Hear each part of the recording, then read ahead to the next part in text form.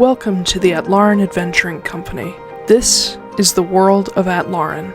Beyond the Forgotten Realms and perhaps not far from Exandria, Atlaran and her two-moon sky have seen leviathans, dissolutions, divine gates, and calamities. And that's only the last 5,000 years. Perhaps most distinct for her scars, Atlaran is host to a number of sacred or cursed sites, depending on whether you ask Bahamut or Asmodeus. Or perhaps you'll ask the old Balin gods, whom the world herself and her moons and star are named after. These places, like Mount Gear, the Manamarig meteor, Drozdana, the Dawn Deep Trench, the Shattered Continent, the Greenhall Sea, the entirety of Garrett Eldathos, they all play parts in the world's fate. But it's the people that truly shape it.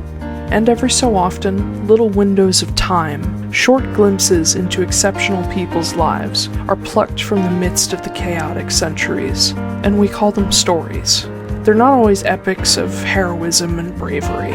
Quite the contrary. Every hero was once a bumbling fool, or a selfish mercenary looking to make a platinum. Or, in most cases, both.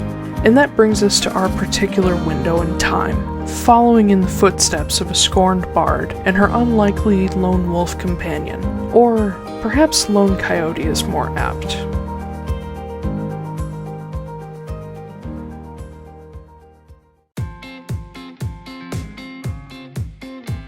Marin Veneer, a half-elven fighter with a love of freedom and gunpowder and a former bard relearning her musical skills. Marin was the daughter to a frail sun-elf laundress who passed away when she was still young. Left to care for her half-sister Sylvie alone, Marin grew up far too fast. In her desperation to keep her sister from starving, Marin accepted help from the Alteras and was lured into their poisonous web of abuse, theft, and murder. Forced to kill and torture often those unsuspecting and even undeserving. Eventually, Marin dared to question her adoptive father Alistair, and was slaughtered on the spot by her brothers just before she was 18.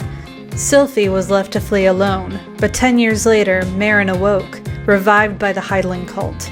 Sickly but determined, she recovered thanks to powerful magics and the apparent interest of Cynthia Moore, mother of the new king of the Arbiters, Silas Moore III. And, by Cynthia's order, Marin was given as a gift to Silas in the hopes that she would become his subservient partner, a suitable wife that would not question the Moore family thanks to her debt to them. Marin, however, had the spark of rebellion in her soul by then, and wasn't about to be controlled again. When Silas proved he supported her in the freedom of those crushed by the Arbiters, Marin reluctantly fell in love. Now with her fiancé at her back and the work to be done, Marin is ready for the long road ahead. She'll make sure no one suffers under the boot of the Arbiters or the Heidelen Cult ever again.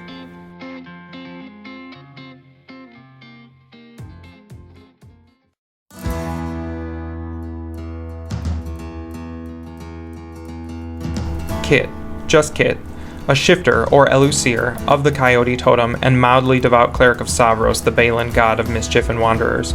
Originally hailing from Amnoblin as part of a group of natives called the Manamarig and Dalmarig, Kit's people have always been harassed by the Skull, or outsiders who seek to take their ancestral lands and waters. Kit's particular tribe was attacked when he was young, rendering himself and his brother Ren orphans, and forcing their tribe to flee their home continent altogether. They found refuge in Iroquel, but struggled to adjust to the change from subarctic to equatorial desert. Trusting in the sacred Mount Gear, heart of the world, to watch over them, Kit's people settled in the northern savannas.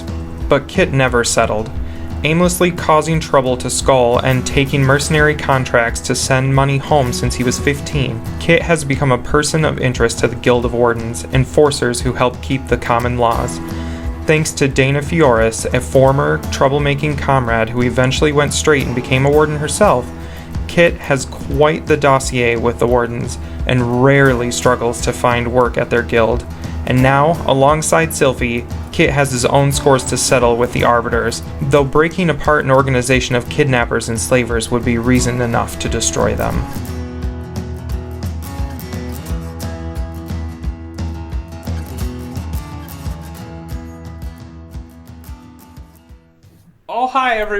Hello, everybody. Oh, hello! Yeah, bring over your I forgot I moved my mic. Hello! Hi! Oh, boy. Hello, everybody. Welcome to the Atlaran Adventuring Company. I'm your Dungeon Master, Taiylor Wallace, and joining me, I have Astrid Knight. Hello. And Blake Wolfe. Hey. Hi, guys. I'm having a really fucking good day. That's good. Which is nice, because I've been having a problem all week. Yeah. All right. I'm excited.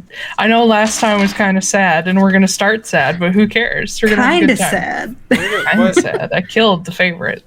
Oh, that's right. You didn't remember. You didn't read the notes. No, I didn't read the notes because I've been driving all day and hiking. But okay. I just plain forgot. So Yeah, Bull's dead. yeah. Cool. Yay. Not yay that happened, but Yay.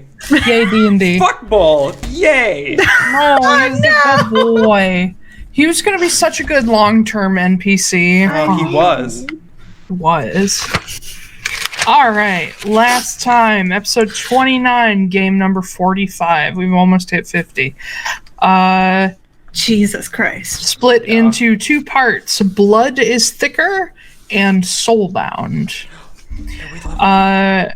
The morning of Yond 8th, still Yule. God. Just forever. Marin woke up to see Silas got a letter from the Andalier Queen's Academy saying that Justine, Silas's younger sister, had run away or been kidnapped. You then went on to have Lucan message Ansem about you guys being in Haven, and he said he's a little bit busy. He's got some unexpected shit happening at home.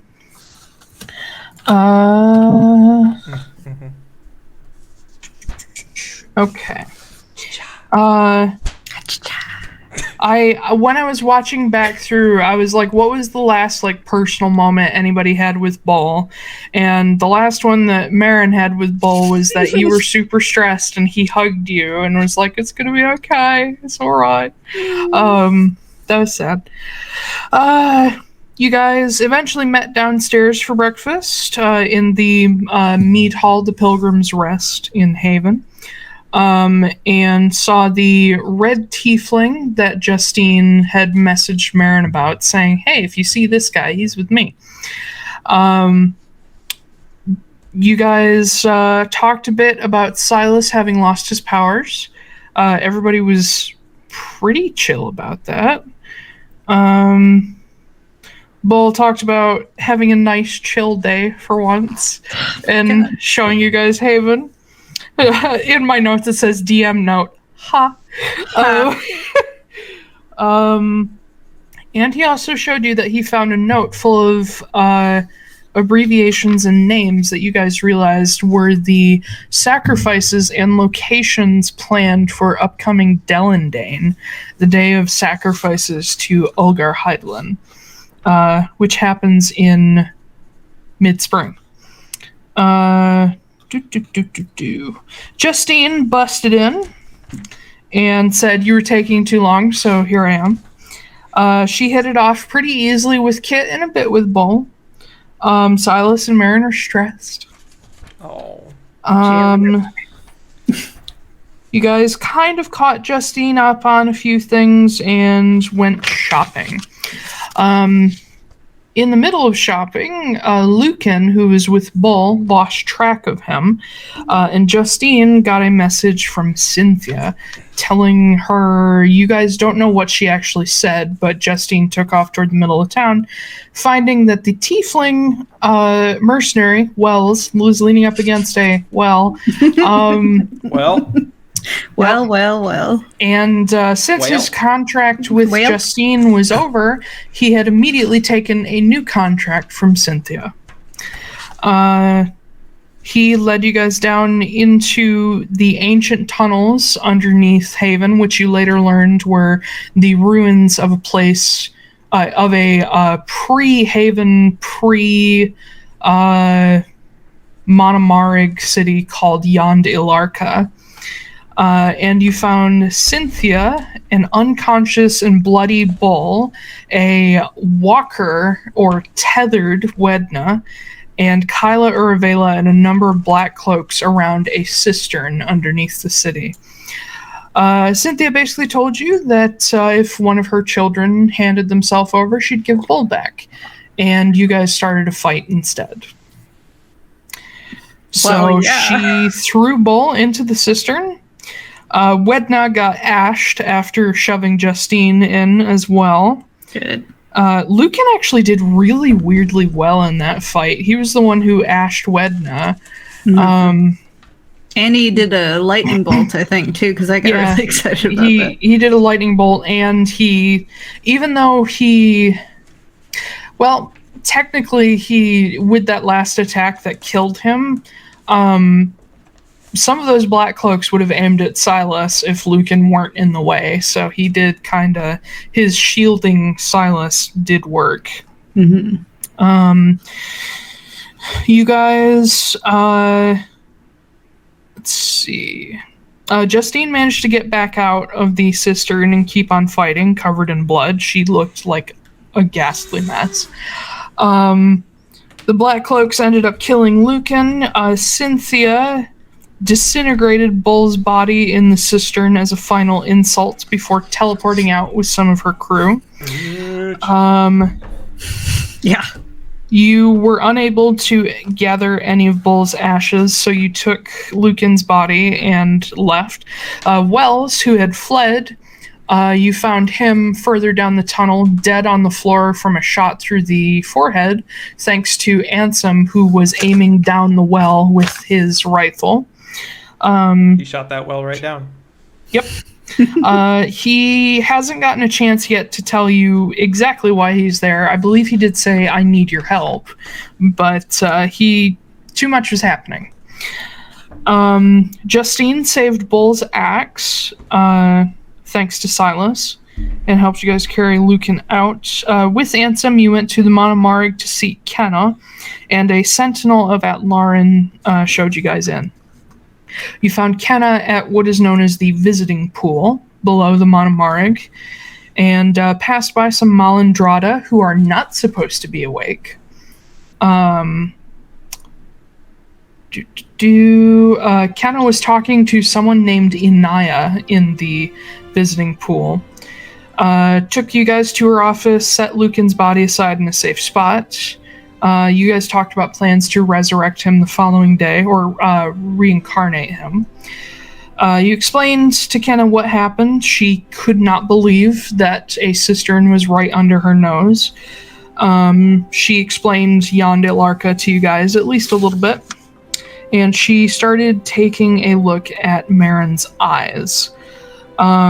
With the immediate danger taken care of, you guys started looking at Marin and the relation to the staves. Kenna took you further beneath the Manamarig to the waterfall cavern and into a holding vault, a failed holding vault for the staves that doesn't work anymore because the barrier around the Manamarig has been broken, thanks to the Sephenhide. Kenna theorized essentially that after much investigation and fucking around with the staves, theorizes and seems confirmed that Marin, having been anchored back after her untethering by the Fjordhide staff, somehow she or Senna accidentally destroyed the piece of Olgar's soul inside the staff, thus rendering it no longer the Fjordhide. Now with your soul bound to it and a sliver of your soul anchored in it, it is now its own entity, and you gave it the name Flameheart. There were also a number more Malandrada down there, and I mentioned to you guys again that they're not supposed to be awake. They're only supposed to wake up when all other people are gone. And there's some 50-ish awake down here out of thousands. One of them caught Kit's attention and had a weird moment with him where I described to you that it wasn't like falling in love necessarily, but there's a tiny piece of you that's just like, I must protect this beautiful perfect thing at all costs, but that sort of went away a little bit. But just as a note for you, Ben, that is something that is going to stick with you. Okay. If you want to put something on your character sheet about it, Kit will never forget this specific Malandrada. It is comparable in a way to love, but it's not love. It's like a weird attachment sort of thing.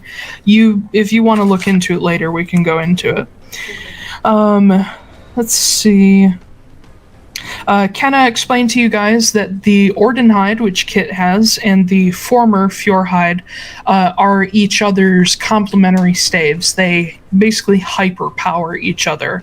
But now that the Fjordhide is Flameheart and no longer part of Ulgar, Ulgar made a small appearance in saying, "Give it back." And then Flameheart turned around and shut him down. So there's no clear answer as to how the staves are going to work together or if they're even compatible anymore. But it does seem that the Flameheart has some mild power over the Ordenhide. The staff that you ended up summoning was made of blue kyanite instead of its original ruby, which is the way it used to appear 25 years ago before it was given to Senna. Let's see. After you soothed the Ordenhide, Kenna invited you guys to stay in the Manamarig for the night because it's a little bit safer. Let's see. And I believe either you guys or Kenna mentioned talking to Senna about what happened. So we are starting up again on the morning of Yond 9th, the last day of Yule. It's finally coming to an end. God. Just have to get through this day. Yeah. It's been the hardest Yule of probably any of you guys' lives. Overnight, Marin bonded with Flameheart, essentially a long-term attunement. And it is your choice whether or not it has changed form yet. I'm gonna say no for right now. Okay. So, in the morning, you guys turned in pretty early yesterday. It was barely noon when you got into the fight. So you're probably up a little bit earlier today. You wake up in the relative silence of this underground area. The Manamarig itself is so dense that even if you weren't underground, it would be dead silent in here anyway. Though the rooms are filled with all manner of rugs and tapestries and curtains and soft stuff, that it's not like echoey underground reverberations, and it's fairly warm, but it is dead fucking silent. So nice. And unsettling. Yeah, all you can hear is the ringing of your own head. Cool. Ew. Yeah, that kind of power out silence. You guys wake up for the day, and nothing happened overnight. You had a long afternoon and evening to sort of put yourselves together. Lucan's body is still in Kenna's office. Silas and Marin are in a room, Kit's in a room, Justine's in her room, Ansem is down here with you guys, and Kenna did mention that there's sort of like a hostel area down here that has like a kitchen and small dining area if you want food. What would you like to do? I'm gonna go down for breakfast. Okay. I guess. Yeah, you make your way out into the wide hallway. You can see down as you come out of your room to the right. You can see into the visiting pool chamber, where the once glowing pool is still dark. and everything seems quiet. Though after you come out of your room, you can just faintly hear the echo of the waterfall much, much further down. And you do see the occasional drifting white figure of a Malandrada drift past. They don't come into this area, but they're just sort of flitting around aimlessly. And the ceilings of basically every room are filled with these little blue, flickery, sprite, wispy guys that just sort of dart around. Cool. Yeah. Are you there, Ash? Or... Yeah, I'm pretty sure I'm gonna do the same thing. Okay. So eventually, your crew gathers up in this little dining chamber off the side of a little kitchen. It's nothing special. You get the idea that this is really for visiting people. It's just sort of off to the side, little used but clean. And as you guys are all gathering around, you realize that the two people in your group who cook are dead. Oh god. That's awful. And as you come to that realization, as you're all kind of looking at each other like, oh god. Silas stands up and he says, I'll take care of it. And he walks into the kitchen. I could go resurrect Lucan so he can make breakfast. But That's dark. sorry. Marin's not laughing, I'm laughing. Really, you're gonna resurrect him and then make him make breakfast for us? I don't think that's... I could. No, I'll wait. It's fine. We'll just... We can deal. It's fine. Doing okay? That's I know the answer, but... If I tell you, are you gonna run off and go tell Kenna about it behind my back? Oh, I mean, not unless you want me to. Yeah. I'm sorry, okay. Look. I understood why you were doing some of that stuff before when I was tethered, because we never knew who was listening. But now I'm not tethered anymore. You can, if something about me, if you're concerned about something with me, talk to me about it first rather than her or whoever else. Okay? Okay. Sorry. I'm just... No, it's fine. The reason I talked to her was because I wasn't sure what actually happened. And she's the only one that knows really anything about Senna or what's going on. And since I already had one of the staves, I was worried if I accidentally touched you, we'd both blow up. So I wanted to double check. And then you had a lot of stuff on your plate, and I didn't want to add more to it, and it was like, but I understand. I will. I think that me blowing up is also a thing I should be, aware of and concerned about. That's fair. Mm-hmm. Okay. Sorry, I'm just a little sick of people that I care about not telling me things, so. I don't think I'm hiding anything else from you.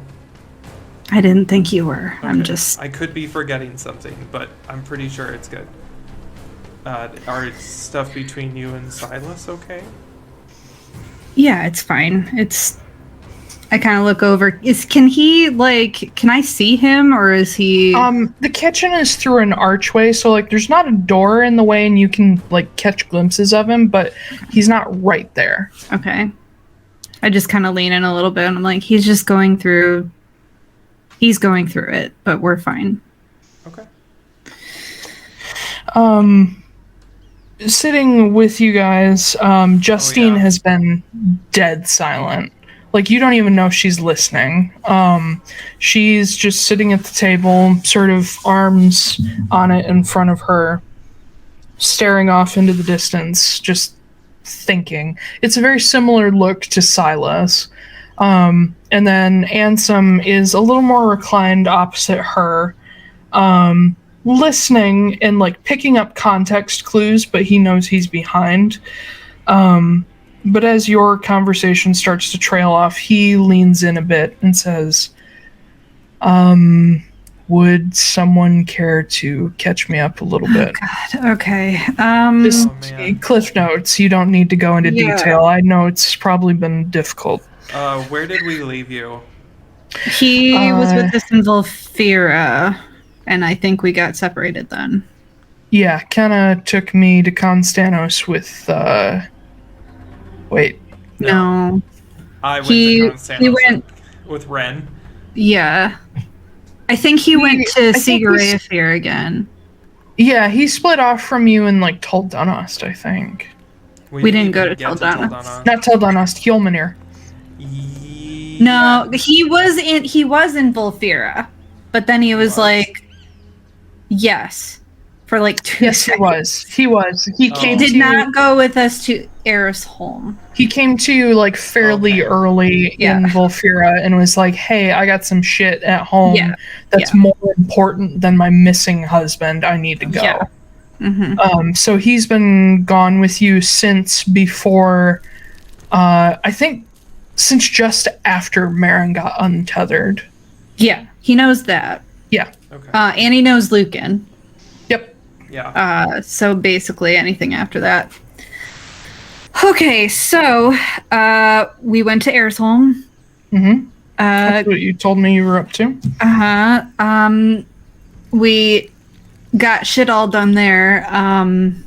But we did get we got our fortunes read though, and that was not fun. Killers aren't trustworthy anyway. Yeah. Anyway, we went to Haven. How? Got to the fortune teller knows how to teleport, and we went to the Crimson Hammer hideout there, outside of there. Who was this fortune teller? His name is Ro, or their name was Ro. Row of where? No idea. Yeah. No idea. Okay. Well. All right. So went to Haven. We almost got eaten by a snowdrake. That was also not fun. Got into Haven. Silas also broke his pact with his patron. So that was a thing. That's and then timing. Yeah, you think. And Justine met up with us. Justine, Ansem, Justine. I've guest lectured at Andalier Queen's Academy a few times. We've met. There you go. Okay. Mostly me kicking her out. Well, that's hard. And Justine has not reacted. She has not heard a word you've said. Then we found this thing, this piece of paper that tells us about all the cisterns and who they're sacrificing and who's still on the list. Where's that? Let me see that. Take it out and show it to him. He takes it. And as he glances over it, he says, continue. Mm-hmm. And then we went out shopping, and Bull got separated from us. Cynthia took him down to the cistern in the city. We followed her down there, and all hell broke loose, and I think you know the rest from there. Yeah. I arrived probably not long before you went down there. I was looking for you, and I was kind of curious about that, because Lucan messaged you yesterday morning and said that you weren't going to be able to join us. About that. Some things I did not expect are happening down in Constanos. Like what? Like dragons. Where? Dragons. Constanos. In the city? Yep. What? Well, I'm glad I prepped that spell today. So, the north end of Constanos, about 23, 22 years ago or so. Well, no, let me start with a different story. So you all know Lysander Courage, yes? I know of him. Yep. Well, Kit would know that he has a history of requesting dangerous magical items for his work. Yes, he does. And some 25 years ago, he requested from, in fact, Dee's group, before they knew any better, requested some young dragon scales and parts for his work. Oh boy. And there was, we thought, an orphaned young dragon north of the city. Lo and behold, it was not an orphan.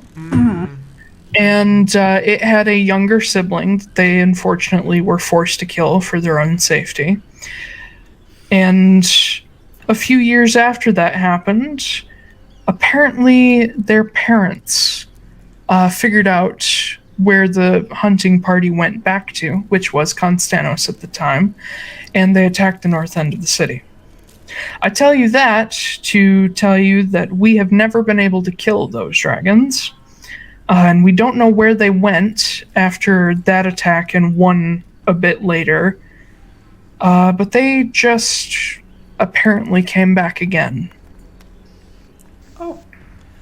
So how in danger on a scale of 1 to 10 is everybody down there? Well, considering the city has fought them off twice before, I'm going to say that they could probably handle it, especially with all the technological advances. But the northern eighth of the city is still mostly ruins from the original attacks. So I'm dealing with that, mostly because that's where my daughter and grandchildren live, and all of my friends, mostly.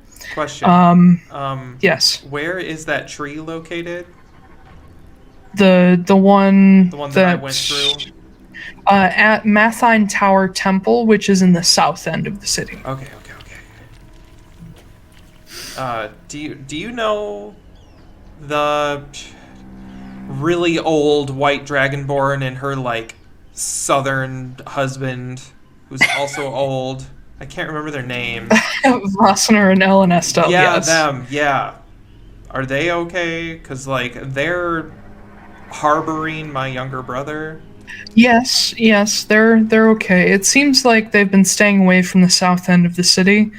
It seems they seem to be avoiding the temples, which the south end is essentially the temple ward. Vossner is the high graver of the Raven Queen Temple, the leader of the Kestrel Mace Order, and Ellen Estelle is the high priestess of the Temple of Ioun there. Oh. So, wow. Yes, they're pretty high-ranking, good friends to have. Oh. I've been friends with them for... Bless you. That was a cough, but thank you. Oh. I appreciate your blessing. I've been friends with them for going on 50 years now. Ethane traveled with some of them a long time ago. But thanks to them and some of their allies and friends, we've been able to fend off these dragons so far. but fending them off is not enough. So I'm dealing with that currently. Ithane is just... I need to get him back, and he'd be so useful in this situation, but he has to take precedence just under our daughter and grandchildren, because if I got him back and he found out that I let all that happen, he would never forgive me. So... There was something we found out. Well, about what? About Ethane's tether, I thought. No. Yes, you... Nope. We're not telling him about that. Oh, we're not? Okay. Nope. Yep. Nope. I wasn't sure. I was like looking at my notes and I was like, I think I remember we're not supposed to tell him, but what did we find out? Yeah, no, we're not telling him about that. But did Kit say that, though? No. Okay. Because it sounded like Kit. All right. I mean, Kit sounds like me, so...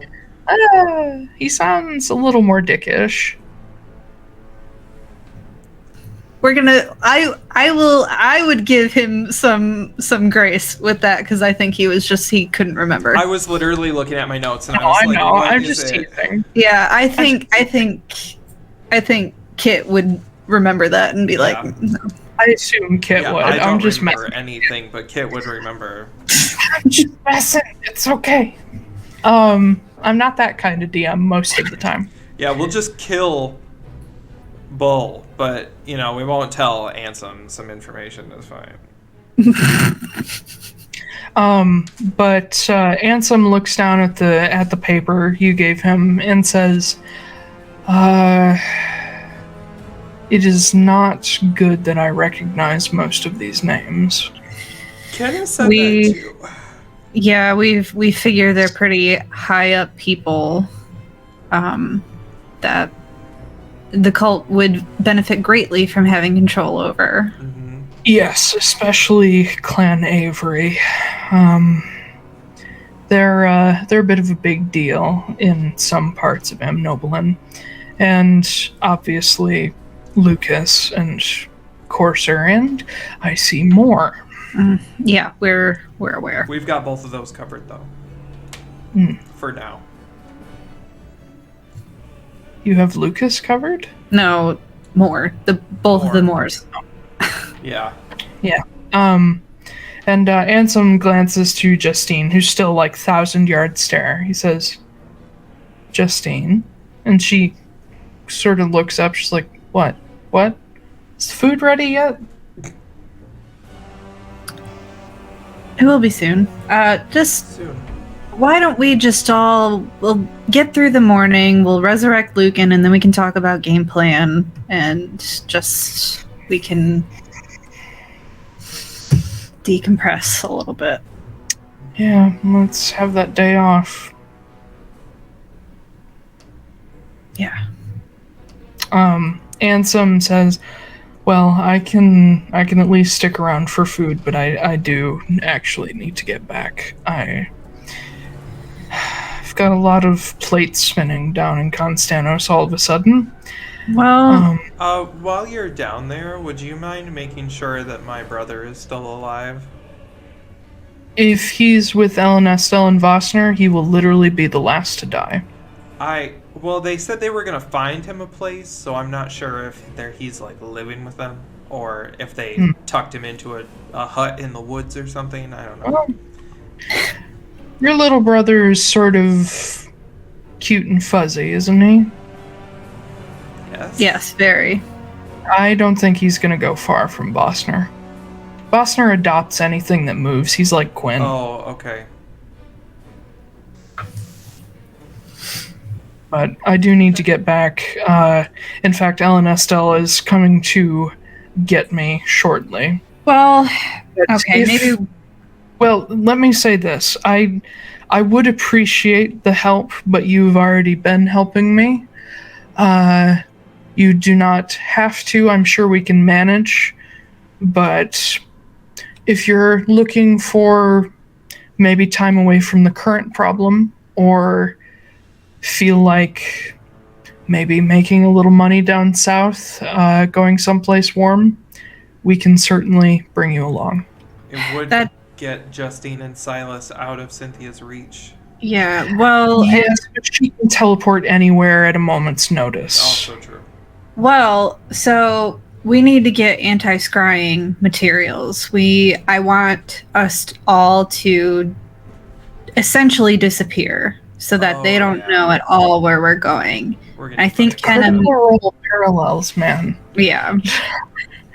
I think Kenna mentioned something about either Courage being a good contact for that, or going to Constanos and getting something there. Constanos was the former place of Lysander's arcane emporium before the northern end got destroyed. But there are still plenty of other magic users, magic creators, and even some of Lysander's own apprentices that work there that I'm sure we could find something. That might be the way to go then. Well, I have to go back today, but Kit can get you there whenever you're ready. That's true.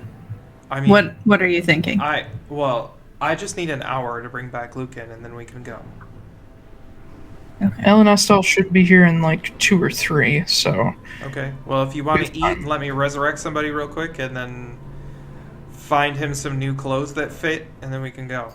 Because I don't know what he's going to come back as. Yeah. Oh, that's what you're doing. Yeah. Well, I don't have anything else. It's honestly, as somebody who almost had to make that choice once, it's better than the alternative. He is an elf, though, so I'm worried if I bring him back as a halfling or something. I just cut his life expectancy down to a quarter. But well, better than none at all. Yeah, yes. No, you're right. And there's no saying that if he didn't come up with enough money and whatnot, eventually he couldn't get someone very powerful to change him back. True. He's also very young, so, I mean, even for an elf. That's true. Yeah. We've been punching a toddler. Yep. Lucan is like 20. Yeah, he's not literally punching a toddler. You've killed baby griffins, it's fine. That's true. Actually, no, that was Sylphie and Jax. Yeah, it was Sylphie we and didn't Jax. do that. Yeah, we Whatever, didn't do the it. sleepers have done that. My conscience is wiped. Every time. Yeah, you've literally done nothing that you could ever be guilty for, ever. Never, okay. ever. Eventually, Silas comes out of the kitchen with a simple but good meal. He's not the best cook, but he manages. It's like your standard fare, like eggs and American taters fries. and and bacon and sausage. It works, but it's nothing fancy. Yeah. Now he's been learning food, you guys. For Me real, too. though. After this, I'm he's- gonna make a poached egg. Waffles Ugh. and sausage links Oh and yes. eggs over easy. Got Yeah. some bacon in the Frigidator. The refrigerator. Yeah. But Silas sets everything out for you guys, and you tuck into your meal, and yeah. Oh, and some hot tea. Oh. Mm. Okay, continue. Sorry. After a little while, the door to this sort of sectioned off area opens, and you see Kenna's apprentice, whose name I don't believe you've caught yet. I don't think so.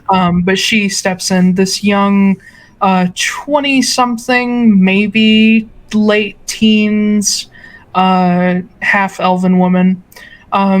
She has a few similarities to Kenna, but not enough to make you think that they're, closely related. But she is kind of burly, like Kenna. She's fairly tall. She has a very similar presence about her. I didn't want to just say straight up asshole, but it's that kind of presence. She opens the door and glances in, seeing all of you awake, and she says, "Oh, good. Whenever you're all ready, Kenna is waiting if you want to get your friend back together." We're just taking a second. We'll be there. Of course, take your time. I just wanted to let you know. And she closes the door. She's very awkward. But Justine is just like scarfing down food, and you see Silas, who really hasn't had that much of an appetite lately, is just kind of watching her like, Jesus Christ. And eventually she stops and she's like, "What?" It's like, "Nothing. All that muscle takes a lot of fuel." And she's like, "Are you really going to lecture me on my eating habits? You're rail thin." And he shrugs. I kind of sibling banter starts up. I kind of do push his plate a little bit closer to him, and I'm just like, "You haven't eaten a lot in the past couple of days, so you should take her advice." I'm just not that hungry. I know, but you should try and do something. It's not that he's not eating anything, but you get the idea that after a little bit, he's just like, food doesn't taste good to him right now.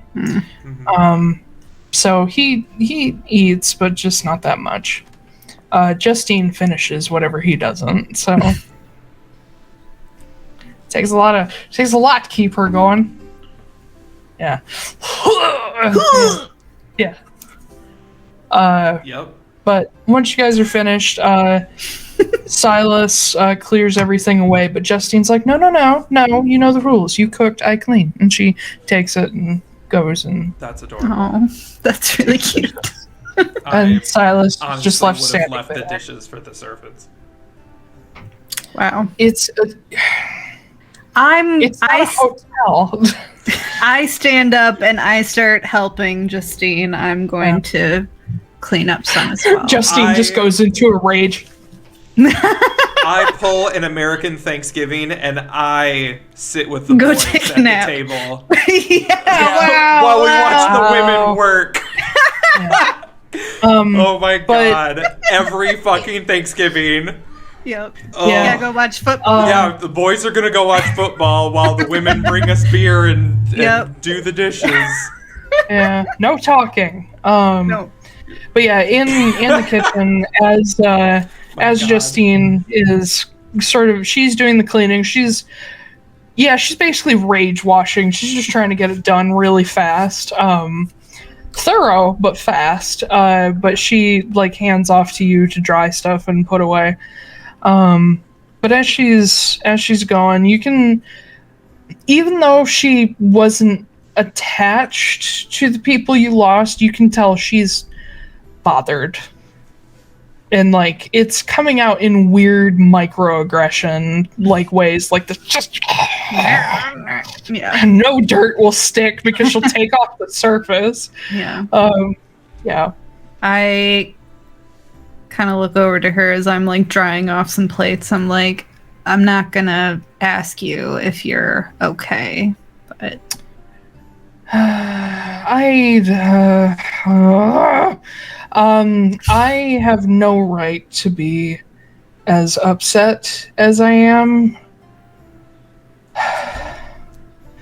But goddamn it, I'm fucking upset.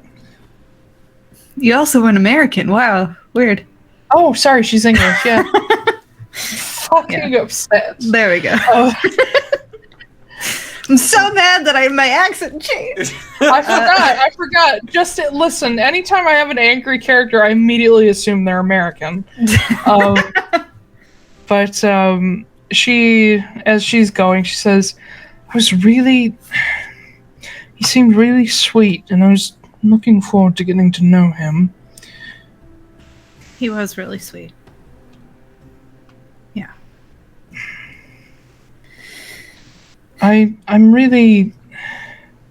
I know it's a stupid sentiment, and it never helps, but I really am sorry for your loss. I knew him for a couple hours, and it was clear that he adored you and Silas and Kit. Yeah, I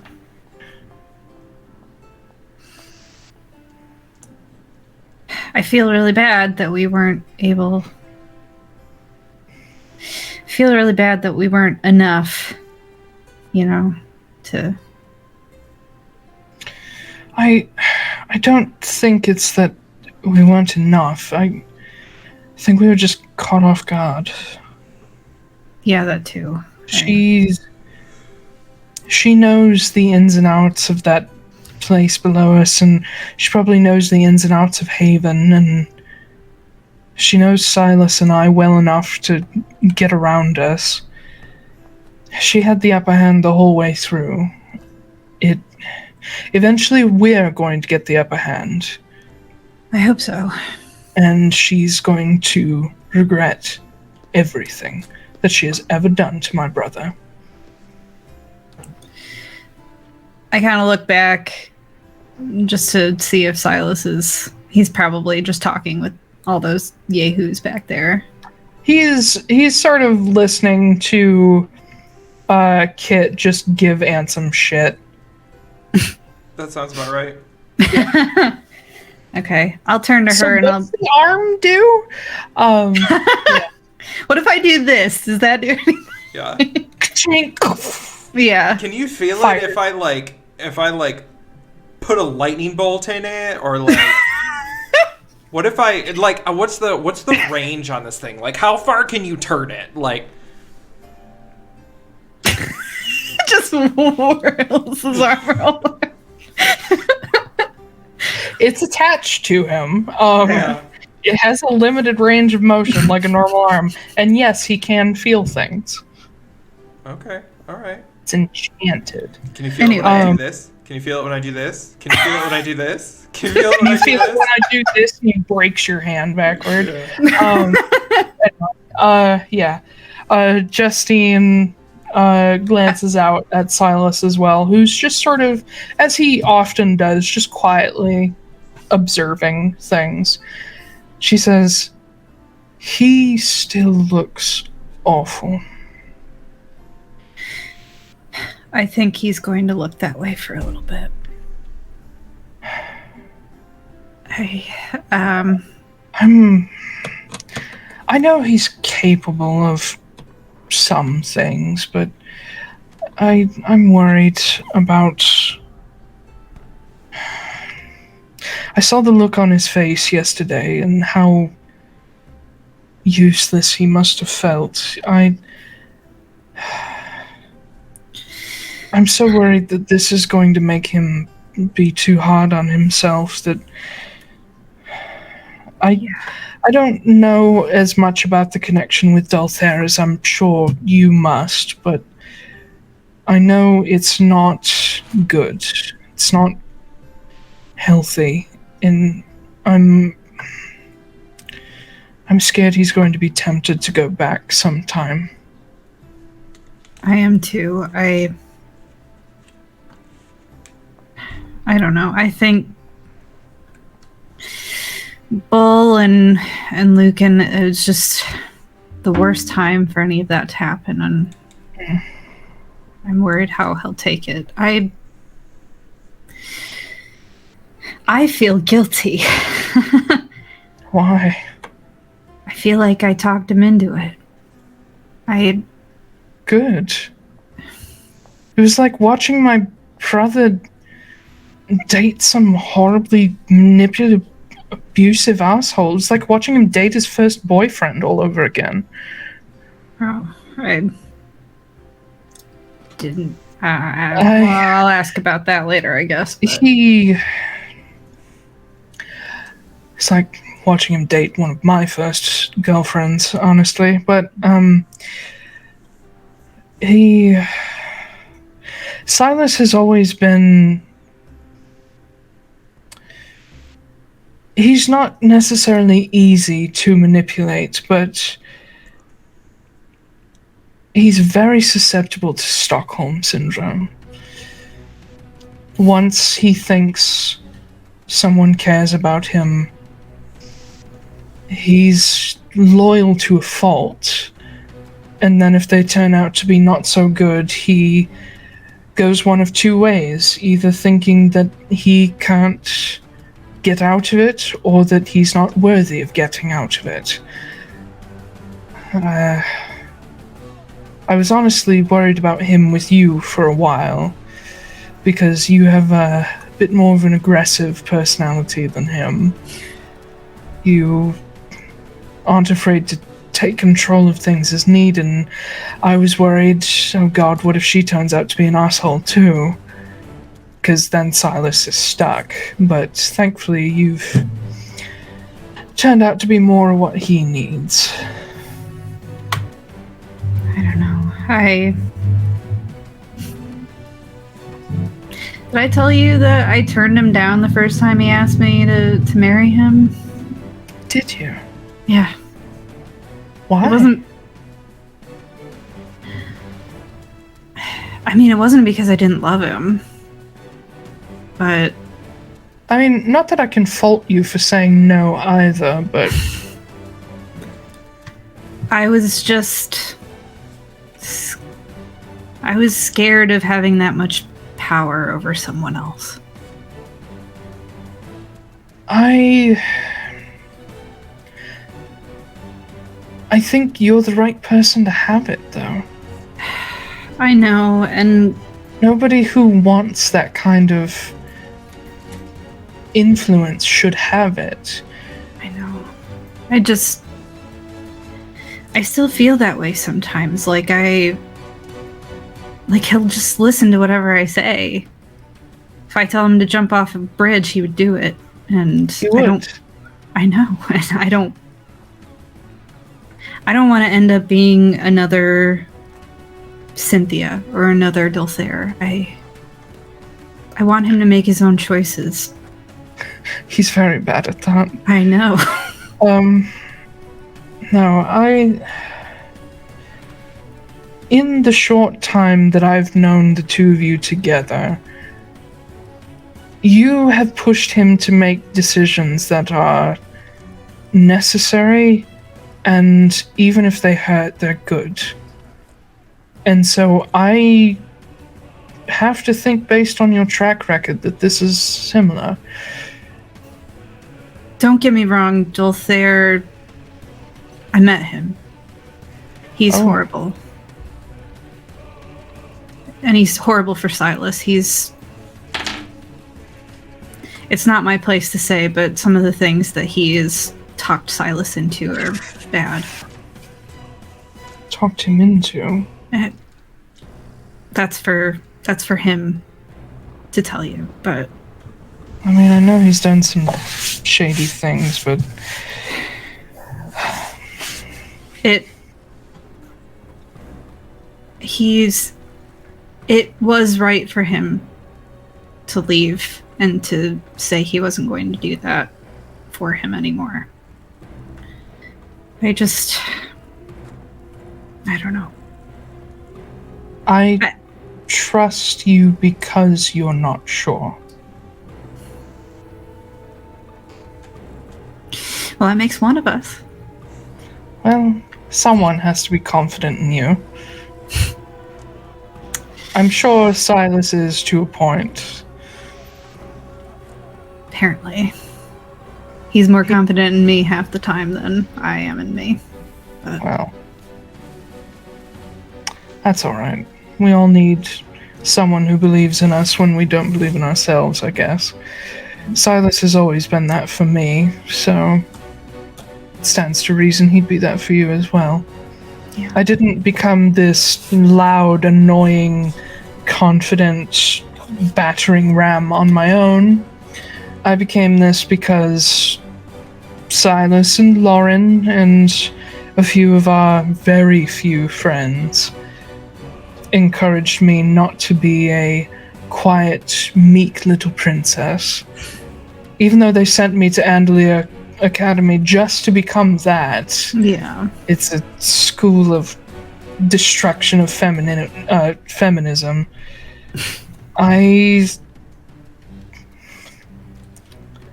Silas is a believer in 1, powerful women, and 2, women making things better. And you're right up there with me. So. Well, good. I guess I don't know a lot of your side of growing up. Was Cynthia just as terrible to you as she was to him? In different ways.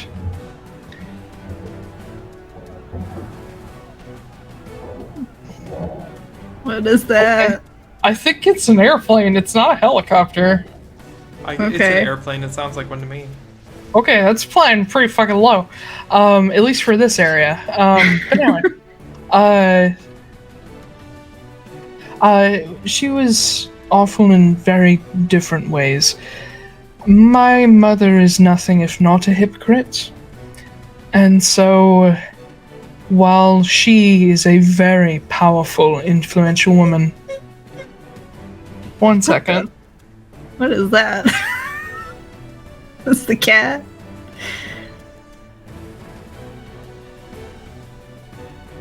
It sounded like something squeaking across the desk. Yeah. I don't know. It sounded like one of the cats is going like, eh. I don't know if they do that.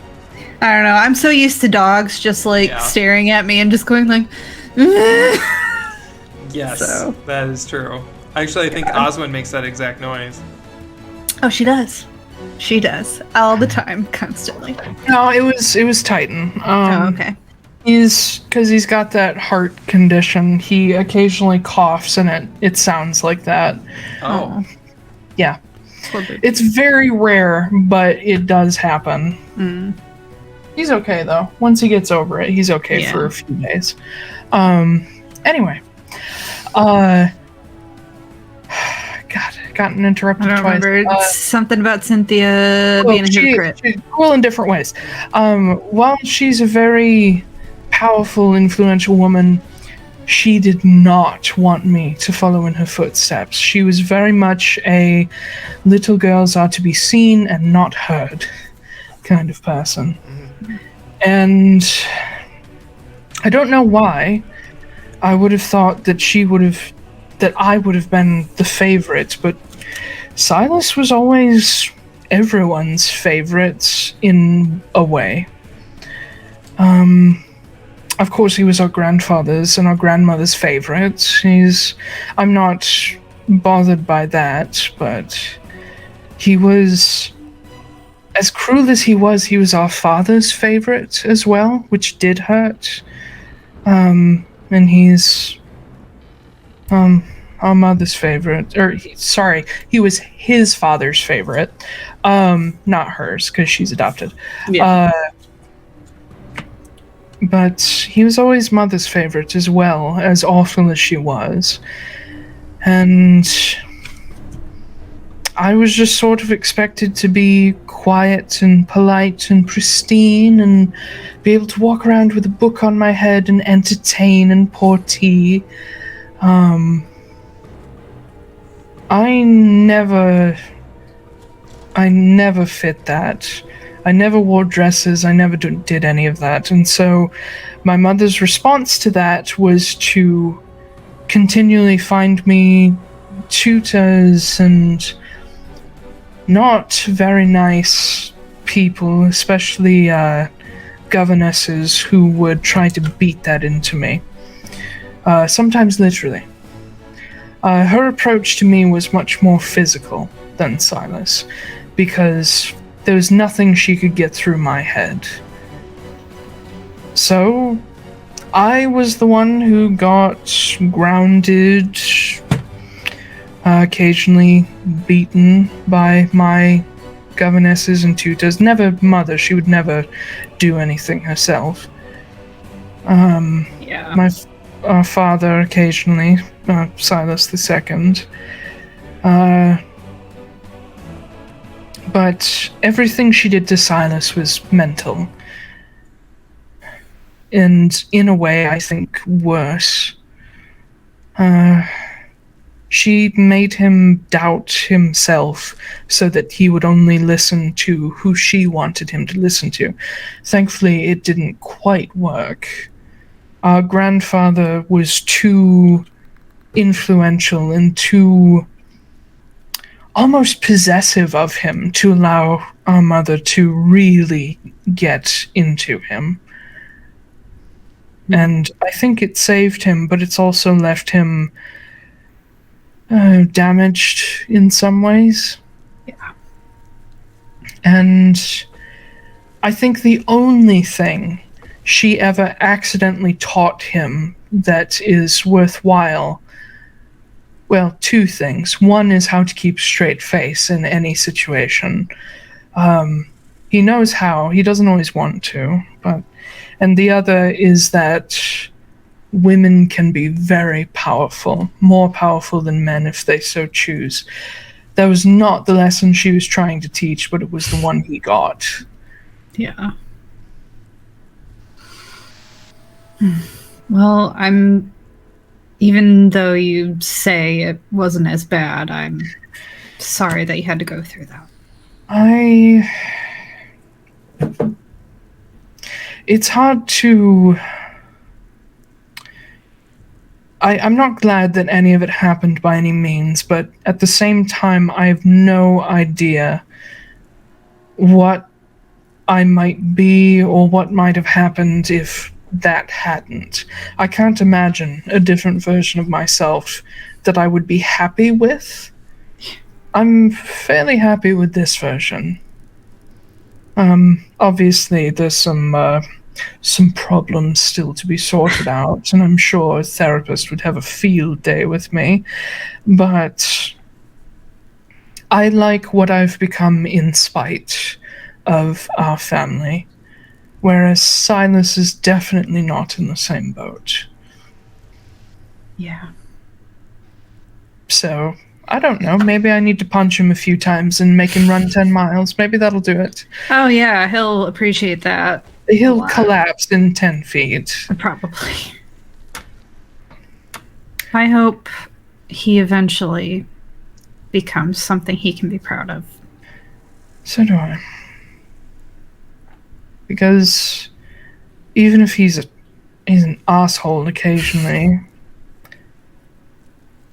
I'm proud of the fact that he never let them truly break him.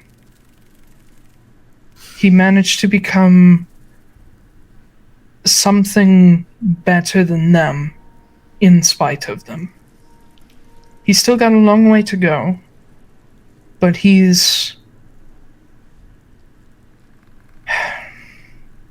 knows how to love people. And that's already miles ahead of anyone else in that horrible group. And honestly, I think he's a better man than our grandfather as well. He looked up to him so much and wanted to be just like him, but he's better. From what I hear, I think I agree. I mean, I don't know what he's told you, and similarly to you, I'll leave that to him to tell. He had more of a relationship there anyway. I was always closer with Lauren or, well, people not in our family. Can't imagine why. Well. And I'm also proud of what you've made yourself into as well. All right, that'll be the last of it. I appreciate it. I'm just terribly not good at taking compliments. I don't know how much you know about me and how I grew up, but Practically nothing. Yeah. Except that you were dead. Yeah, well, that was because of some family stuff. I spent a long time being a kitty. Meow, meow, meow. Aw, he's just sitting there like a good boy. 2 kitties. Oh, I can't see. Oh, now I see. Now I see her. Okay. It just looked like it was really You thought shadowy. it was her shadow. You thought she Yeah. was the shadow. Yeah. Yeah. I spent a lot of my childhood being manipulated by family too. And I don't know if I quite like the person that I am, but I don't know. I'm getting there, I guess. I mean, for what it's worth, I think you're pretty fantastic. Well, thanks. Don't give me that look. That's my job. We're both bad at taking compliments. Let's just move on and... Well, I think as long as we're better than what we came from, we're doing all right. Yeah, that's not a bad way of looking at it. Can only go up, really. Yeah, that's for sure. Anyway, and you finish drying the last of the dishes, and she walks with you back into the little dining area where Ansem is just staring at Kit, who's just annoyingly messing with his arm and is starting to ask questions about the leg too. And Silas is just sitting there like, All right, who's ready to do a reincarnation spell? Not me. No? No. Okay, well, anybody else want to throw their hat in the ring? and Silas shrugs, says, "I'd love to." Okay, well, on that fun note, Wow. let's, It was meant to be a joke, sorry. okay. Wow, It's you're okay. really good at jokes. That was I know. so funny. Oh my god. And Justine walks up and like gets him in a headlock, and she's like, "You've always been a comedian, Si." And he's like, "I can't breathe." She Yeah, loves maybe. Yeah. I can only do one reincarnate, so don't kill him. Yeah, God. I don't know, Si. Would you like to be an orc? And he's like, "Well, it's not a bad idea." How about we just work with what we got right now, and then Who wants we a get new there if body? we get there. New Yes, bodies. Ansem pops in with like, "We'll Oh my unpack god. that later." I just got an amazing business idea. I'm going to What? start a shop. I can only take one customer per day, 1 or 2 customers Yeah. a day, but I could kill you and resurrect you, and you could get a new body every day. Want a new body? Let's get a new body. Can't you just do like another like spell for that doesn't involve killing? Oh, I could, but it's a higher level and I don't know it. Well, yeah, but I'm just saying, like, I think people would rather do that than Nah. die. I'll just we'll Okay. do it a really easy way. I'll kill him with tea, and then Okay. poisonous tea, and then I'll bring There him we back. go. I'll be like, whatever you get, you get. It's like a surprise grab bag. It's a really good idea. It's a great business idea.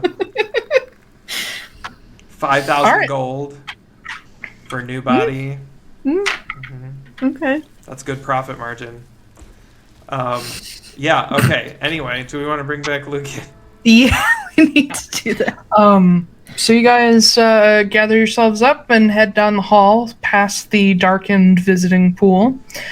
Kenna's office door is open, and you can hear Kenna talking inside. And as you step in, you see the bench where Lucan is covered with a sheet, and Kenna is once again sitting on her desk instead of at it because lesbian. Yep. And she has a golden edged mirror in her hand, and she's speaking to somebody through it. You sort of hear the tail end.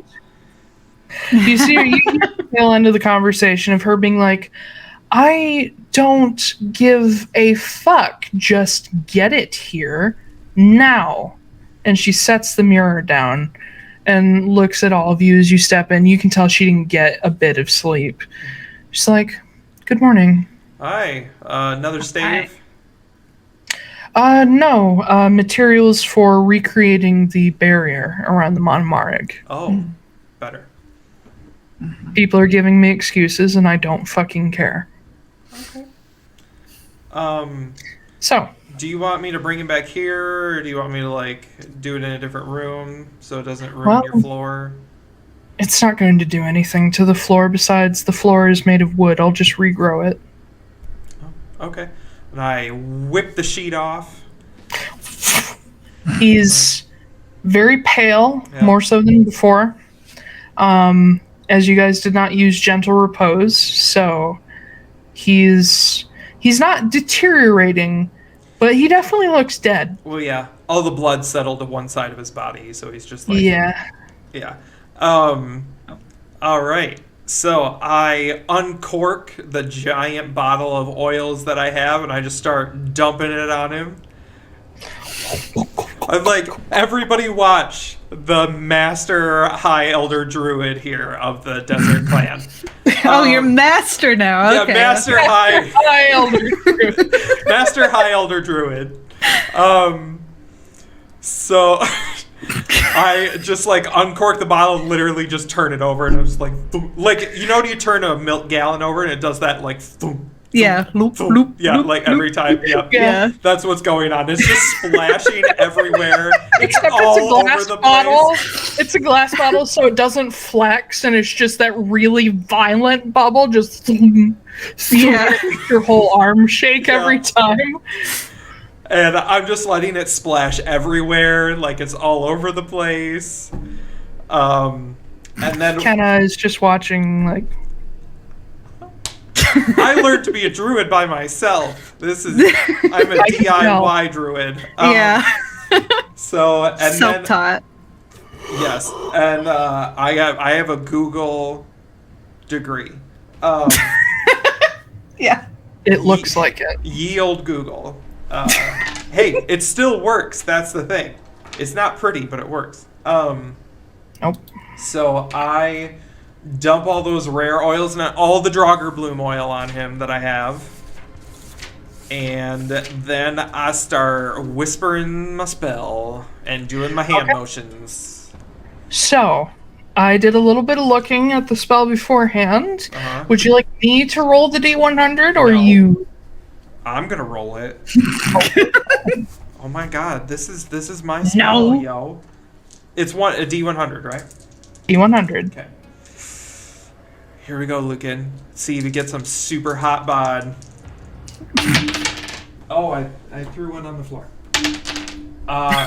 5. Oh. Too bad that wasn't a divine intervention. Yeah, for real. Not that I can do that anymore, but... Hold on one second. If we were going by the book, he'd be a dwarf, but it's different now. Yeah, I have a special one for Atlaran.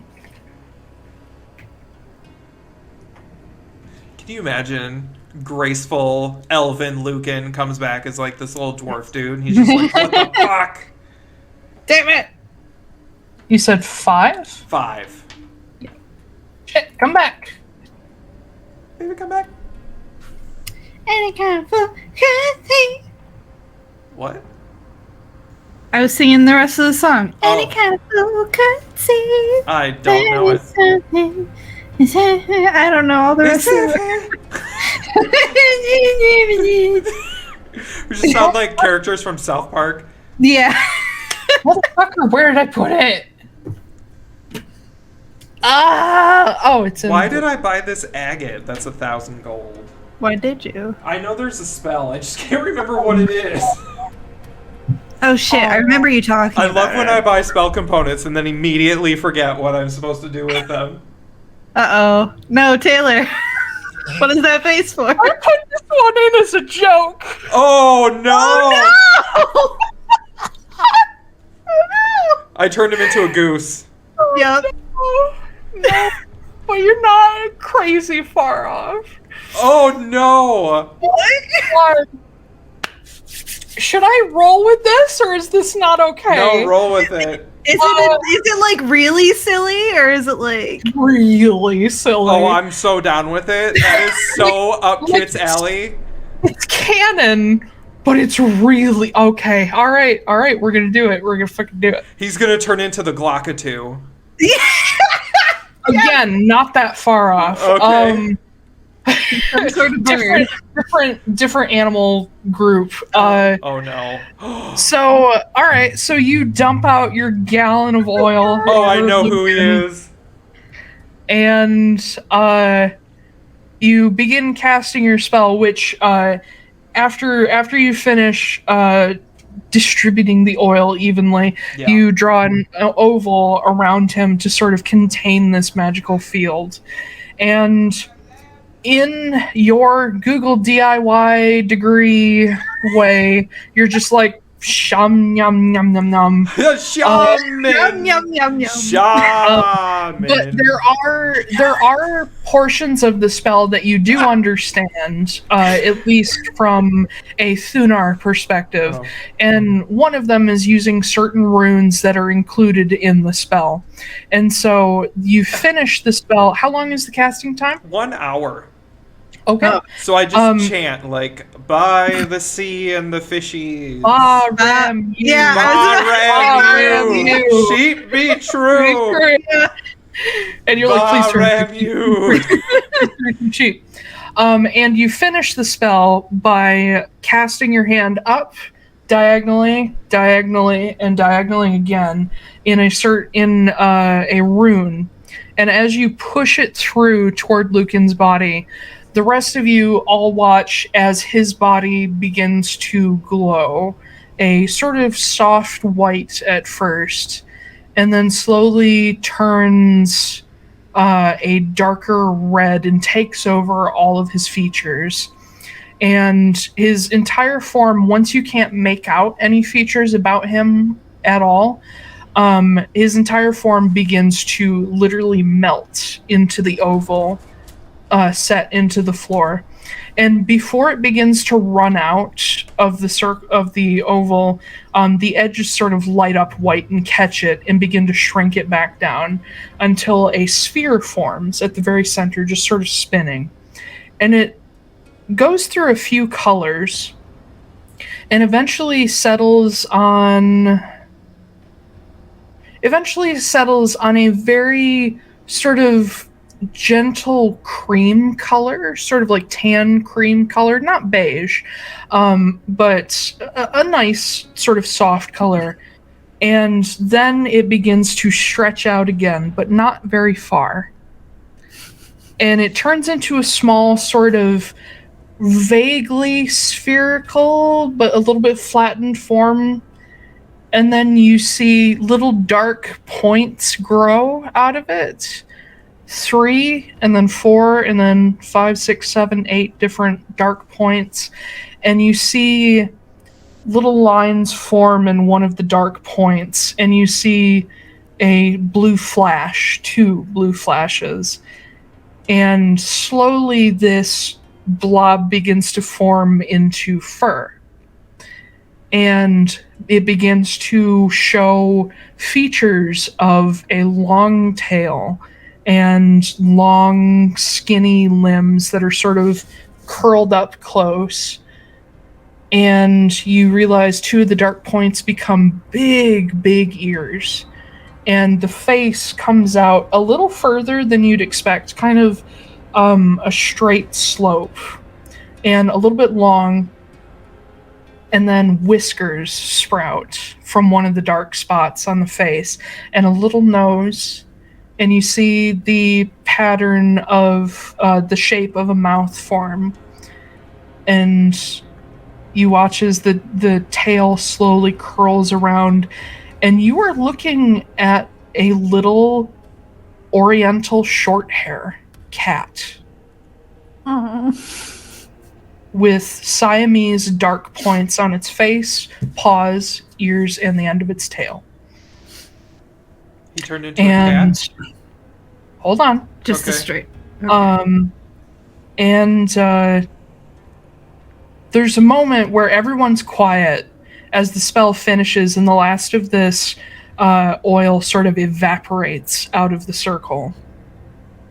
And the cat begins to uncurl and stretches its chest and sort of opens its eyes, and you see these beautiful bright blue Siamese eyes, and it blinks, glances back and forth around, and it speaks and says, "Ow. Ow. Hi, Lucan. Ugh." And he goes to lift a hand to his face, but it's a paw, and he hits himself with a paw, and he's like, "Kit, this isn't funny. Undo it." I can't. I can't. What do you mean? Yeah, I can't. just drop the spell. Drop polymorph. I brought you back to life. Great. Turn off polymorph. I can't. That's not a polymorph. That's the body the gods gave you. And he looks up at you. Now, an Oriental Shorthair is a tall, lanky cat. They're bigger than most. They have sort of a long face. Do you know the cat Teddy who honks? Nope.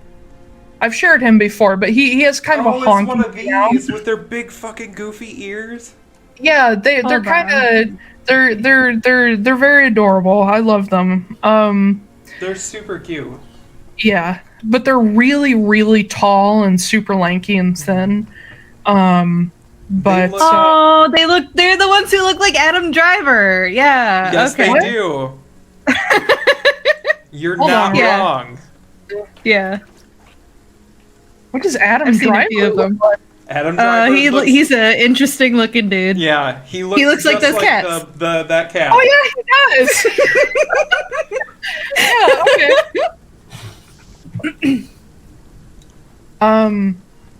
Yeah. Okay. You're looking at a young-ish Oriental Shorthair with Siamese color points, and I immediately look at Kenna, and I'm like, Kenna's just like, so the spell is supposed to bring them back as a person. So, why did I get a cat? I mean, technically, an animal that is intelligent and can speak and think like a person is a person. But it's a cat. Cats are people? But it's a cat. It's not like a tabaxi. It's like that's a house cat. And Lucan is just sitting there the ears are kind of flat, and he's just like, I turn to Silas and I'm like, oh my god, cats are people. Cats are people. and out of all of this, Silas walks up to Lucan and crouches down in front of him, sort of folds his hands in front of him. He seems to be the only one in the group who didn't show outright shock. This cat can cast spells. He crouches down. He's a in front of spellcaster. Crouches down in front of Lucan. He says, "I'm sorry, and thank you." And Lucan's just staring up at him, at first unsure of what he's saying, and then remembering sort of what happened. And Lucan picks himself up, kind of unsteady because he's not used to having 4 legs. And he's like, "Yeah. Anytime." I'm gonna walk over to Lucan, and I'm just gonna be like, Can I pick you up? That's weird. I know, but you're also real little, so it's okay, right? He's as tall as your knee. Oriental Shorthairs are tall. But he's like, let's listen. let's not do like the picking up thing or touching or any of that for a little while, That's fine. please. All right. That's fine. And you can see the chest kind of rising and falling quickly. He's on the verge of hyperventilating. No, Okay, it's okay. why don't we all just back up? Just back up. Give him some space. Yeah. Give him some space. I'll back up a little bit. I'll be like, it's okay. You're still really cute. So you've got that going for you. You're a wizard, right? Yeah? Yeah. Okay, cool. We'll just get you in a few more battles, and we'll get you in some cool bookstores or something, because I'm sure you can still read, and then we'll get you a new body. I'm not. I can't fight anything like this. Are you kidding? Do you know how sharp you are now? He like picks up one of his paws, is like looking at it, and he flexes, and these long claws come out, and he's like, You could at least scratch someone's eyes out with You that. are so sharp, that's- and if you don't clean those paws, you will give them gangrene. Oh. Or ringworm.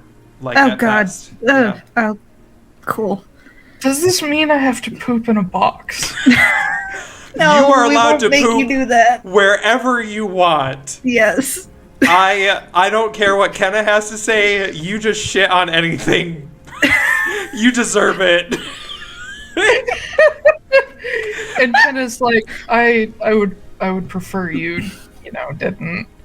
And Lucan kind of nods, like, eyes wide, which because he's a cat, they get real fucking wide. Mm-hmm.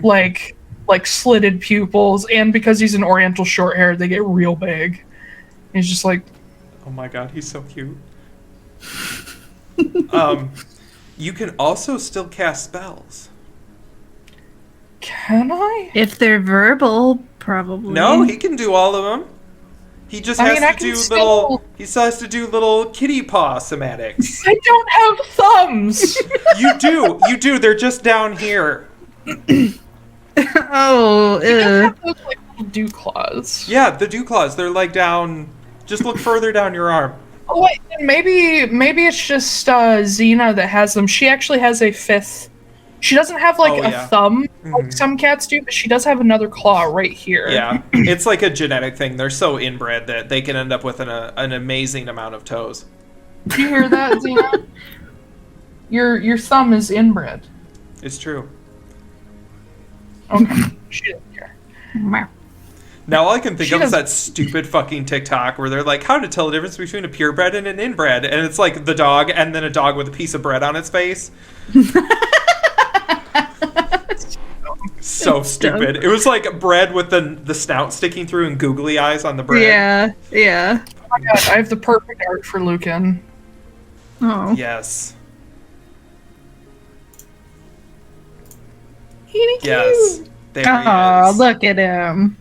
So cute. Look at those big old ears. Oh, big Now we ears. need to get him some little cat armor. Or I love like that a idea. tiny little cat mantle. I cannot wait to go shopping for him. I'm so Oh, gosh. excited. There we go. Oh, boy. I'll give him a little token. Luke and the cat. Oh my god, this is just like that stupid fucking thing that came out, the meme, where that judge was like, I'm here and I'm not a cat. I'm not a cat, yeah. Except he is. Oh. I have played in a campaign before where one of the guys who I was playing with played a magic cat. Mhm. Yeah. I Well, love this this. is what's called an Yeah. awakened cat. Ooh. Oh. So In official D&D... Thank you. That's the fucking spell. Thank you. oh, Awakening? awaken. No, Yeah. it's not awakening. Oh.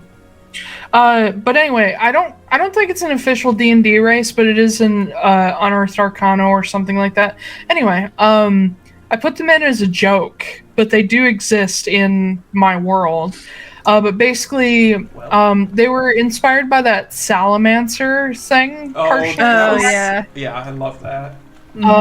So I tweaked them a little bit for my world. They do exist, but it's basically when when a spellcaster, either something goes really wrong or they really love their pet, they awaken them so that they can speak and do things too.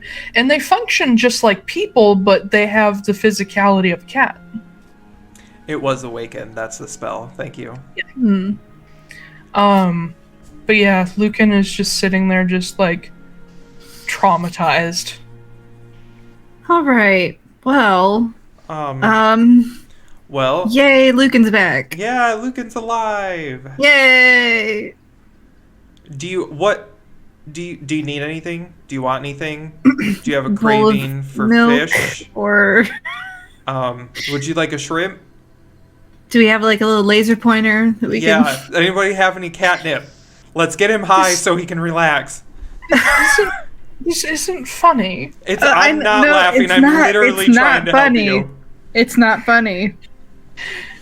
And he's just sitting there like kind of curled up on Marin, himself. can you imagine a little evil cat like puppeteering you around?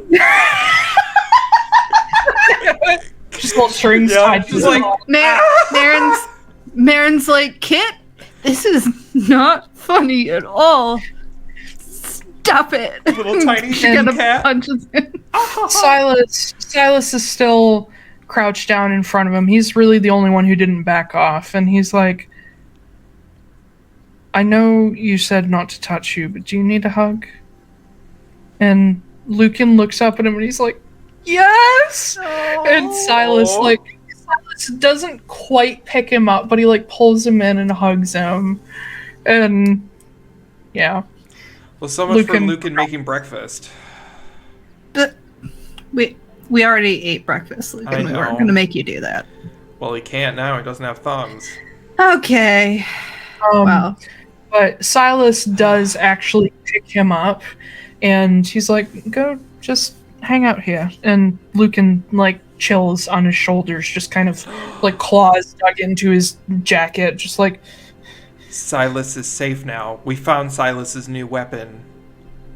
His A new cat. patron is Lucan. Oh. Sure. So now Silas can be... No. So, okay. They move. Hear me out, okay? All right, I'm listening. They Yep. move as one.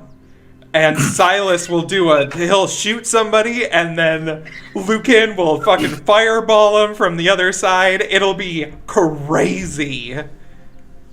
that's actually not a bad idea. That's a great idea. You know? Let's weaponize Yeah, this shit. honestly. It's like Florida man with an alligator. Yeah. Alligator? I didn't mean to say alligator, but it came out that way. Don't you fuck with me or my alligator. Yeah. I'm going through the drive-through window. Don't you fuck with me. Yeah. My alligator. My alligator. Yeah. Oh, God. Silas just sort of lets him settle there. So Lucan is long enough to sort of drape across his shoulders, but he's holding on with his claws too. Oh, in the front, like one of those fox pelts that people have that like connect together. No, he's actually laying across Silas's okay. shoulders, so he's like resting right here, Gotcha. whereas his butt's over here. So cute. But yeah, Silas sort of straightens up, makes sure that he's balanced and okay, and he says, well, one step at a time, I suppose. Where are we going? We're going to... I guess we're... Okay, so Lucan, just to get you up, we're trying to disappear here. That's probably a good idea. Mm-hmm. And he glances around, Oh, shit. but he doesn't say anything. He just looks around and sort of looks toward the door, but then pulls back and doesn't say anything. So yeah, we're probably gonna go to Constanos to try and get some... Are we sure that... Well, I guess no one will recognize me. That's probably accurate. Why? And Is there a lot of cult activity down there? There's a lot of cult activity everywhere. Wow, yeah.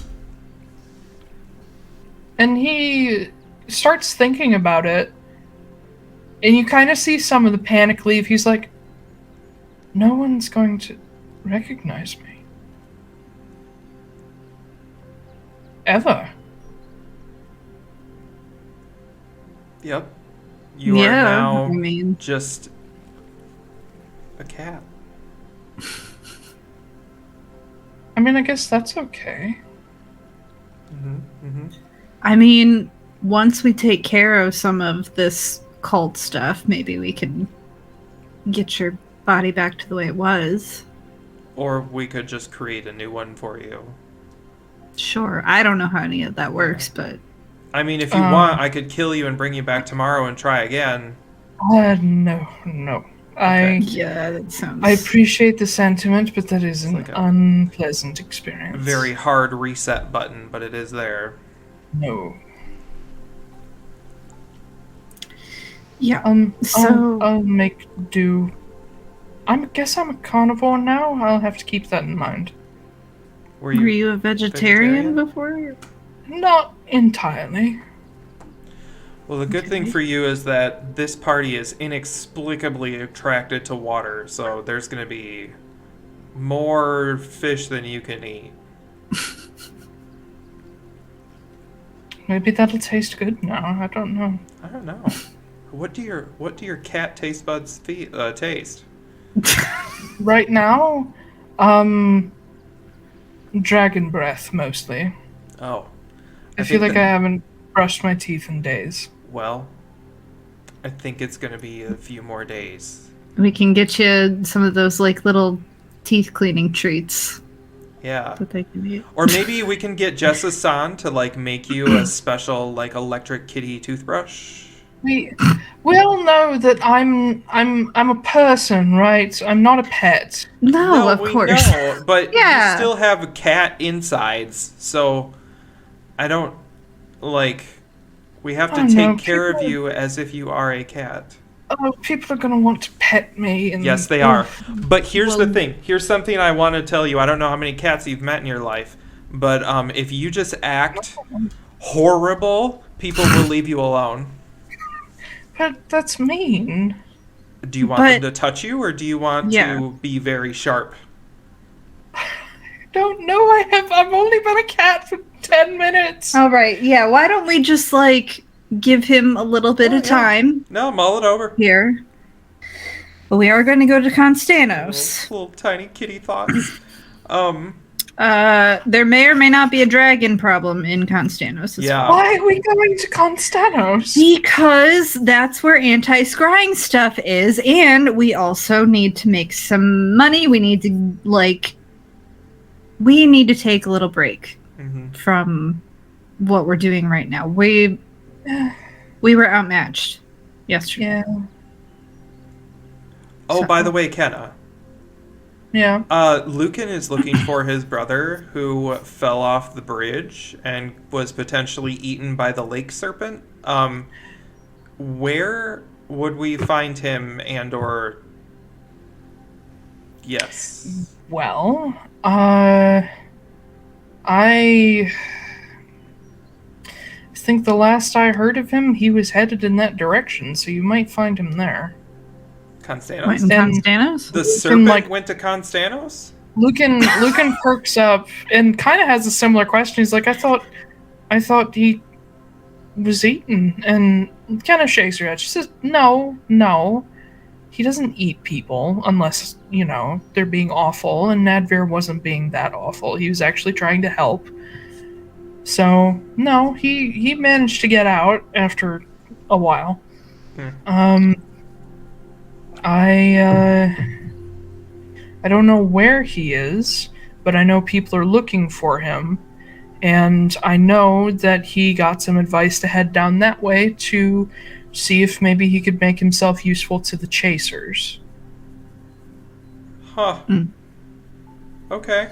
And Ansem looks at her like, you sent that boy to try to get into the Guild of the Gate? And Kenna shrugs. Says, I didn't tell him to.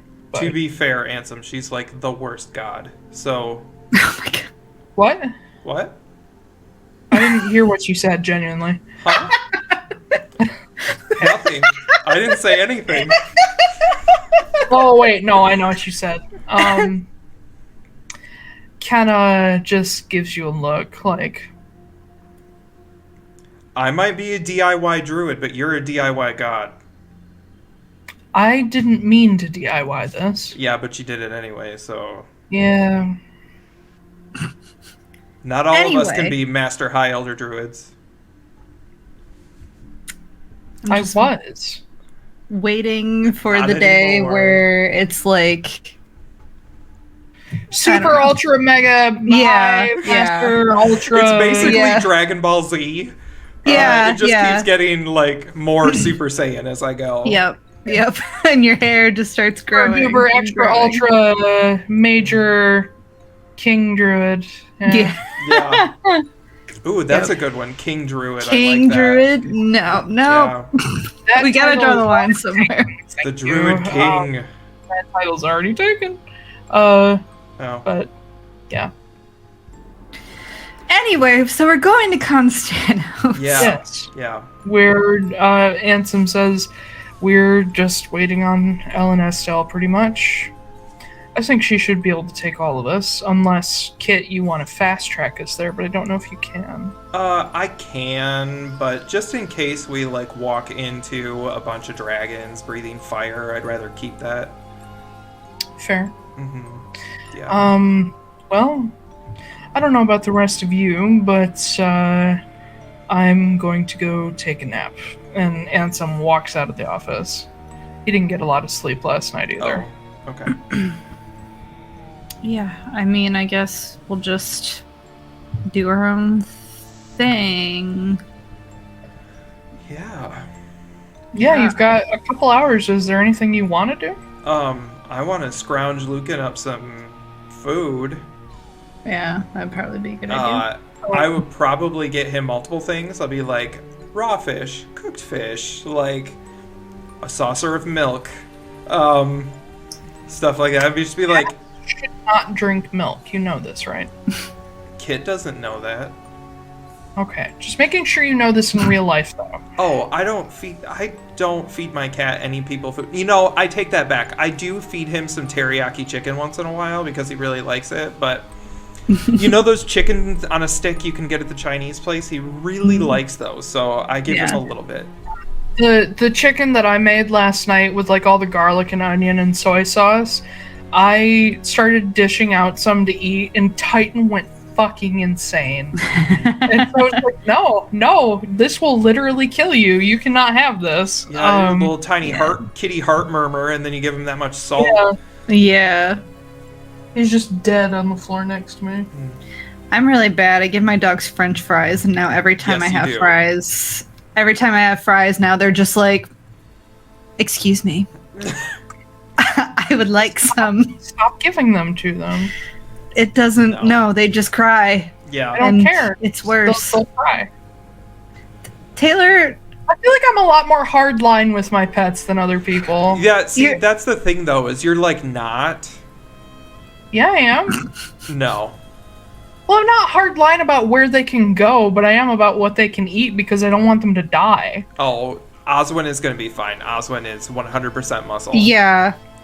She's eaten, like, chocolate cereal before, and nothing has happened to her, and, like... Yeah. Honestly, I'm sure Titan has eaten some shit that I've dropped on the floor before. Yeah. Well, and most of the cats from the place you got them from used to be street cats, so they've eaten literally anything. Yeah, they don't need any more. No, he's fine. He's cool. It's good. I smell like Anyway. onions or something. Is I don't know. Corey home?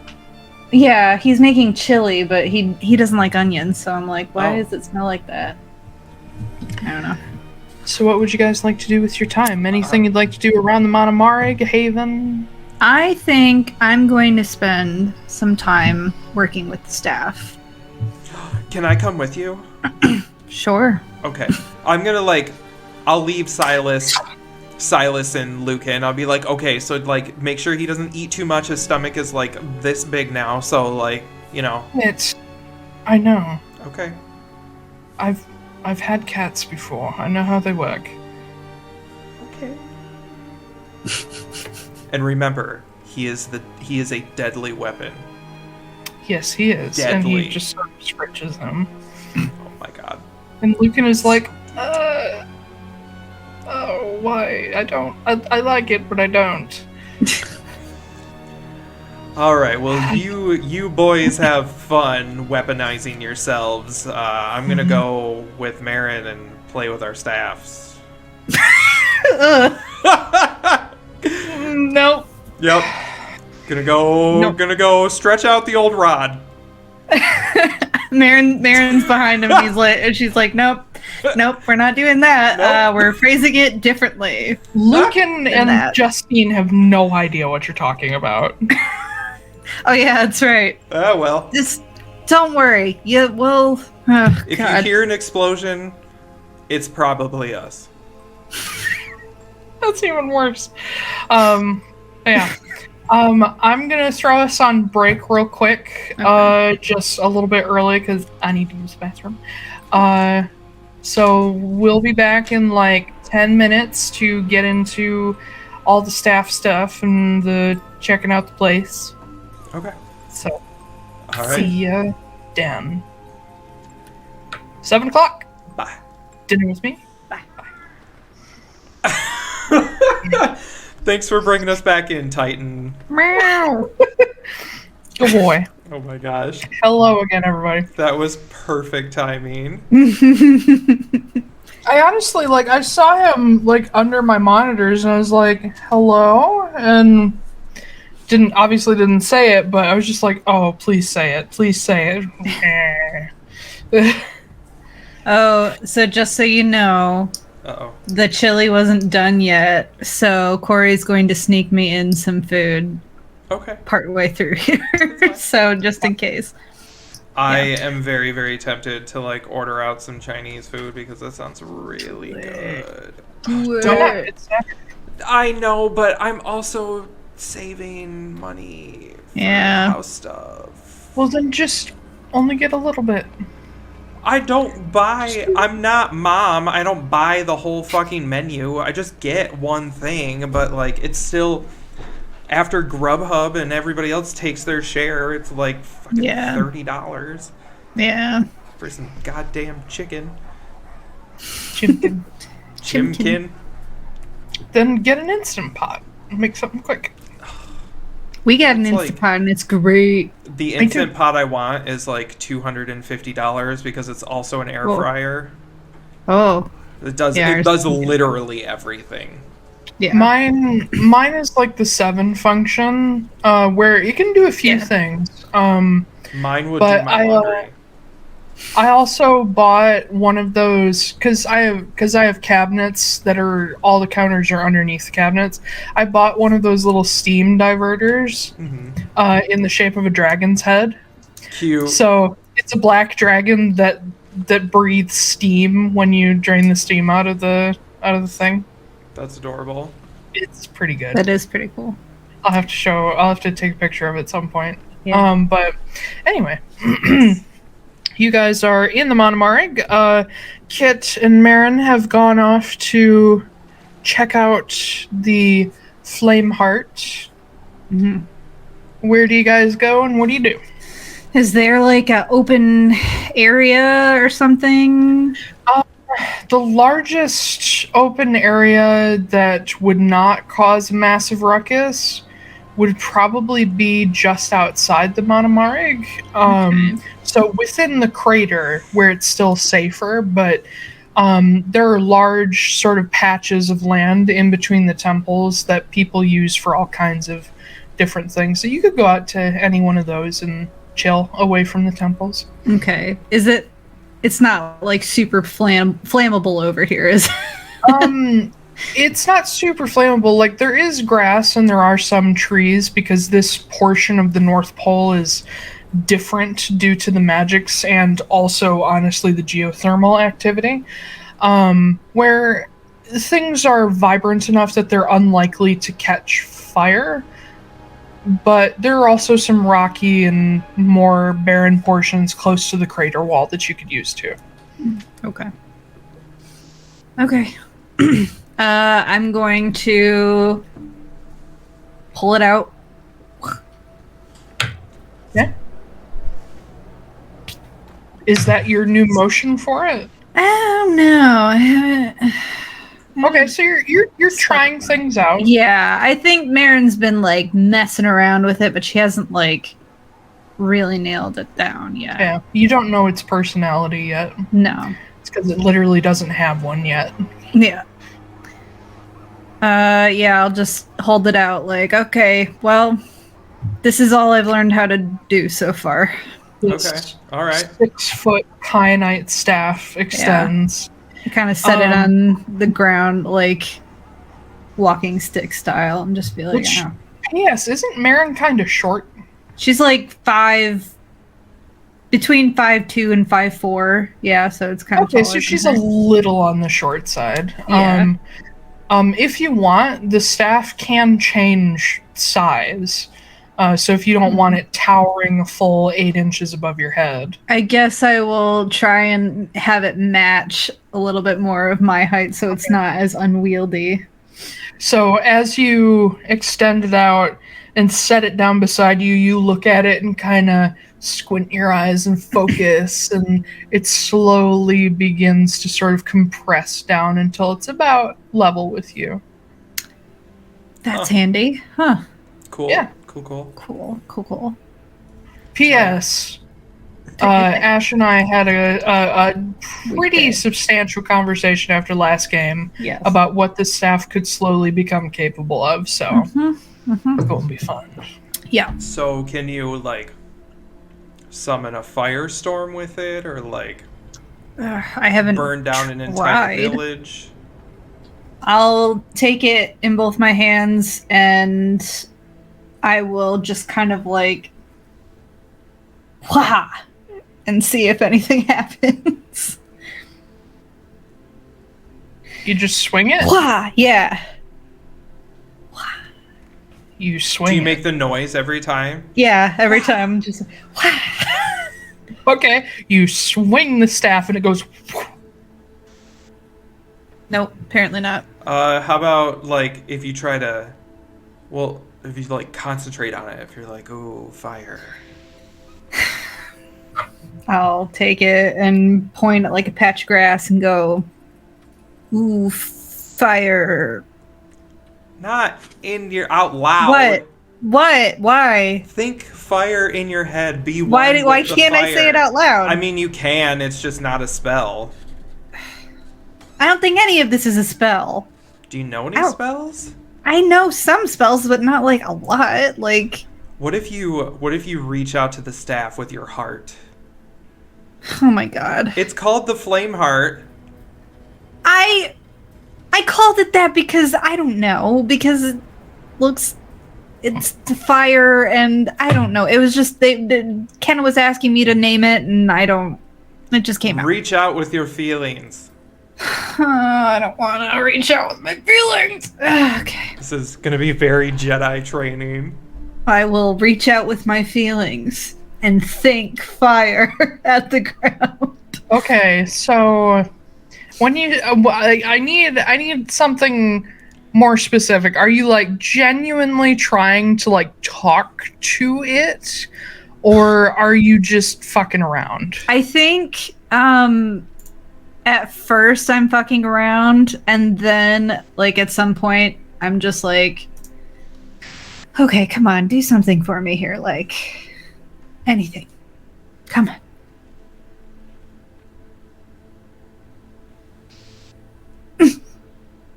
Ugh, I set it down and I'm like, it's broken. It's not broken. It doesn't work. Can you ask it nicely? Have you? I did ask it nicely. What am I supposed Did to? you- Oh, staff. No, use its Please. name. You named it. Use its name.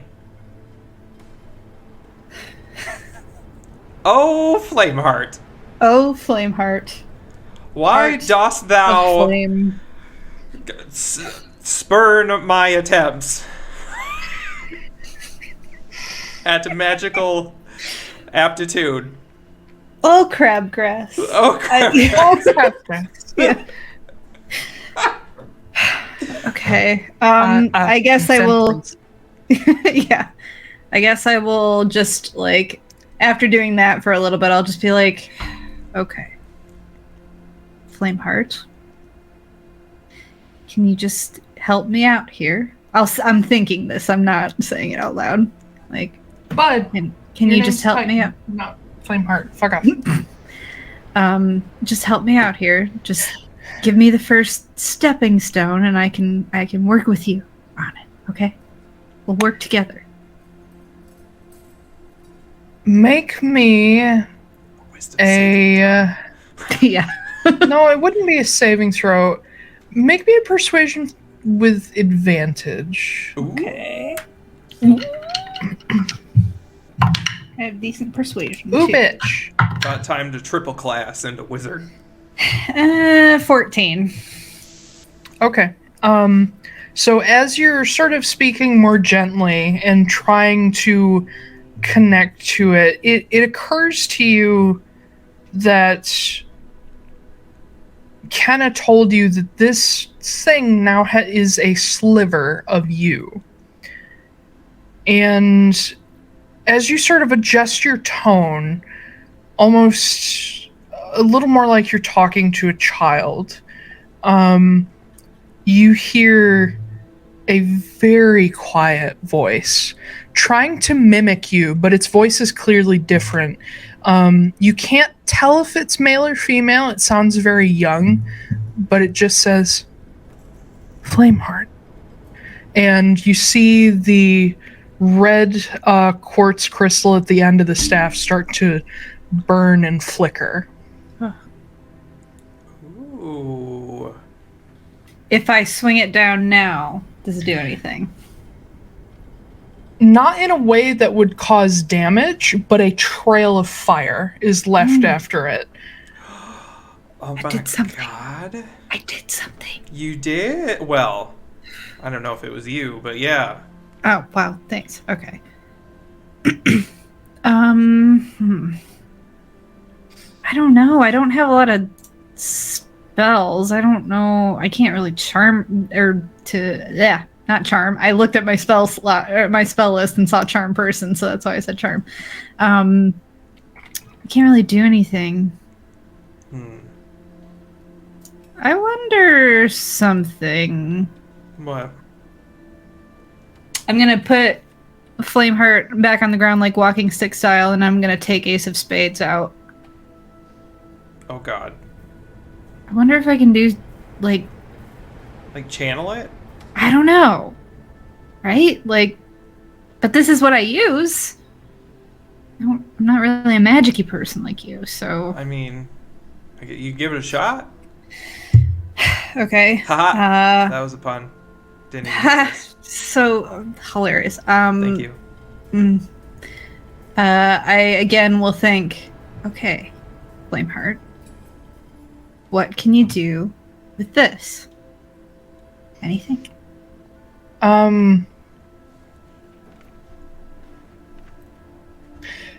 As you're sort of holding each in one hand, you feel the kyanite under your fingers warm ever so slightly, and you feel it become like your grip makes it contract, like it suddenly starts to fit into your fingers. And you watch, Kit, you see this more than Marin does as she's trying to concentrate. You watch the staff start to shrink and bend forward. And you see it continue to shrink and shrink and shrink. And then the end of it splits into 6 pieces that each hollow. Oh, no. And you watch the bottom end of it curl up and shrink into Marin's hand. And suddenly you're looking at an exact copy of the Ace of Spades, but made of blue kyanite. Oh. Okay. I'm gonna take it. And is there somewhere I can aim? I mean, there's a wall. Okay, I'll aim at the wall. And I'll shoot. Click. Oh, fuck. Bullets. Okay. I will take out a few bullets. Put it on in. Okay. You load it, click the cylinder back into place, aim. Just for the fuck of it, make me an attack roll. Okay. Oh god. I mean, it is a fucking wall, but... It's less for the hit. It's less for the hit, more to see if you fucking break it. Oh, that's a 23. 23, okay. You aim, and as you're aiming, you watch the sights begin to form as well, like you have on Ace of Spades, and as they finish forming, you pull the trigger, and the explosive sound is the same sort of sound, but it has much more of a punch to it. And you watch a streak of fire like a tracer round follow the bullet and smash into the wall with more force. Huh. All right. And you hear a quiet little voice just sort of giggle, like happily. Like not creepy, but like excited. You know what? I think I'm on board with this now. This is so unorthodox, but Yes, I kind of like it. It's really strange. You know what? I'm cool with it. Huh. If that, and I point back at the wall, if that's like any indication of what's going to happen to Cynthia's head, I'm into it. Yeah, and judging from the look of it, she'll probably be on fire from the inside. Good.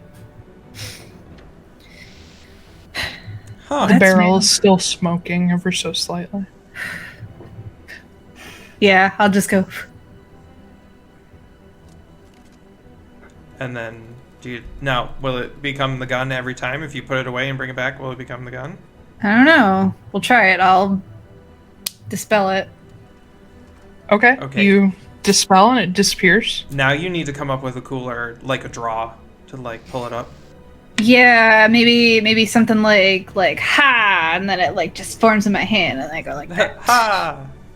Ha! So like you're reaching back behind you. Yeah. Okay. Yeah. So you reach back, and at first it doesn't work, and you realize you need to work something into it that's more arcane, more alchemy-ish.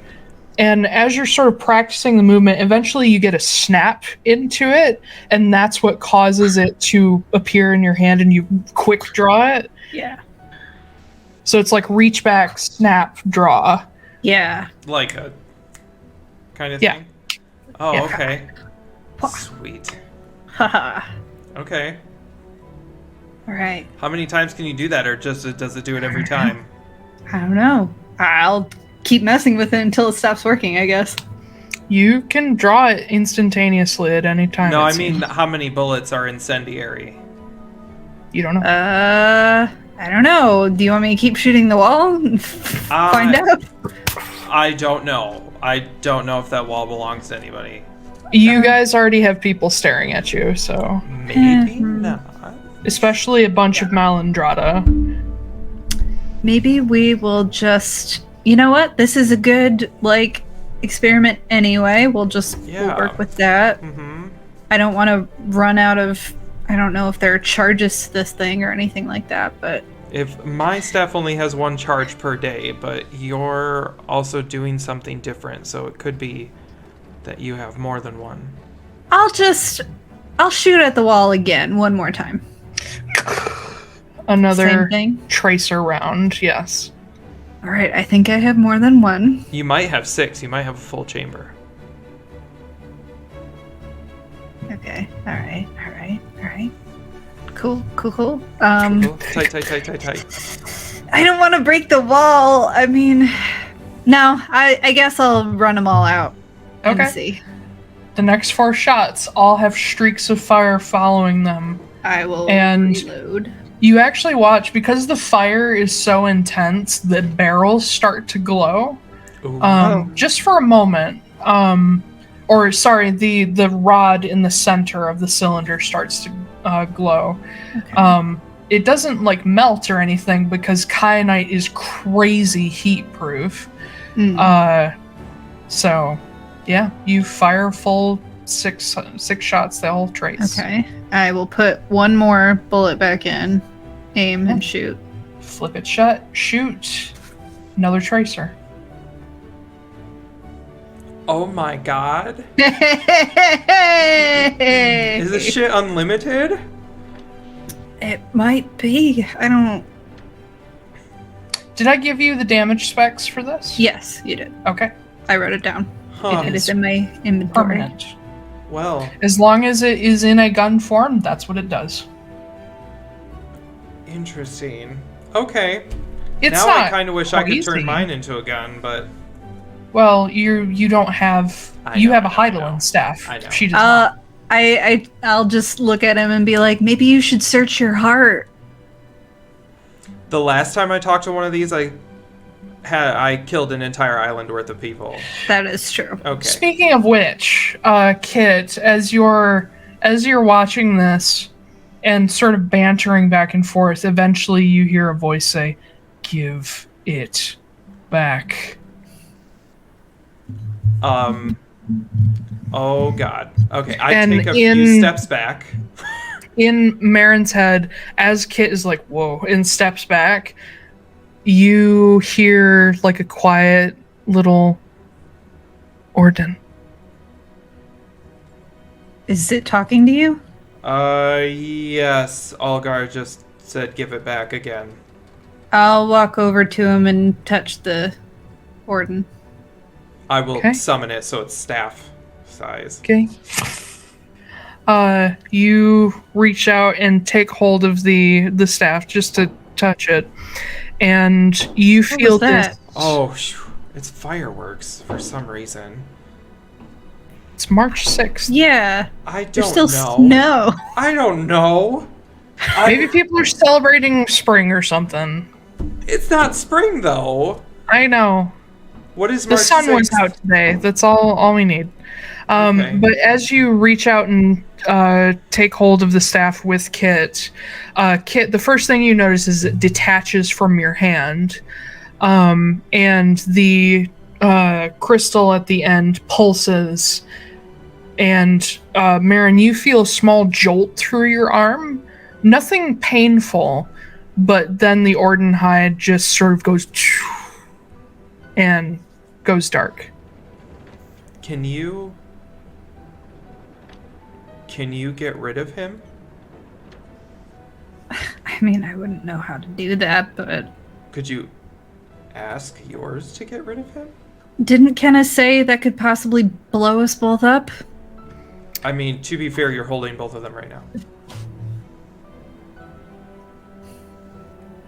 I don't know if it's powerful enough for that. How do we get a hold of Senna so that she can fix it? No, oh god, I don't want to. No. I mean, this would be a way for her to help the world. If she could deactivate the staves one at a time. Well, Kit, that might also mean that you have to die and be brought back. That's fine. Okay. Why don't we just chill here for a second? I'll give him back the Orden hide. Thanks. What if we try and... I don't know. So Kenna said that these things should be able to juice each other up. Mm-hmm. These are complementary staves, which means in the presence of each other mechanically, they should be double power. Yeah. So... what if we try and... I don't know. I don't know if that would do anything bad to either one of the staff or the staves. To try to If- use one? Yeah. I don't know.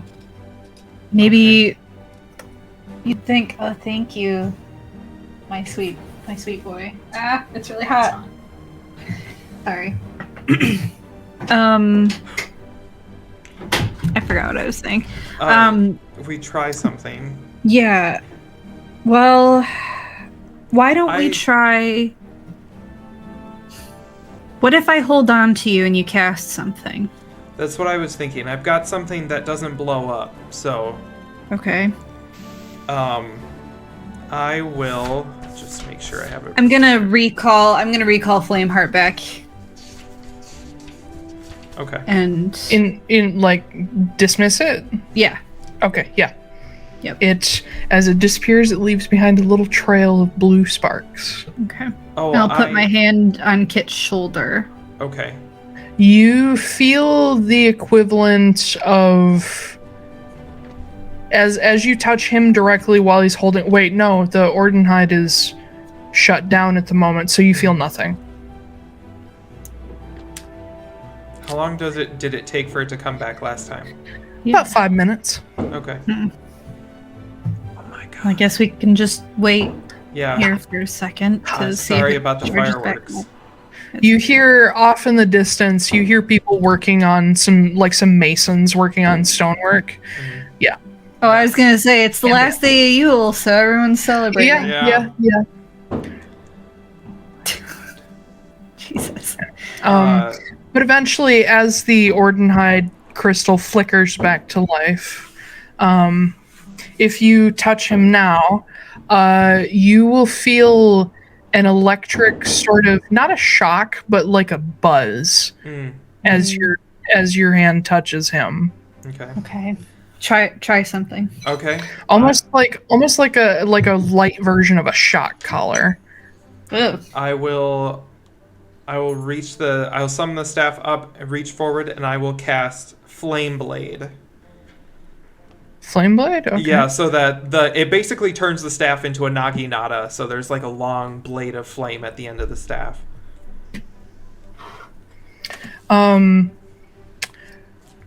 Nothing happens. There's no flame at all. Nope. You just hear again, give it back. Oh, don't touch me. Oh no, back off. Oh, I back off real fast. Do I still lose the spell slot? Yes, you do. Damn it. Aww. Okay, so you and I near each other, not gonna do anything. Actually, he just turns it off completely. Damn it. I mean, I guess it was a good thought. I don't know. I can keep working with Flameheart, see if there's something that it can do. It also talks to me. Oh? I mean, it sounds like... kind of sounds like a little kid. Almost. Huh. That's Yeah. interesting. Yeah. I guess it is brand new.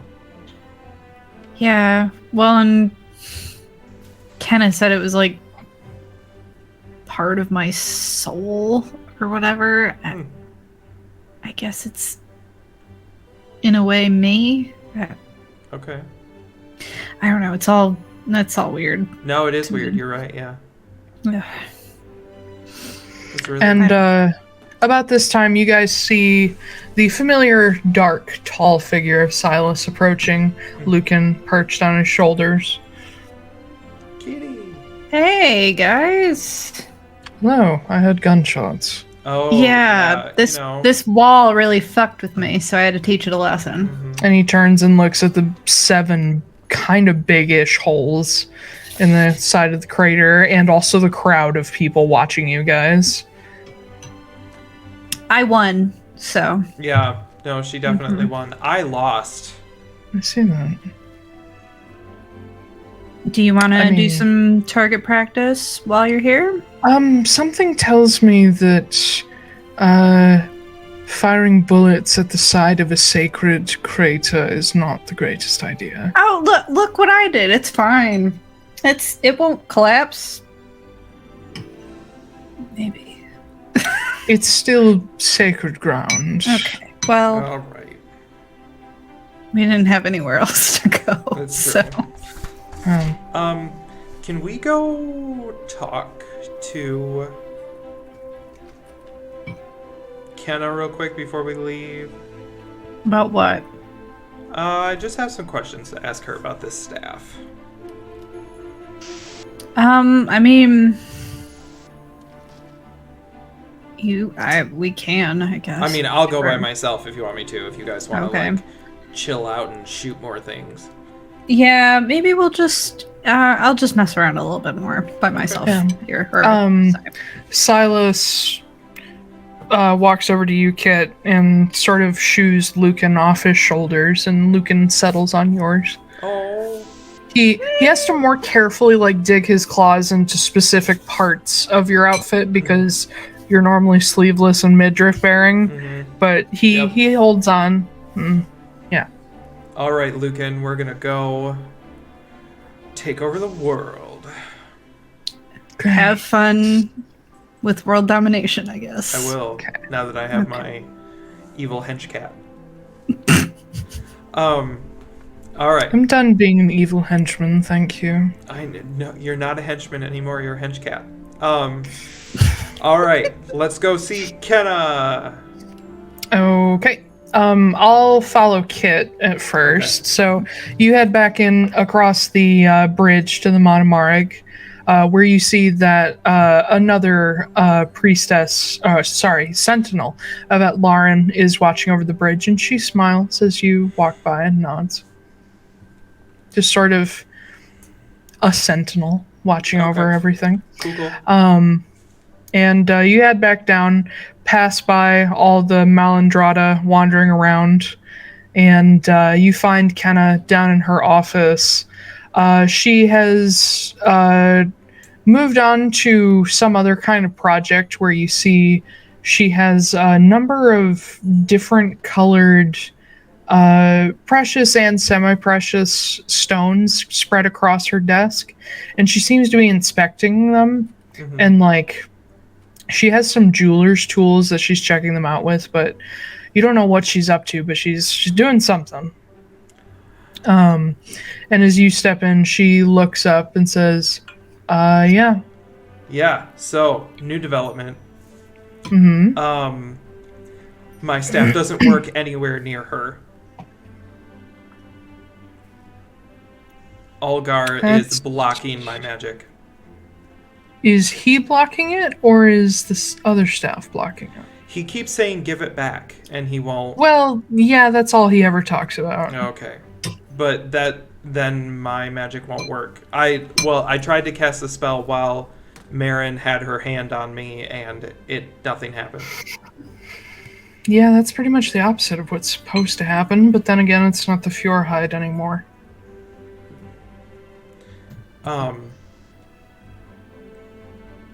Do you think Senna could get rid of his soul? I don't want to deal with her if we don't have to, but I don't know. Well, think about it, because one of your biggest problems besides the Manamar, or the Malandrada? Mm-hmm. Yeah. Is the staves. If we can get her to start basically driving his soul out of them, that's a lot less problems in the world. And on top of that, it's not like we destroyed one of the staves and now 7 are more powerful than 9. It's we took one out completely, so now the 7 are only as powerful as 8. That's true. This may be the only way to get rid of them. But we don't even know if she knows what she did. Well, I mean, she could take this one, kill me. No. Okay, alright, okay. So, she could watch as I give this one to you, and then kill me, give me one of hers, and then I'll just give her one back. It'll be an even trade. No.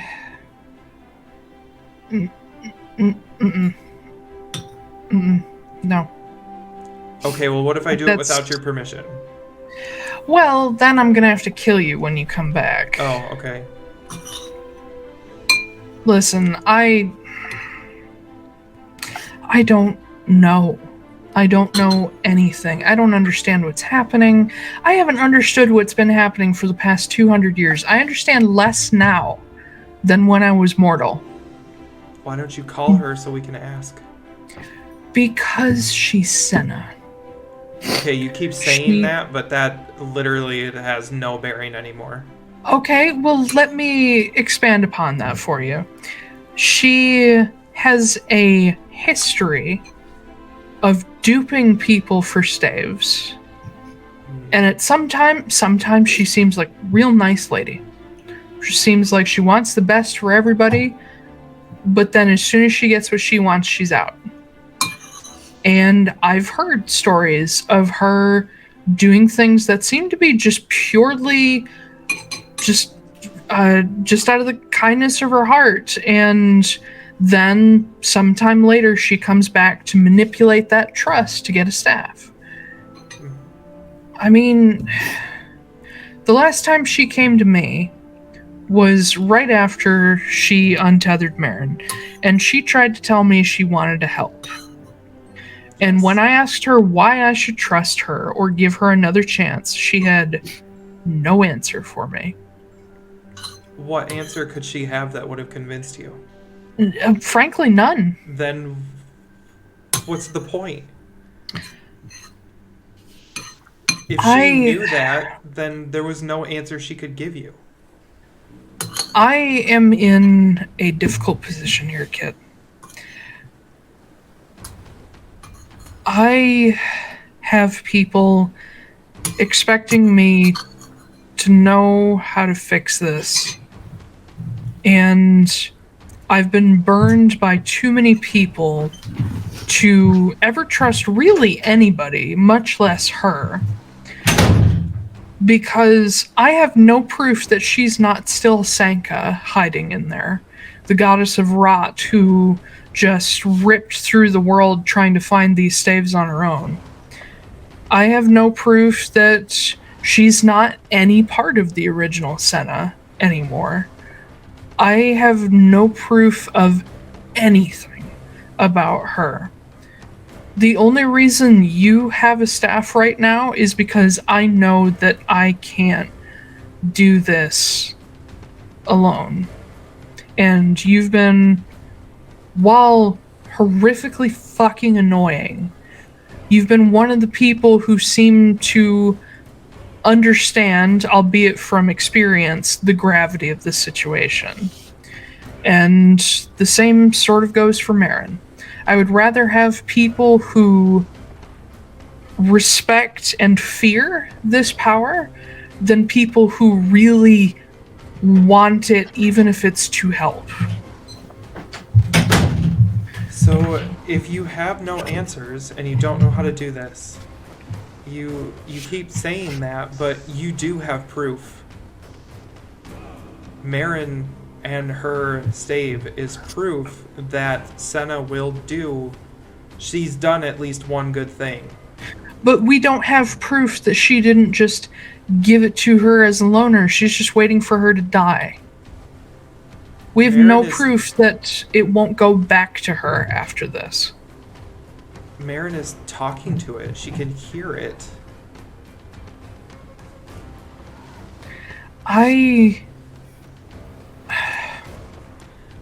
don't trust anything that I see or hear or feel because it could be magic from somebody else. It's honestly maddening that I don't know what to do, or the only people I felt that I could really, truly trust have been murdered because of these staves. My own granddaughter, the former elder druid of the Manamarig, was murdered by a walker for the Sephenhide staff. And now I'm left carrying everything that she was doing and trying to fix this problem. And I've been doing this for 200 years. I think, honestly, I'm just kind of broken at this point. And maybe you shouldn't ask me for permission. Because I'm not going to trust anybody. Okay. Well, that's good to know, I guess, because as much as I'm sure the world appreciates what you're doing, you're not doing anything anymore. I'm not. And we have to try things. There's no way around that. If we don't try something, then we're never going to get anywhere. And I know that you can't keep up this dance for the rest of all time. Because they've already proven it, that if somebody wants these staves bad enough, they will get a hold of them. I've proven it. The cult has proven it. Senna has proven it. So we have to do something. So, I guess the only thing I can really do in this situation is try to maintain what I'm doing right now. I know I can manage at least 2. Okay. But that and Haven and the Manamarig and the Malandrada and essentially all of Central Amnoblin, I can't take on anything else. Keep me informed with what you're doing. Mm-hmm. And I'll try to advise where I can, but you're right. I'm one person. Can you call on the Druids of Greensmarch to help in any way? I was thinking of something similar.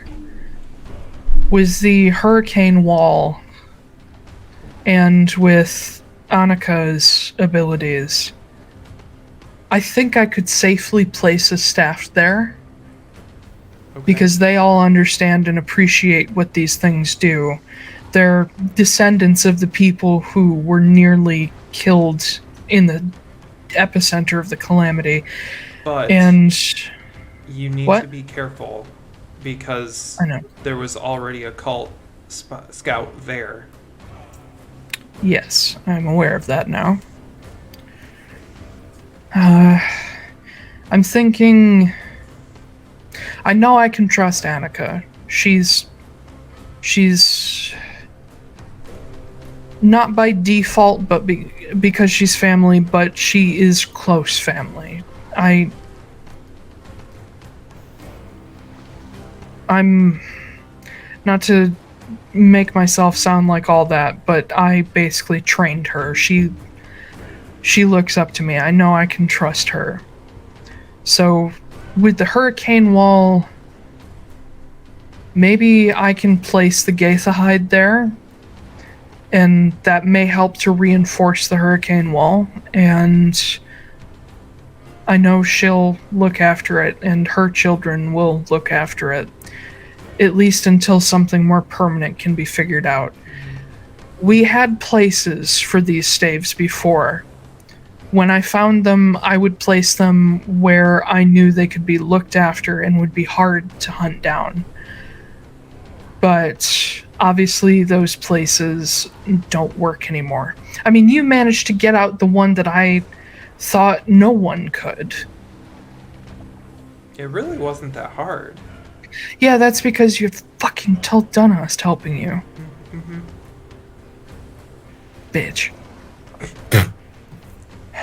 But what's supposed to happen is the Gaithahide was meant to stay down there under Surmir's protection. But because Taiylor got involved, she talked down her cousin. If you tried to go back there now, Surmir would destroy you. Okay. All right. But I think the Gaithahide I can at least put in Greensmarch, and then that'll free up a spot here where I could take on another staff if I needed to. The Voxtide is fine with me. We aren't friends, but I know it well enough to control it entirely. So I can put another one down in the vault. And with the Malandrada around, they don't look like much, but they are hell to deal with if they're threatened. So I think it should be okay. Okay. So bring me the Galahide or something. Galahide. Is that the dark staff? That's the dark staff that the cult has. Gotcha. If I find it, I will bring it to you. All right, just don't hold two. Actually, no, you could hold that one. Yeah. You would just cancel the Ordenhide out. That's fine. So don't do anything too dangerous while it's canceled out. Yeah. Well, if I get a hold of it, I will bring it back to you immediately because I don't want two of them at once. Well, in that case, let me get you acquainted with the tree here. Yes, please. And she leads you down into the caves where you see all these crazy fucking mushroom trees with the big succulent leaves and the white orchid in the middle. And she says, don't get near any of those. Yeah, I know, yeah. And she takes you along the water's edge once you get down into this cave, and you see all the Malandrada drifting over the surface of the water, watching the waterfall. And she brings you to a little stand of these sort of weird, twisted pine trees that are growing in the dark down here, sort of in the dim light of these little blue wisps. And she brings you up to a central one, which is wider and taller than the rest, where a lot of the lower branches have been sheared away up to about 7 feet, and sort of treated like an arborist has actually like come in and looked after it. And she brings you up to it and says, "This is my main tree. It works." It's my main tree. Mm-hmm. His name is Gerald. Be nice. My homie. All right. Well, it's nice to meet you, Gerald. I'm sure I'll be coming through you eventually. Yeah. All right. Do you know how to contact Senna? I mean, she can't leave this plane, so generally I'm sending spell works most of the time. Do you have one of those? I don't have any of those. Nope. Okay. I'm a druid. Can Lucan still do it with his little paws? Oh, I have Lucan. He's so on your quiet. shoulders. Lucan. He's shell-shocked. Lucan. Yeah, he's like, what? Yeah. Can you do sending? Can you send a message? I don't know. Could you before you were a cat? Yeah? Okay, then you still can. I didn't take away any of your powers. I just accidentally turned you into a cat. Then Kenna looks at him and says, I'm sure you can do it. Most people who are reincarnated can still do their thing. Yeah. And Lucan, does that, cat inch down, and he jumps sort of off your chest and lands on the ground. And he's like, that was a high jump. Wow, that was kind of cool. And he sort of rights himself, and his whiskers twitch, and he's like, okay, how does this work? And he picks up a paw, and he draws a circle in the air, and what he would normally do with his fingers, he starts doing with, an extended claw and draws the runes. And puts them all in slowly, relearning how to write. And then he pushes it with his paw pad. And the spell is ready, but not activated yet. He's like, what am I doing? I'd like you to send a message to Senna and tell her that I need to talk with her. And that she can meet us here. Okay. Then he pushes it. And he sort of whispers the message quietly to himself. And he's like, hello. I'm not a cat. I'm not a cat.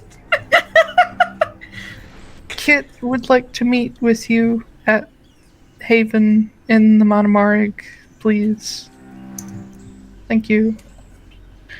And he quietly listens. Ear flicks. And he looks up and he says, She says she's coming. Okay, you might want to get back up here. It's about to get really foggy.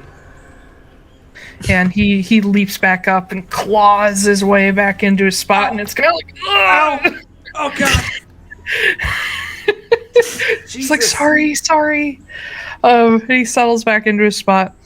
And you watch as not too far from this tree, there's there's sort of, almost these two trees are sort of slanted because the ground is sort of soft here next to the water, and they almost form like a triangular opening, and Senna steps through out from behind one of the trees.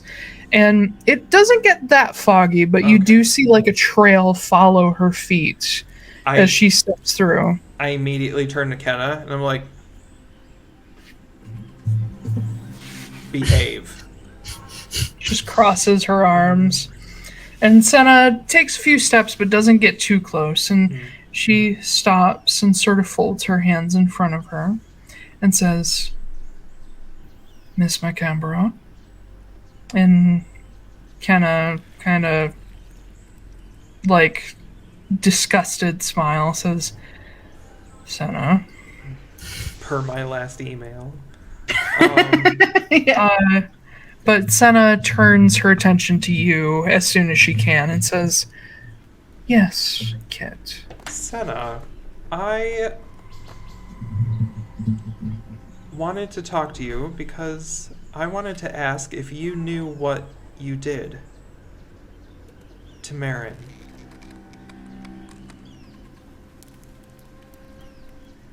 Have I done something? When you were bringing her back to life, you said, I guess I can spare one of them. And yes. Marin's eyes have been red since then. And yes, she is now in possession of one of the staves. Yes. Okay. But the part of Ulgar Heidelen is gone. When you transferred it to her, it became her own soul weapon. Now her own soul resides within it. The staff has changed. And now my staff won't work near hers because Ulgar is so upset that you took one of his away from him.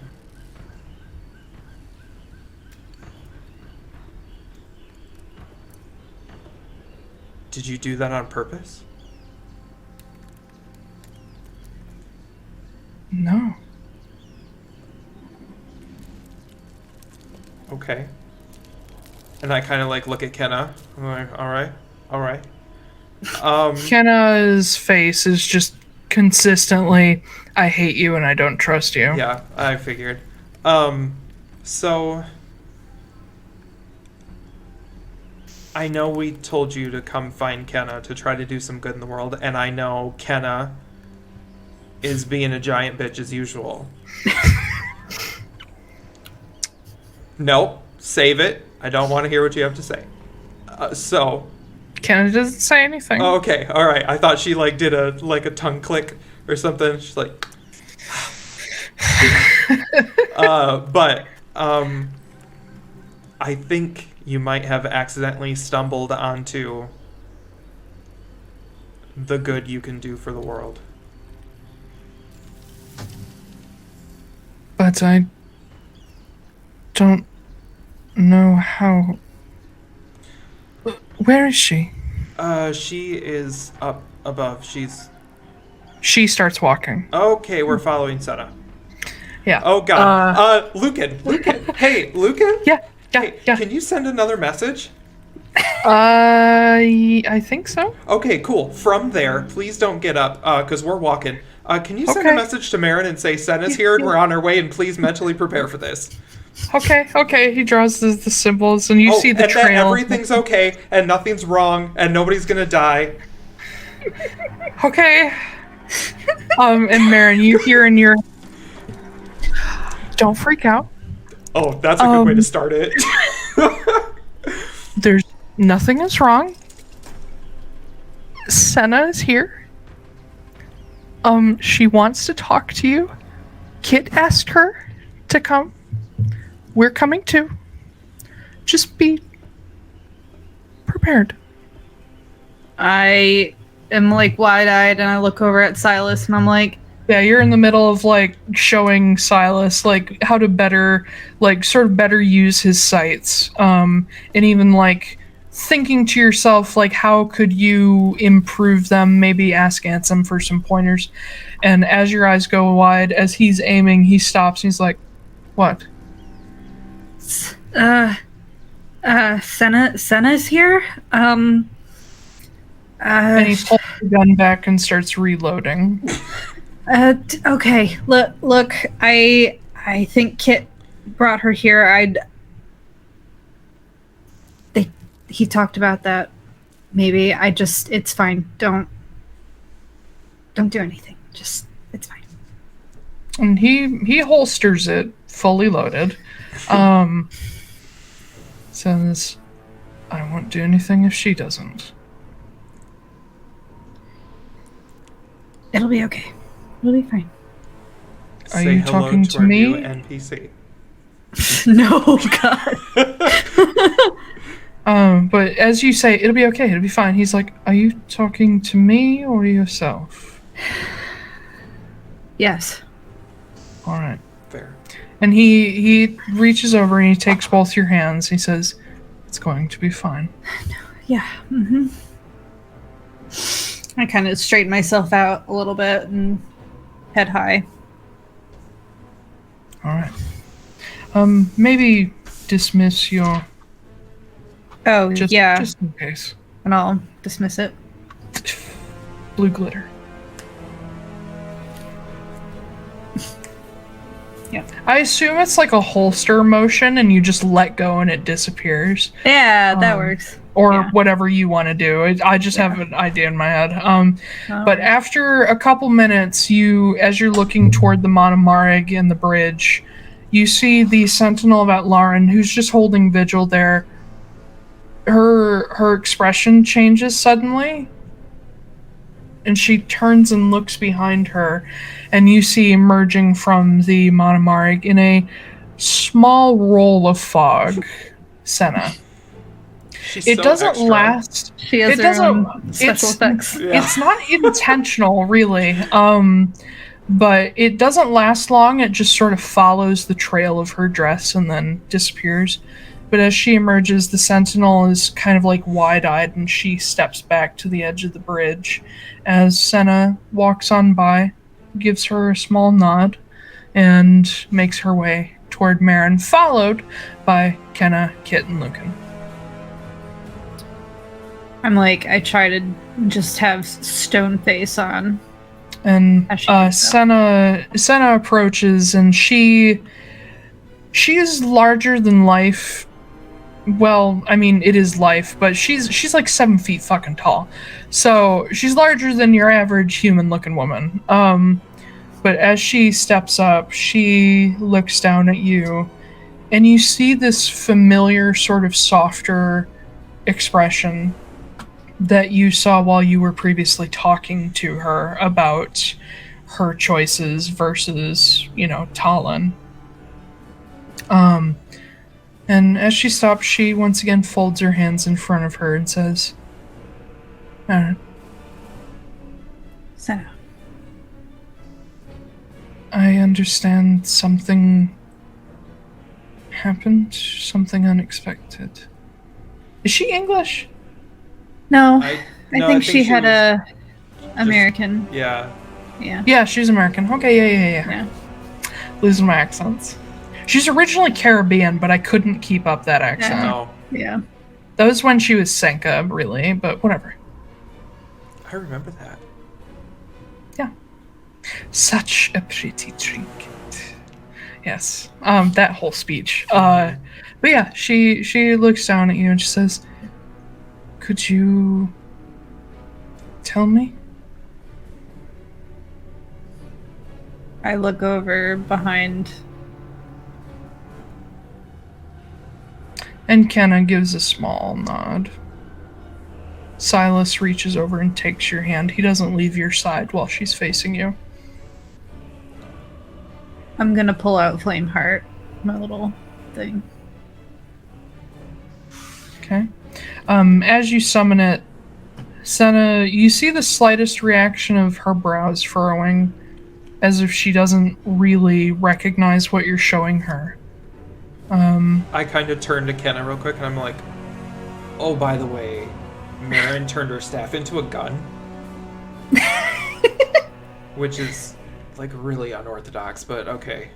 Yeah, they're not supposed to do that. Yeah, they changed shape now, too. I'm gonna experiment later. I show it to Senna and I go, this was the Fjordhide. Kitty food time. It sounds like Lucan's you're in a getting casino. fed. Yep. We already have a little automatic feeder for Lucan, and he's like, ooh. Ooh, kibble. It's food time. Yeah. This was the Fjordhide. It doesn't feel the same. It isn't. He's not there anymore. And she offers out a hand. No. I don't want to take it. Just. I look She back. pulls her hand back. I look back behind Kenna and Kit. And Kenna's like. Doesn't know what's gonna happen.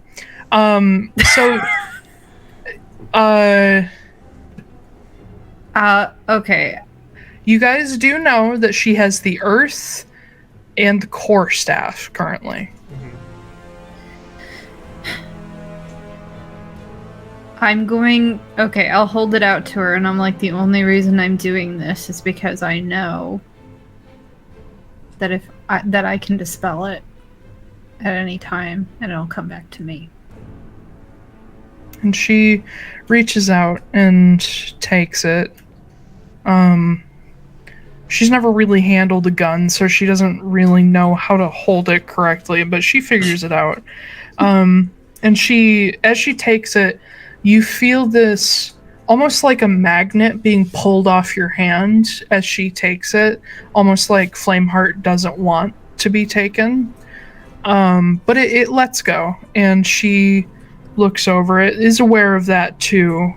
And as she's holding it, you can see her eyes sort of flare, this brownish color flares, and then like slivers of white. And as she's turning it over and looking at it and trying to understand what this is, Kit, you hear the voice, and Senna reacts to it too, and Kenna would as well, but no one else hears it, as you just hear, "Give it back." Oh boy. And Kenna, like, reacts. She doesn't have a staff with her, but she's, like, so ingrained with the Voxtide that it still sort of sticks with her, and Senna pulls back in, like, she actually drops Flameheart, and it disappears into glitter on its own. And you see this reaction like someone who's afraid to be struck. Like, you've never seen Senna look scared. So that keeps happening to me every single time I get near her. And she sort of puts her hands over her heart, just not as like she's in pain, but like a nervous tick. And she's like, "It's been a very long time since I've heard that voice." Who was that? That's Algar Heidelen. I've heard that voice in a couple of different staffs. I don't remember when I last heard that. And Kenna steps up and she says, "Probably a good 1,200 years ago." And Senna turns and looks at her, and Kenna steps up and says, "How much do you remember of being Sanka. And Senna shakes her head and says, flashes, mostly emotions, not really many events. I remember fighting you, but I don't know. And Kenna looks over the group and says, well, let me fill you in case you don't already know. You used to be a walker. You were Olgar's walker.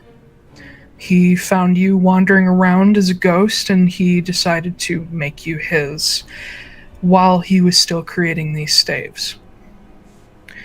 Eventually, you destroyed him, and the staves scattered, but you lost a lot of your memories then, too, and you started hunting them, and you didn't know why, I think.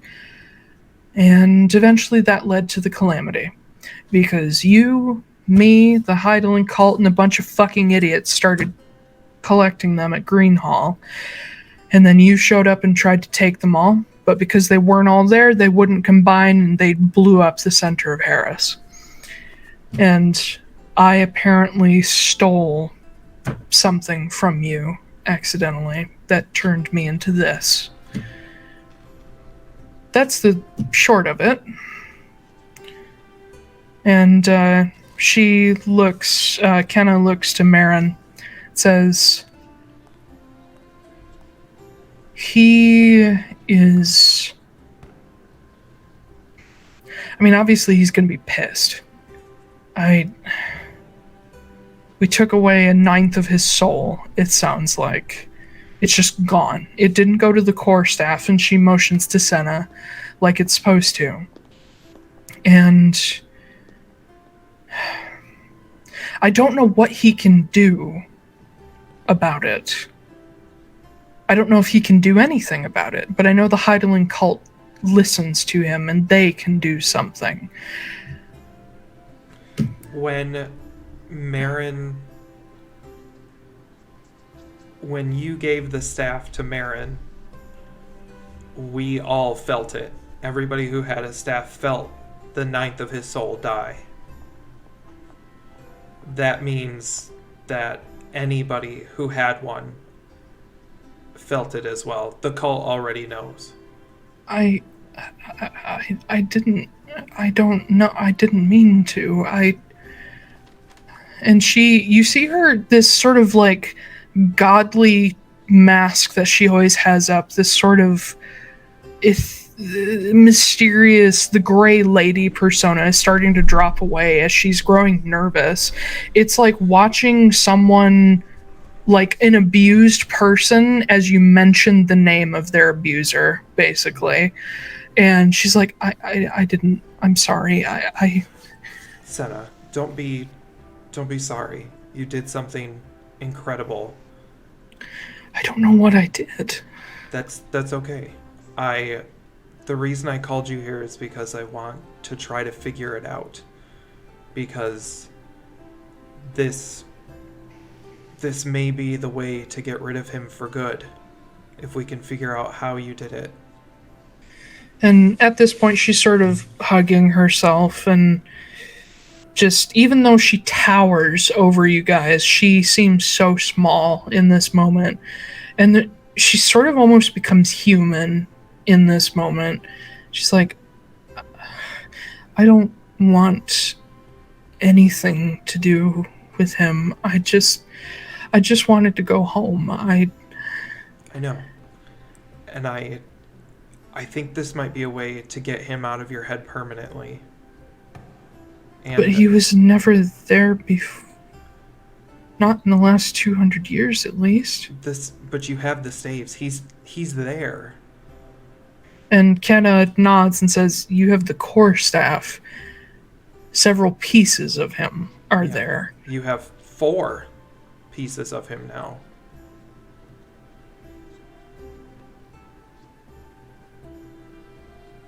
It's... What do I do? I'm gonna walk up to her, and I'm going to take one of her hands. Okay. You take it, and she is a little cold, but not too much. And she has a certain, even though you don't know each other well, she does have a certain connection to you that she lets you take her hand, and she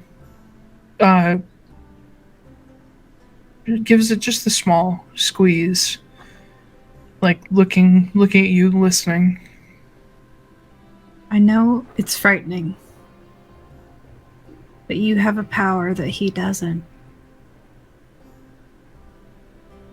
You can end him. How? How did I don't know how it happened. I don't know, but whatever it is, he won't be able to hurt you anymore if you figure it out. And she looks at Kenna and says, "What will happen if I give them all away?" And Kenna kind of stops and thinks about it for a moment. Says, "Well, you didn't always have them. I assume you'll be a ghost again, I guess. You won't be Sanka."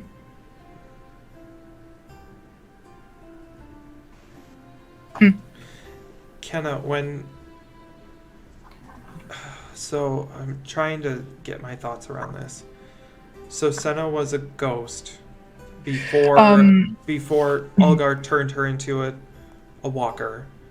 And yes, then so she became Sanka. Yes, here's the rough events. So Senna and Talon had 3 kids.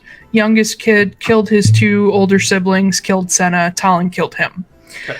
Senna, her soul was never sent to the astral sea like it was supposed to be, like Dulthair's soul was when he was killed.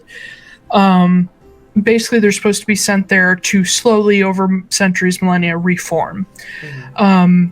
Because at the time, they were in the middle of the dissolution, and her soul sort of got lost, and it got sealed on the mortal side of the Demiweir on accident. Okay. So, being that gods can't die, she was a ghost, essentially, like slightly more powerful than a mortal ghost, essentially. Olgar Heidelen came along about 1200 years ago, the start of the 4th era, prior to the Calamity. And after he became a lich, thanks to the efforts of, I believe I originally wrote it as Vecna, but I changed it to Ilarka. Mm-hmm. Thanks to the efforts of Ilarka, he eventually started doing his own thing and started what became walkers. His very first walkers were all just kind of undead things, more like necromancy. And then his first real success was Senna, because she was powerful enough to resist the more destructive portions of his spell work back then. And so he gave her a new body, and she lost her former self and became Sanka. Okay. The goddess of rot, even though she was really only a demigod in that form. She and he fucked around for a long time and, messed a bunch of shit up until eventually she killed him. And he had already split his soul into the staves by then, so he died, his soul split.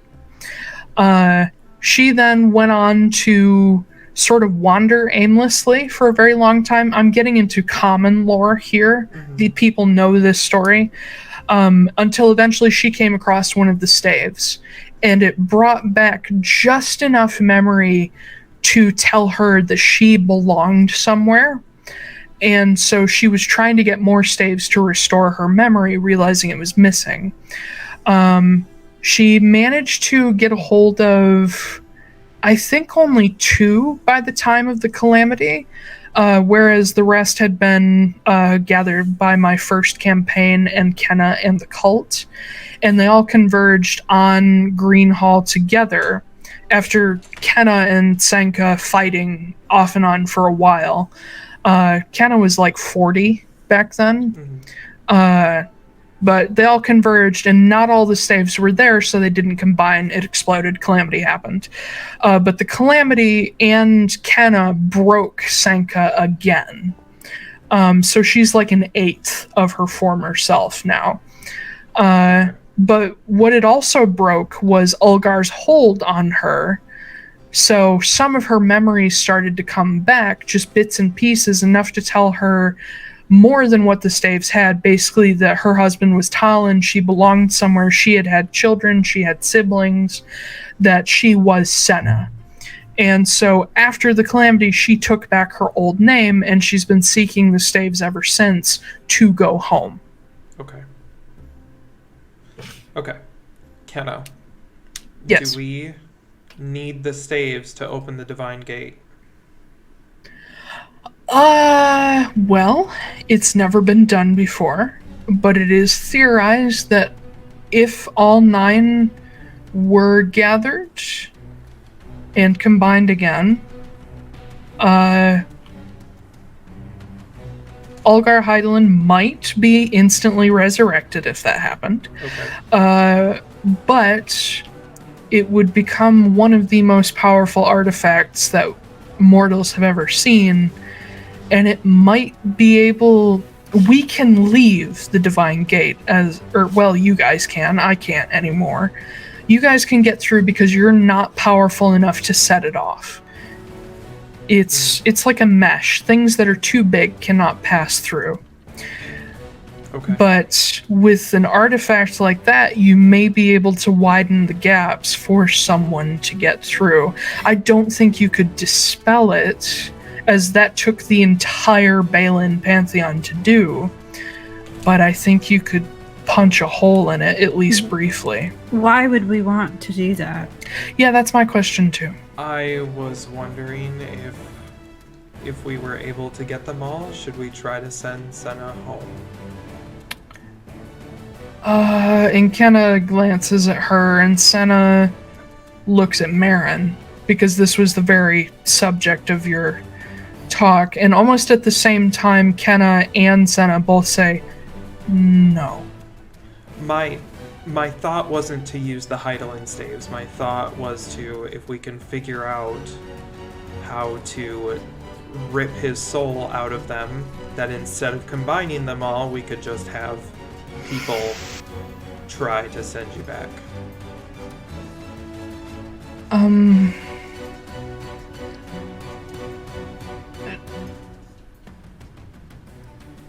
I don't think that would be good. Okay. That's fine. I'm open to that. I'm spitballing here. So. I think that leaves too much margin for error. And Kenna nods and says, what about the long term of this?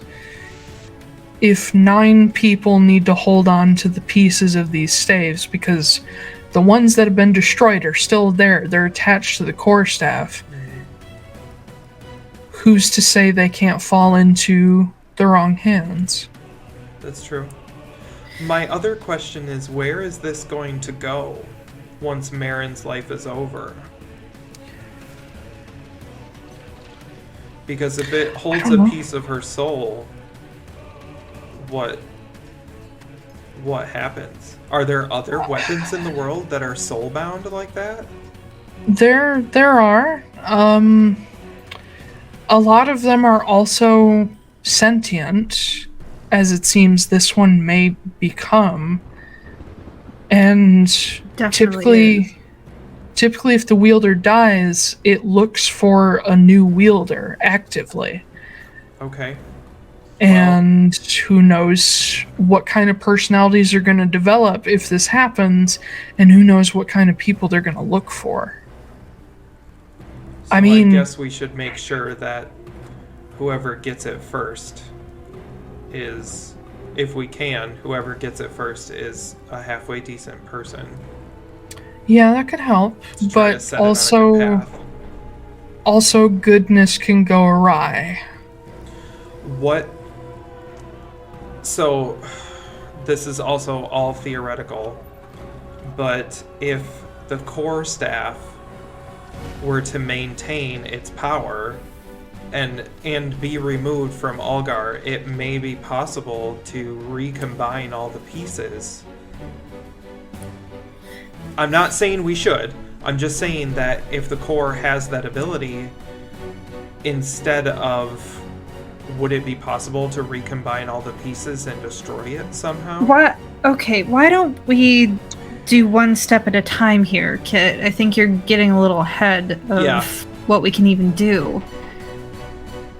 I think we should figure out how Senna did this to me in the first place and see if she can replicate it. I have another question about that too. If she has the core and the pieces that are destroyed go back to the core, does that mean that she's actually carrying around 4 staves right now that she can give away and not just 2? And Kenna says, I don't know, because I mean, if evidence can be followed, your eyes change color when you have a staff. She's only got brown and white, the core and the Navuna. Unless the other staves are combined into the core and don't change its color. All I know for sure is that the people that destroyed the Merid hide and the Sephin hide, they both battled with the pieces of Algar's soul, and they killed his avatar. Whether that means they broke the piece of his soul, I have no fucking clue. Okay. But what I do know about the core staff is that all the other staves want to combine with it, and there is evidence to support that if they're broken, their power goes back to the core, because that's kind of what Algar intended when he split his soul, was for eventually them to be recombined. They are attracted to each other magnetically. So if they're not going back to the core, maybe they're gone for good, but I highly doubt it. And she looks at Senna and says, I never got the chance to ask you, actually, what happened when the Sephin hide was destroyed? And Senna nods and says, I definitely felt something, which is American, fuck! I definitely felt something change, but I don't know if I'm stronger. The core staff doesn't work like the other ones. It doesn't bestow power. It's an amplifier. I had the Fjord hide when the Sephin hide was destroyed. And what I felt was a change in some piece there, some part of these powerful artifacts, and I can't say if it got stronger or weaker, but there was some change to my abilities with fire, which leads me to believe the Sephin hide did come back. And she then looks at Marin and she says, when I gave you the Fjord hide, I never intended for it to come back.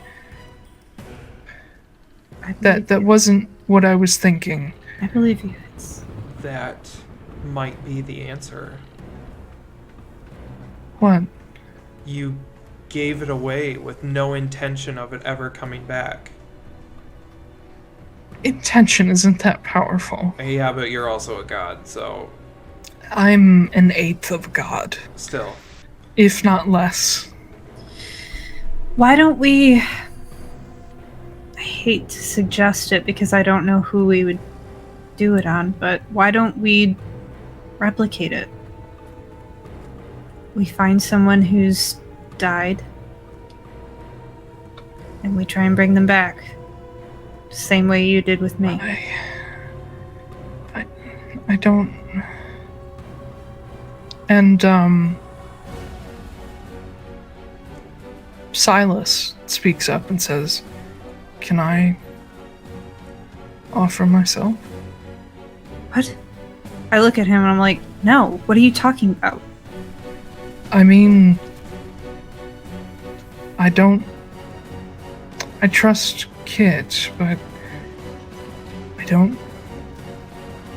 I wouldn't wish this on anyone else.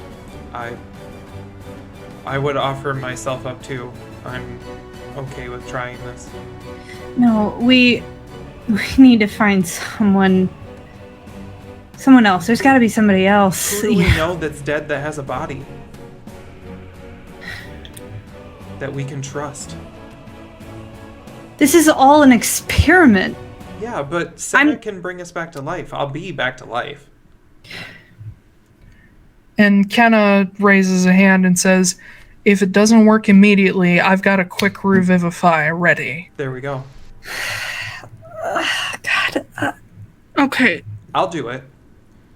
Kit, you already have a staff. I know. I'm going to let someone else keep it because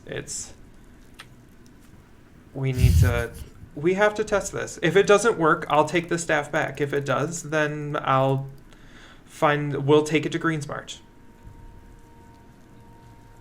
Or we'll leave it here. Okay. All right.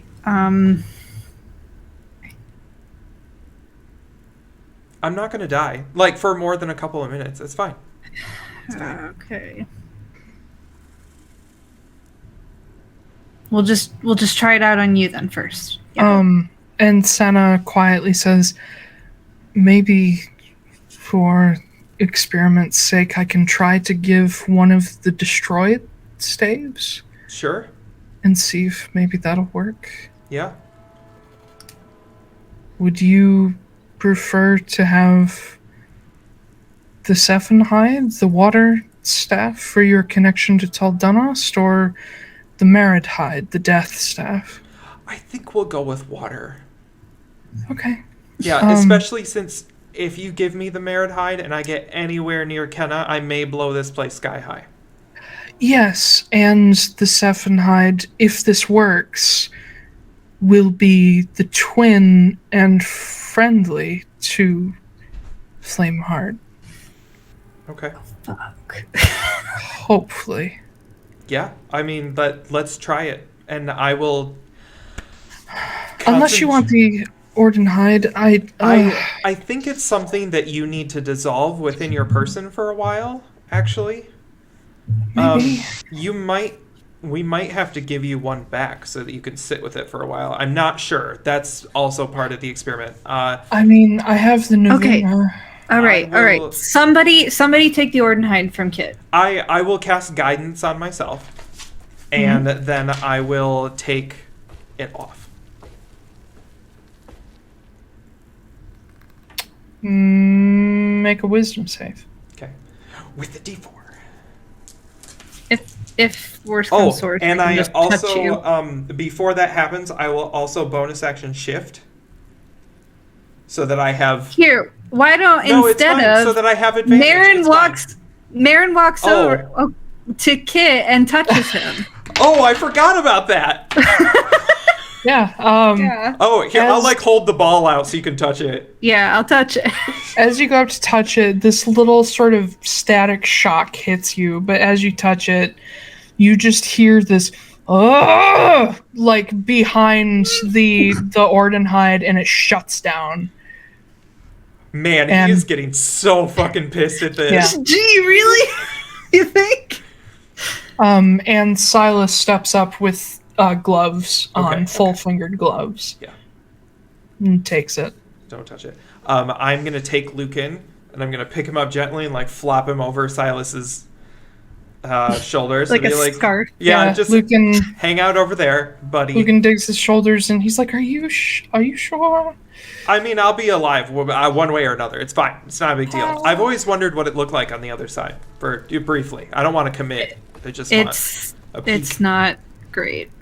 Well, who knows? Maybe Elucir afterlife is better. There Maybe. is one. Plus, I'm also like super high Elder Saiyan Druid, so it's fine. Yeah. You'll be. I kind of like pat him on the shoulder a little bit. I'm like, yeah, you'll be fine. Yeah, it'll be fine. I'm so candid about this. It's cool. Yeah. Super cool. All right, Senna, kill me. Jesus Christ. And she's standing in front of you, sort You of have wringing the death her staff. hands. Can't you can just like flick me or something? I'd be dead. I don't know how to use those ones. Oh, that's right. Okay. As little pain as possible, please. Yeah.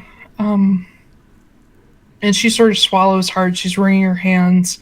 She looks far more nervous to do this than with Marin. I will reach forward and I will tap her and I'll cast guidance. I'll be like, "Don't worry, you got this." Yeah, a D4 for a god. Yeah. You're welcome. You know, out of the You do a lot. D1000 that she has to roll. No, it's okay. It'll give you a little boost. It's just a little. It's fine. Yeah. Do you want some drugs? I have drugs. Will that help you calm down? They don't do anything to me. Oh, okay. And she, like, reaches up and pulls back a little bit, and then reaches out again. And she takes you by the shoulder, and she loops an arm underneath yours, so she's, like, holding you by the lower back.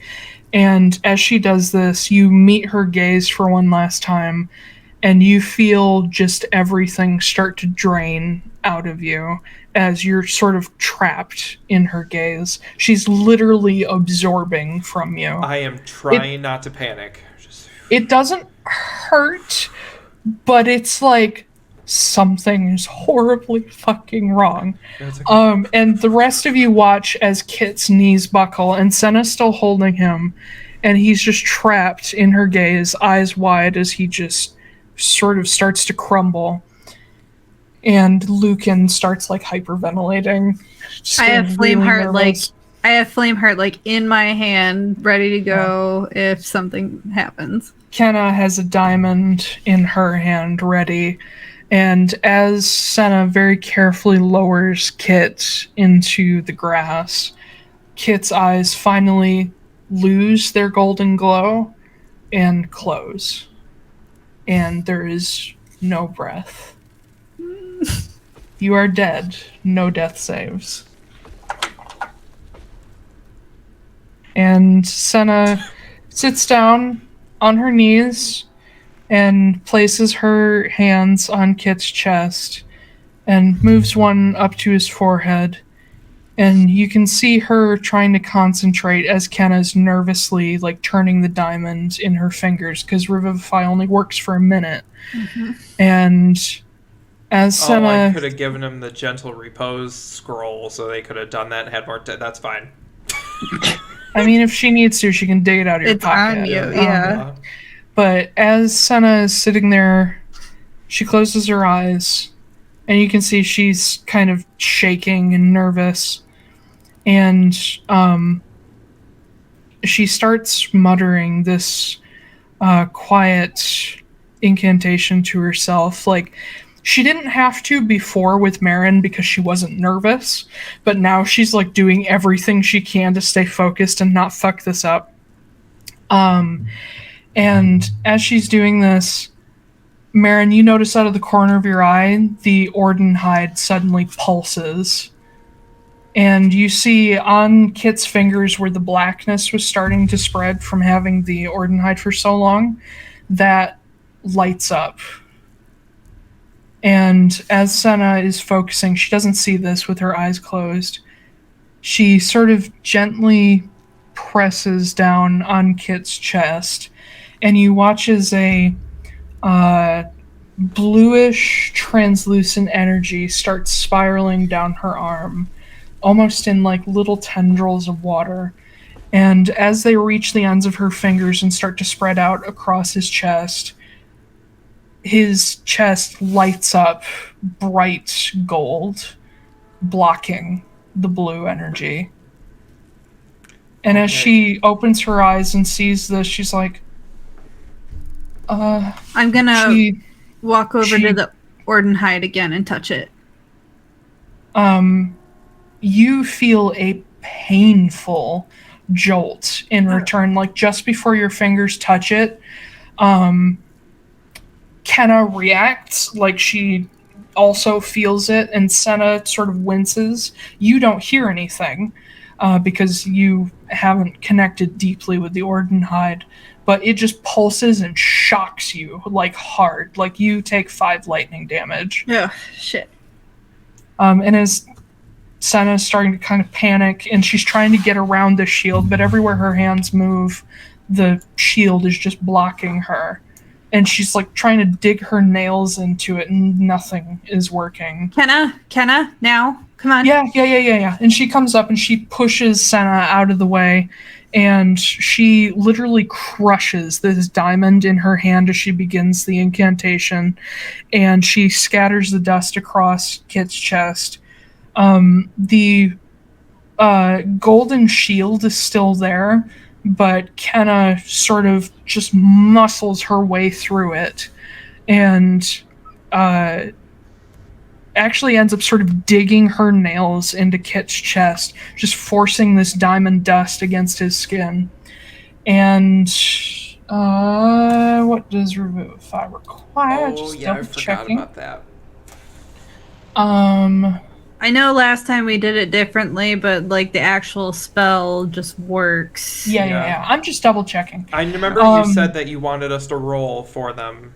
Yeah, I'm still playing with my idea for the higher level revival spells, but Revivify doesn't require anything. Okay. Except for that diamond. And as Kenna finishes the incantation and pushes it through, she is more powerful than Senna, technically, because she is a fully fledged god. She manages to actually break through the shield, and she almost ends up breaking one of Kit's ribs in the attempt.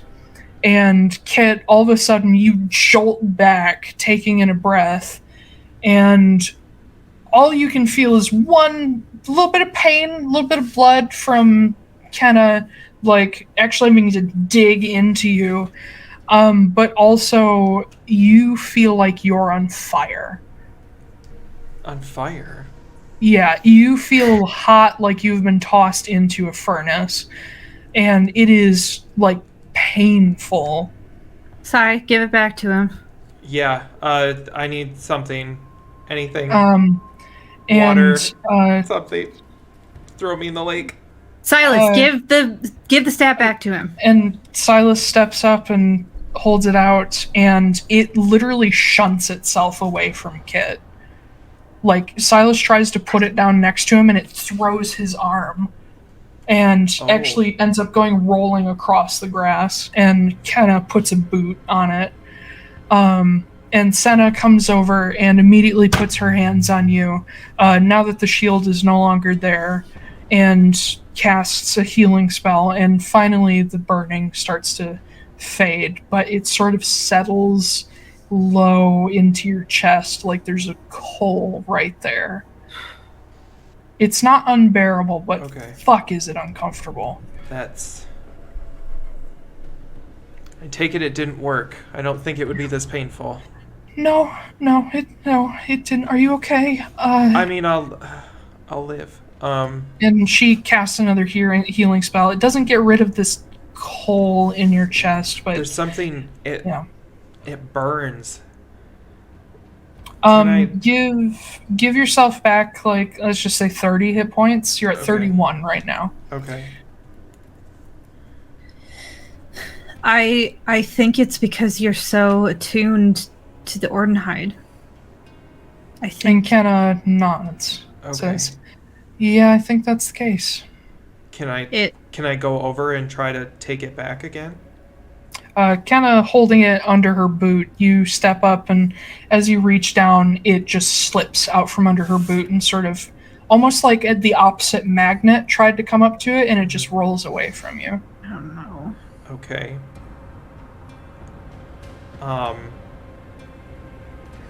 Any of you have a greater restoration that might get rid of this? Kenna, have you ever gotten rid of that mark at all? Her arm? Yeah. Nope. Mine changed. Changed?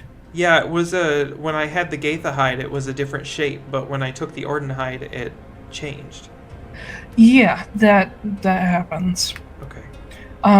More so when you haven't had a lot of contact with them, but if you have a lot of contact like me, they stick and they don't change. What happens when they don't want anything to do with you anymore? I've never seen this. Okay. Well, I'm gonna let you keep that one. That might be smart. Yeah, I don't think I can come near it again. Well, that was a fun toy for a little while. I think he's mad at you. I mean, I tried to dominate him in the Gaitha hide, and now I've kind of tried to delete him from this one. So, yeah, you know. Yeah. I mean... So... I don't know. So maybe... Kind of leans down and picks up the Orden hide with a gloved hand, just in case. The Sun Staff and the Voxed hide... They're friendly-ish to each other, so she's not that worried about it, but she doesn't have the Voxed hide on her currently. But she puts that into her bag for safekeeping. So, if someone is attuned to or familiar with a staff, it's probably not going to work.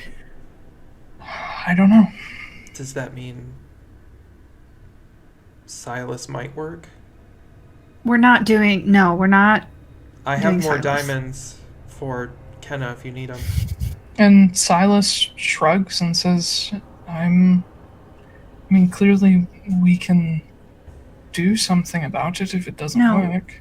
No. It was touch and go with him. It was fine. I didn't even feel it. Yeah, well, I saw Kenna struggling with it, okay? That's too close for comfort. And Silas looks at Senna and says, but you managed to pull out the Sephenhide. You can do it. And Senna nods. Silas has never touched the staves, has he? Not that I know of. I look him right in the eye and I'm like, I know that you want to feel useful. I get it. But this is too risky. Kit barely made it. I want to help.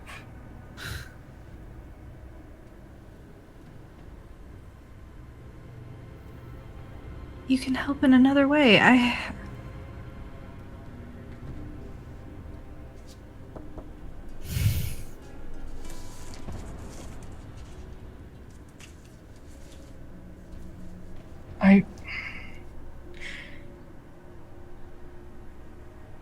don't want to...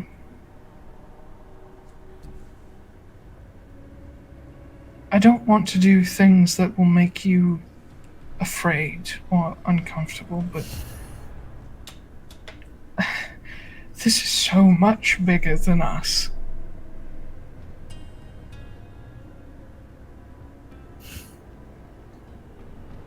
And, I mean, it could be helpful. If it works like yours did.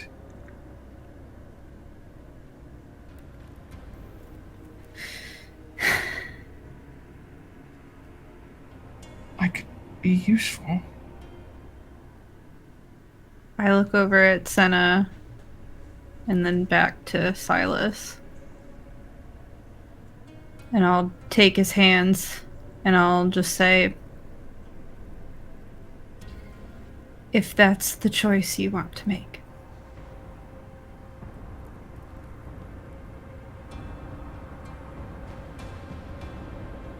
Yes. Okay. Okay. And he takes Lucan off his shoulders and I'll take the cat sets back. him, gives him to you. And Lucan is around just like a scarf. fucking. Lucan is just fucking terrified at this point. He hasn't spoken in minutes.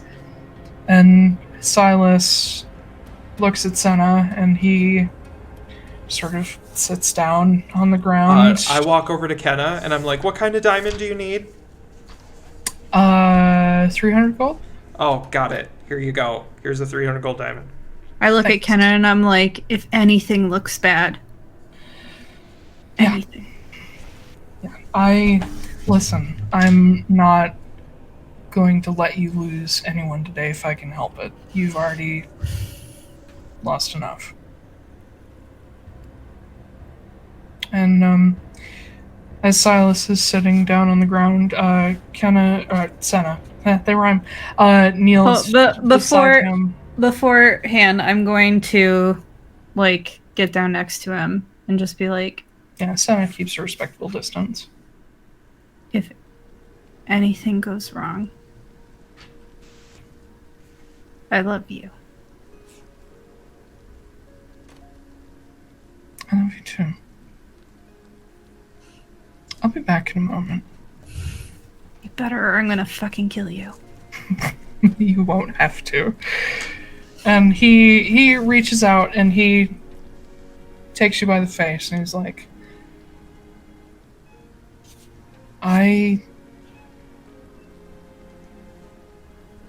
this could be good. I can do something good with this if it works. Okay. Do you trust me? At least to do this and not fuck up? You're not gonna fuck up. I trust you. Okay. And he leans in and kisses you. And he sort of lets you back up a bit. And he looks at Senna, takes a deep breath, and says, all right, let's try.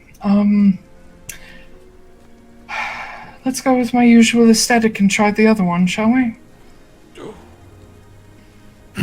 And Senna says, I'll try. And she kneels down next to him. And he sort of gives Marin a smile. He says, one step closer to being a vampire. As Senna puts a hand on his chest and one on his back, and she slowly lowers him back, and you see his eyes start to close. As just what little color is left drains out of him. And as she very carefully, hand behind his head, sets him down, and he's just sort of still, she puts a hand on his chest and one on his forehead like she did with Kit, and you see her take a deep breath as Silas is just completely still, and she closes her eyes and focuses.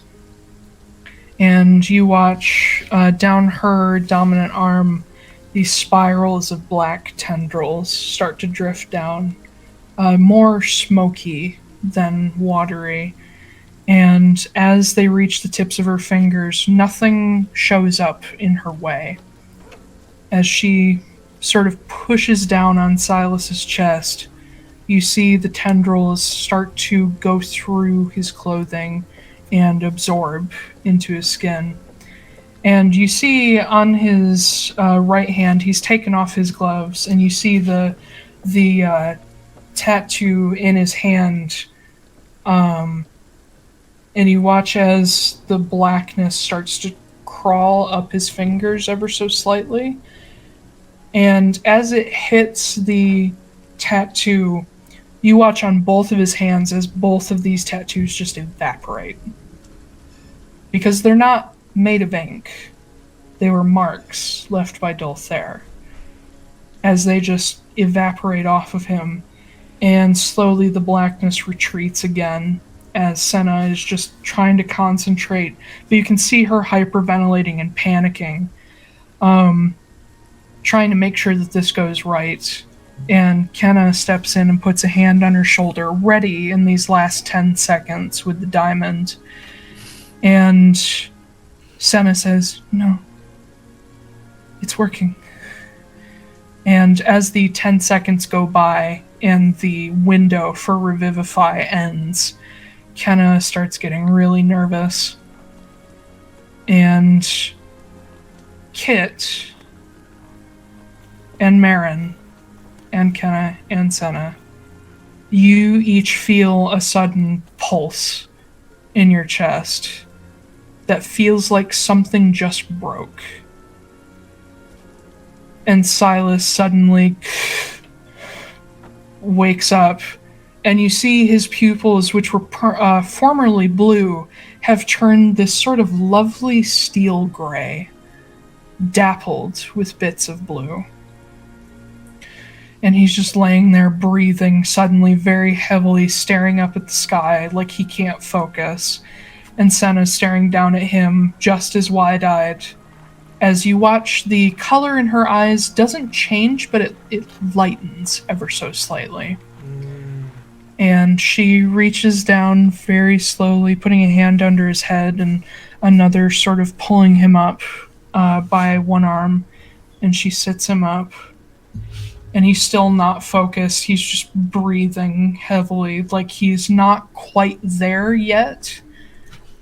I'm already like down at his side, like checking him over, making sure he's like in one piece. Yeah.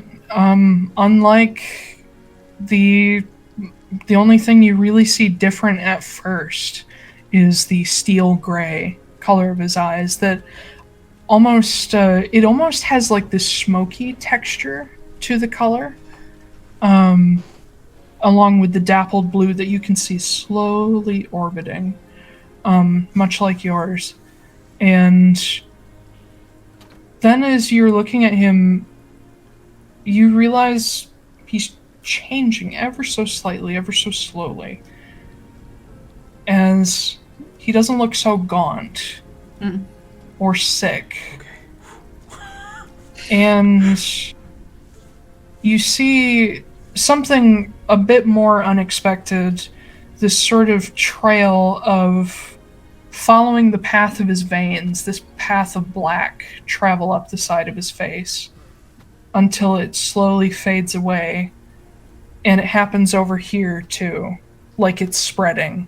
And everywhere this black vein spiderweb pattern appears, he seems to fill out until he's still thin, still tall, but he suddenly has more, for lack of a better word, constitution. He looks healthy. He has a little bit of color. He almost gets a little bit of, not like enough to make him muscly, but a little bit of muscle mass back. And his clothes still fit, but they're a little tight. And he finally catches his breath. And first thing he looks down at, he sees you out of the corner of his eye, but the first thing he looks down at are his hands, where both of his markings are gone. And he looks at you. You okay? Are you good? I don't know. And he looks at Senna, who, by comparison, has, like, almost passed out, but she caught herself, and Ken is holding on to her. And she looks at him, and you realize she shrunk ever so slightly. And she smiles and just collapses next to him, just drained of energy. And Silas turns, and he, like, reaches out for her and puts a hand on her arm. But she's just kind of, she's done for a second. Kenna checks her over and is like, she's okay. Holy shit. Kenna, what's the movement to summon the Death Staff? I never came in contact with that one. it was destroyed before I ever saw it. Okay. It may take a moment. Marin had hers for a while before she summoned it, so... But it looks like, from all the weirdness we just watched, it looks like you've got it. And Silas is just kind of staring down at the ground, like his mind can't catch up.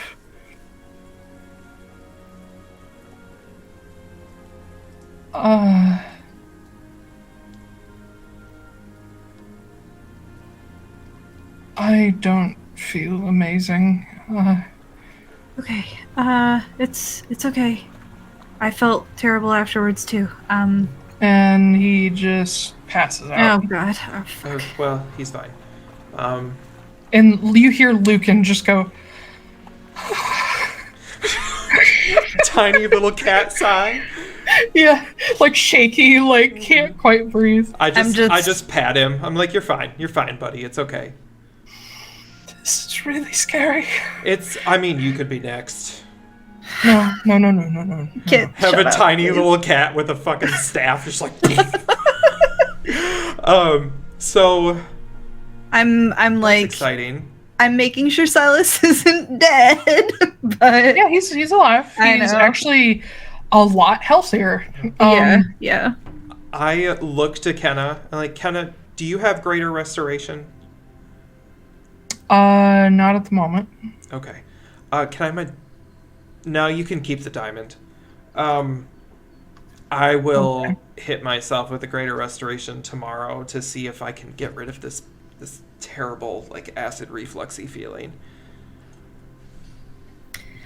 Can someone help me get him somewhere? I guess we're not going to Constantinos today. And then you hear, coming from the Manamarig, what happened as you see Justine come running. It's fine. He's fine. I He's forgot okay. about her. It's okay. Oh, And she comes, like, racing over. She's like, what did you do, Silas? And she, Yeah, like, kneels down next to him. He's fine. He's fine. He doesn't look... And she stops. What? What did you do? It was you and his idea, so you get to explain to her. I'll explain it. So what we did is we fixed him. She looks pissed. He was looking really sickly and weird and vampire-ish, so we fixed him. We gave him some vitamins. Nope. We didn't do that. We gave him some vitamins, we made sure he got some good food, we killed him for 10 seconds, and then we brought him back to life. And she grabs you by the front of your shirt. She says, "What?"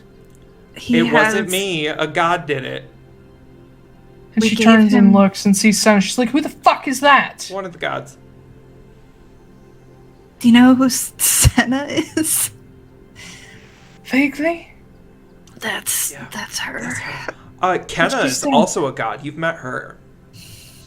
Yeah, everyone knows that. Have you What? met the goose god? Shut up! And Okay. she kneels back down next to Silas as she just, like, very carefully, like, picks him up to, like, lean against her.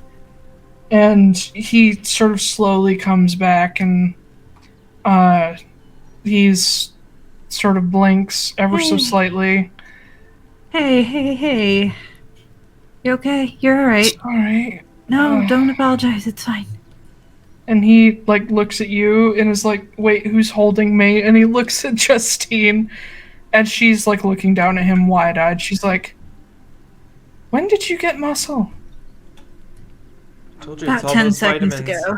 All You're those supposed to be vitamins. thin and gangly and weird. Now you're thin and weird.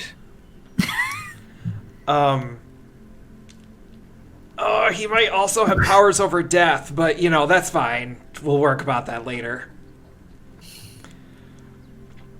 I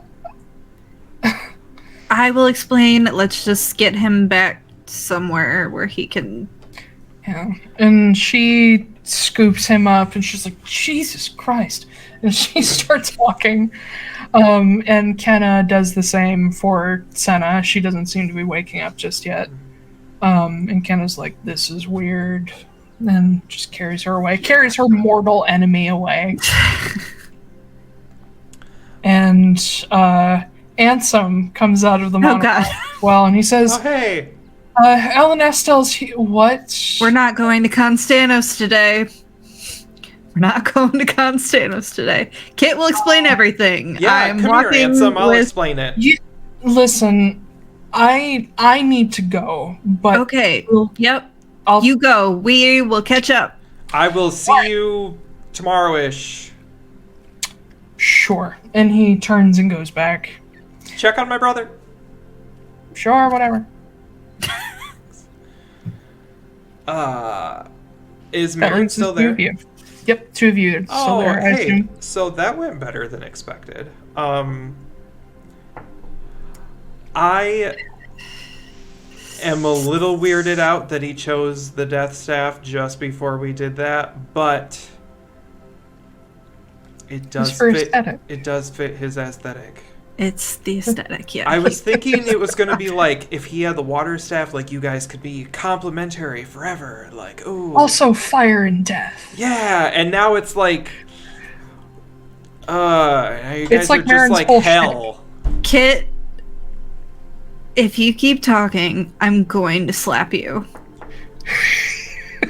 Wouldn't be the first time, but okay. Yeah. So... Okay. I'm gonna walk away. Okay. Go join them. Kenna puts Silas back into your room, and she finds a spot for Senna as well. Ansem bamfs with Ellen Estelle, the cranky old white dragonborn, who's just like, kids, and just takes off. Lucan is actually going to hop along with Ansem. Just... Oh. Okay. Yeah. Okay, bye, kitty. Yeah, he's a little shaken. He needs some time away. So yeah, that'll leave you guys and Justine. Justine paces for a while before she settles down, mostly thanks to beer provided by Kenna. And yeah, eventually Silas sort of comes back to himself a little bit, and he gets up and starts moving around and sort of starts thinking about the gravity of the whole situation. And almost immediately with Marin, his questions start, where he's like, how did you summon it? How... We don't have to do this right now. But my mind is racing. I know. It's all I want to think about. Sigh. It took me like 3 days to recover from this. I mean, it's not going to hurt me, is it? I don't think so, but... And you can see him sort of... You see what he's doing? He's sort of trying to remember different runes with his hands. And, like, trying to figure out, like, how can he get this staff, and... thinking of like how Kit does it, where he sort of like copies the motion. He's like, what did you do? Am I there? This is in their room, so okay. if you want to be... Probably not. Okay. Here, I will show him the original motion that I did. I did this whole thing. Okay, so it's usually just a hand motion. I don't know. Yeah, I don't know if that's going to work for you or not. I also like kind of came up with my own thing afterwards. Well, and he sits down on the bed. I really don't want you to do this right now. I don't want you to like... It's fine. He starts like messing with different sort of like motions with his hands, one-handed, opposite hand, both hands. You know what? I'm just gonna let him do it. It's a check. Okay. This isn't a check. I mean, he's a pretty intelligent guy, and that was a natural 19. So you see him just like messing with different motions and trying anything he can think of. And there's a point where he has his fingers together like this, and he moves them outward. Oh. And suddenly this force pushes against him. He's like, Jesus! And a long black staff appears out of nowhere and like almost like punches him in the chest from just the sheer speed of the appearance. You see it's made of this slowly twisting braided black wood. Solid ebony, dark wood, not ebony wood, but ebony black wood. And it ends in this smoky quartz, sort of crooked, spear-shaped crystal. And as he's holding it out in front of him, got like one hand over like his chest where it hit him, he's like, "Oh, that's how you do it." Apparently. Oh God, what do I do? Now you get to name it. I Death Heart. I chose a name for mine, so I guess it's time for you. I'm so bad at names. I'm not there, but I have so many suggestions.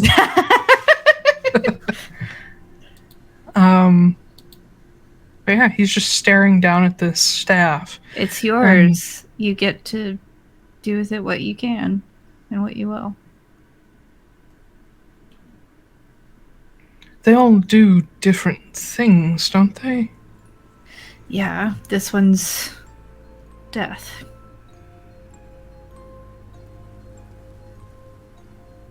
I mean, I know I chose it for the aesthetic, but why did I do that? I don't know. To be fair, Then I was again- going to say you were acting kind of stupid, and I think you're an idiot. But I mean, we already know this, darling. I know.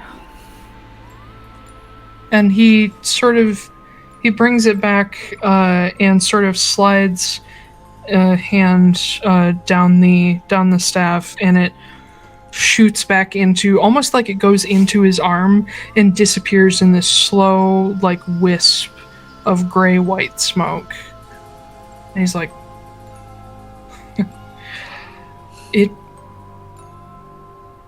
I forgot what magic felt like for a moment. Is that a good or a bad thing? I hope it's a good thing. I wasn't looking for something to replace him, but Really? You weren't. no. I didn't want to disappoint you. I know. I mean, I was looking for tools, like enchanted items or something like that, but I guess I didn't. I'm so desperate to be useful, I didn't think about what this would allow me to do.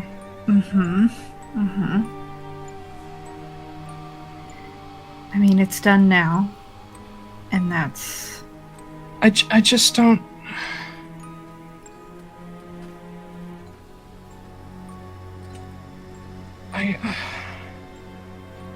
What? I don't want Bull to happen again. And any tool at my disposal that I can use to keep that from happening again it's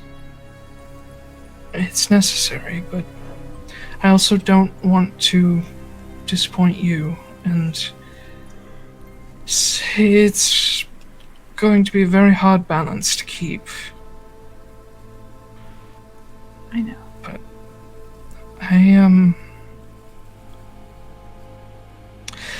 I've always sort of been aligned with dark things, and I mean, Dulthair's entire thing is the darkness between the stars. All that nonsense. But this is different from him.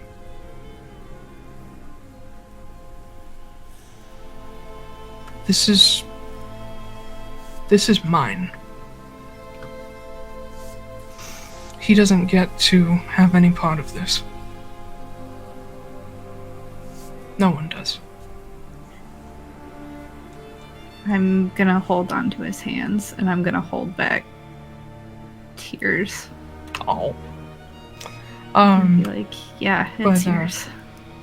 As you take his hand, you realize that there's a little black triangle right at the bottom of his hand where the staff disappeared to. And he notices it too, and he's like,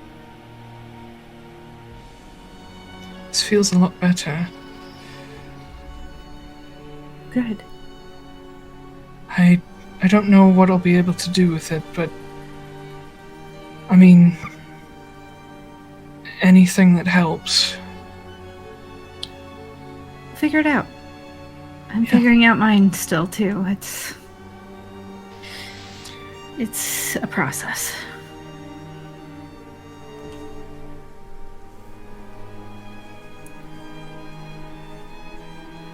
Thank you. For what? For trusting me to make that sort of choice.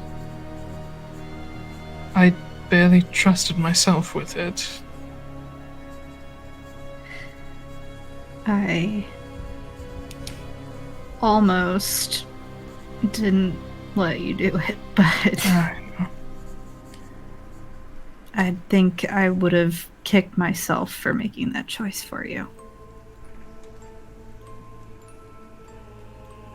But you know,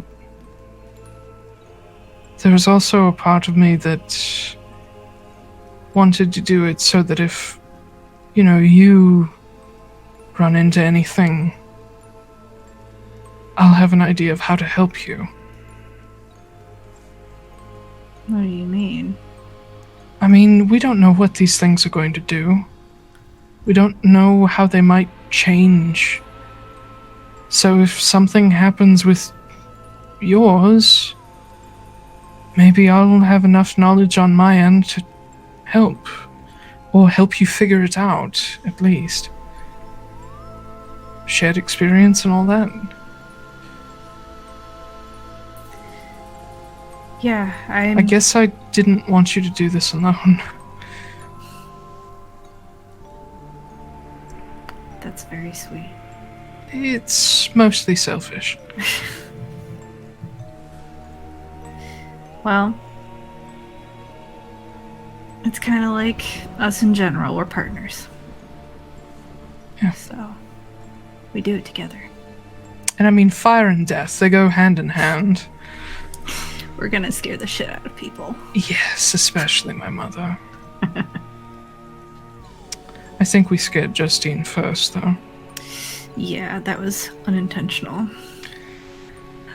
I really should have thought of telling her before we Probably. did that. It was spur of the moment. She probably would have thought it was pretty cool, but she would have teased me about it. Probably. She probably still will. Yeah. But 2 of 7. 2 of 9. Yeah. Holy shit. Yeah. We've just single-handedly reduced a demigod. I mean, if that's really how these things are working.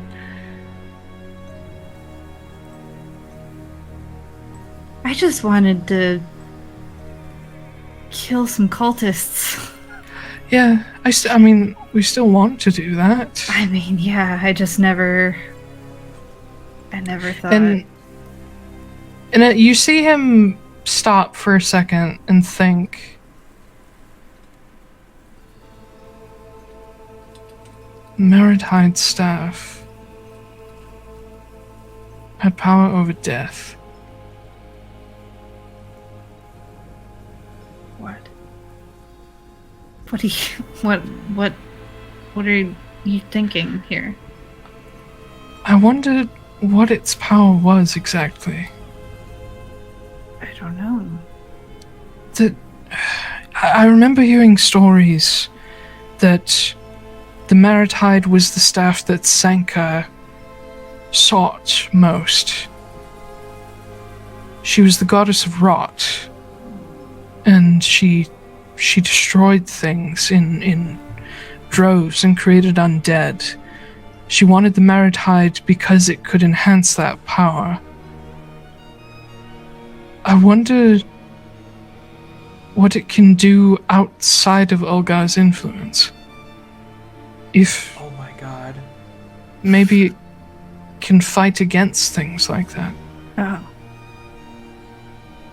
Or maybe I've suddenly become a necromancer. I mean, I guess we can try that out. This was the first staff to be destroyed, so it's been out of commission for a long, long time. Over 200 years. Oh my god. What? Do you think you... No. No. What? What if you could bring people back from the dead? I mean, to bring them... I don't know. I mean, technically, revival is necromancy. And he looks at you with his eyes wide. He's like, could I bring back Sylvie? I don't know. And he just, like, jumps off No. the bed. No, what are you doing? No. It's like, I'm talking to Kenna. I'm talking to No, Kenna. I'm running after him. I'm like, hold And on. He, like, runs to Kenna's office. I imagine I'm still with Kenna because we have shit to talk about. Okay, so let's rewind so that Kenna and Kit can talk a little bit. Well, We're gonna go over again. Yeah, hang on. I'm reading True Restoration, True Resurrection, 9th level necromancy. All healing spells are necromancy. They are. That Revivify means is- he could be a fucking healing thing. That's amazing. I didn't even think of that. Okay. Does the party have a new cleric? Right. No, the party, we just like, he was like, oh, death fits my aesthetic. And we're like, JK, asshole. Now you can bring people back from the dead for realsies. And then, oh my god, you can bring back people for realsies! Yeah. So, yeah, I was talking to Kenna. And I had a few questions for you. Have you ever tried to do a greater restoration on yourself to lift the magic left by the item?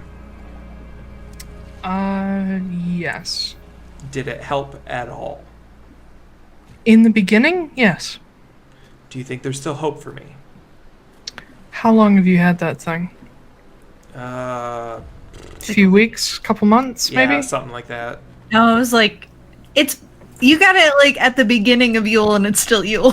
Oh, so like I've only had a it for a week. few days. Yeah. No, 2 weeks. 2 weeks. Because that was the winter solstice and it's the end. I've had so it you've for had the it for 9 longest days. Yule ever. Yeah. It's almost over. She says, I mean, it still seemed to work early on, maybe. Okay. But you've also been through something very different from what I was.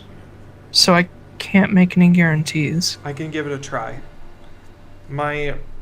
I will keep doing it and see if I can get rid of the mark, because I can feel the burning in my chest. If I can get rid of that and the mark, it may be possible for me to take one of them.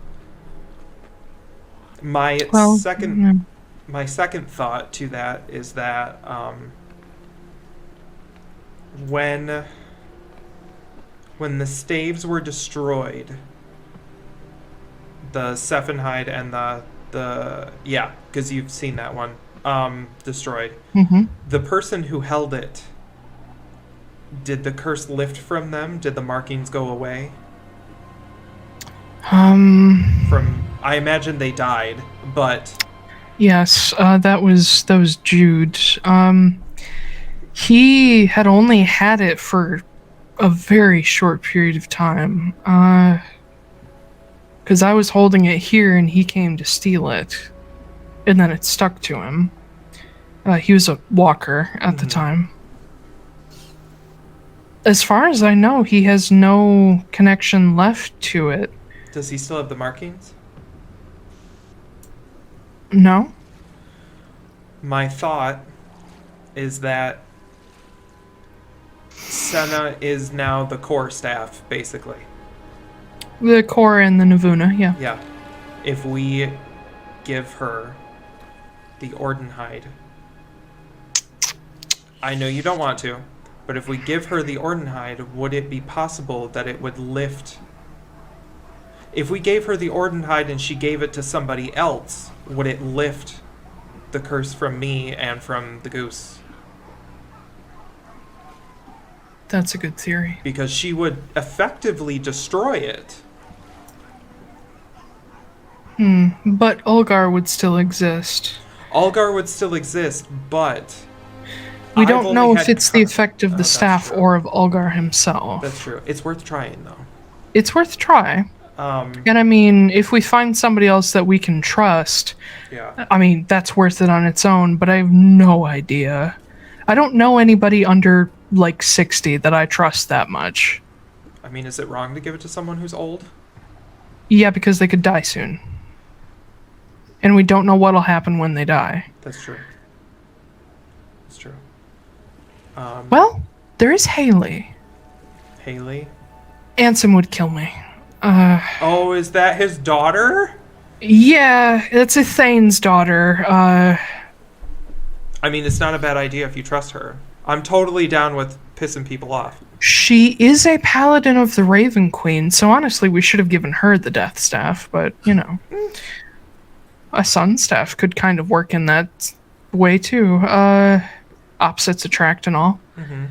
Yeah, there's Haley. She's in her late 30s, and she's an active paladin. Would there be anyone in the... What about your granddaughter, great-granddaughter? Annika, yeah, I would trust her. She's a very powerful druid, so she has a long lifetime ahead of her. That could be a very good place to put it. And if this works with the Ordenhide, it might work with the Voxhide too. I don't know who I'd give that to. No, I know, but what I'm saying is we can, if it works, we can lift your connection as well. I mean,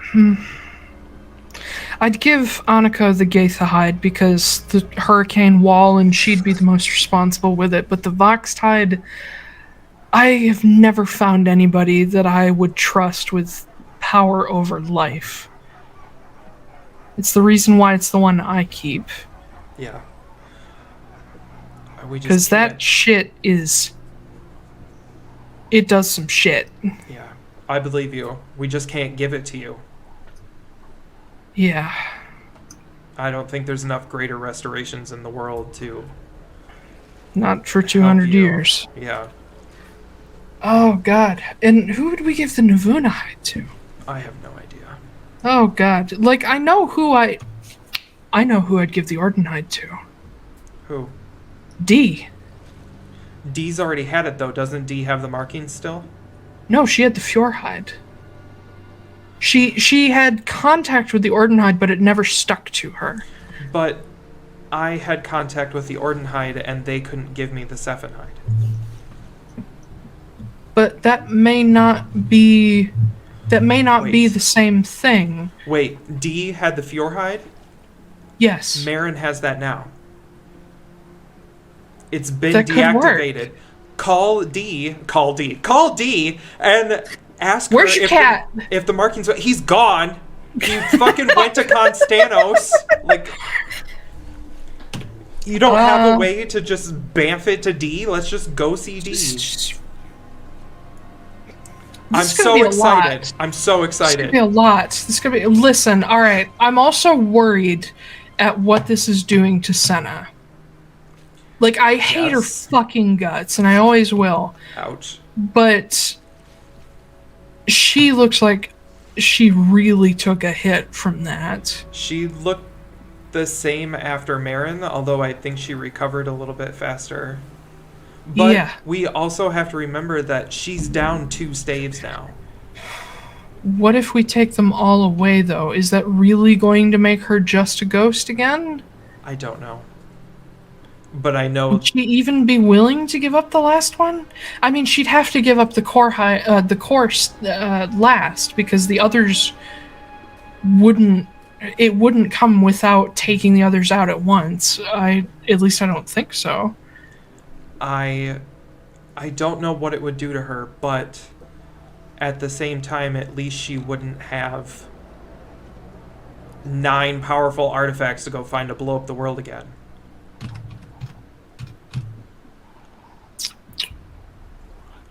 I guess my main goal with this is getting rid of Algar, and then we'll kind of figure out damage control afterwards, as terrible as that sounds.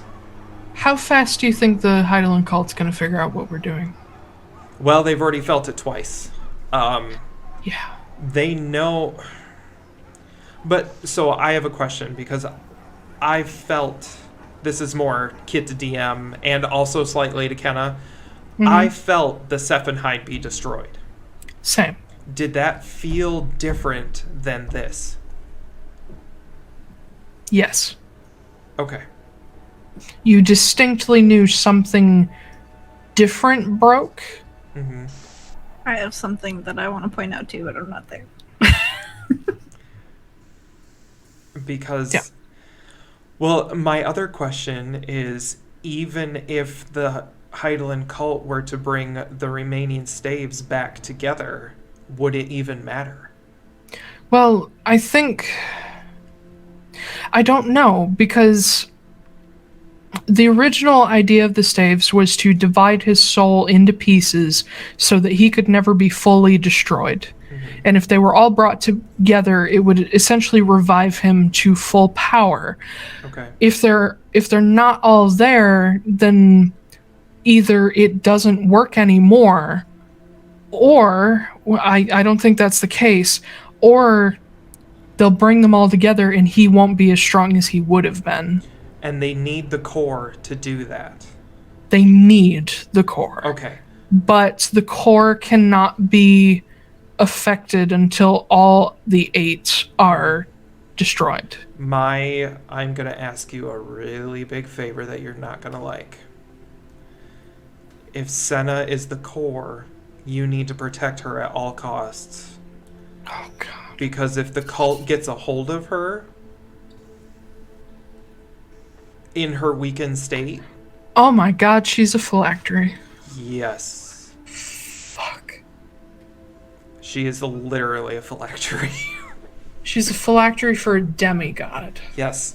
And part of me wonders if that's not why every time she loses her memory that she doesn't go looking for them again. Is because she knows something's missing and she's trying to complete it. She just is doing it instinctually. But she didn't get the core staff until just recently. Yeah, but she was a walker for him. She's had him that inside is true. her head. I'm just saying that it could be instinctual, what she's doing. But now we have a chance to maybe make it better. But they have 1 staff already. If we get rid of the other 7... and she's the core, and they get a hold of her, they could still bring Algar back. Significantly weakened, but they could bring him back with just 1 staff. We assume significantly weakened. Yeah, we hope. I mean, I imagine if you split yourself into 9 pieces when you come back to life, you're a little, not better for wear. I don't know. It's never been done. Oh, this is a lot. Yeah, I'd say you need to protect her at all costs. But if you can find a couple more people, we have, if you have the Gaitha hide and the Vox hide, we have the Orden hide, she's got another 3 staves, we could potentially give 5 or 6 more people that we trust.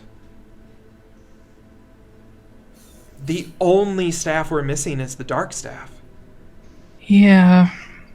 And if we kill Kyla, I will bring it back to you.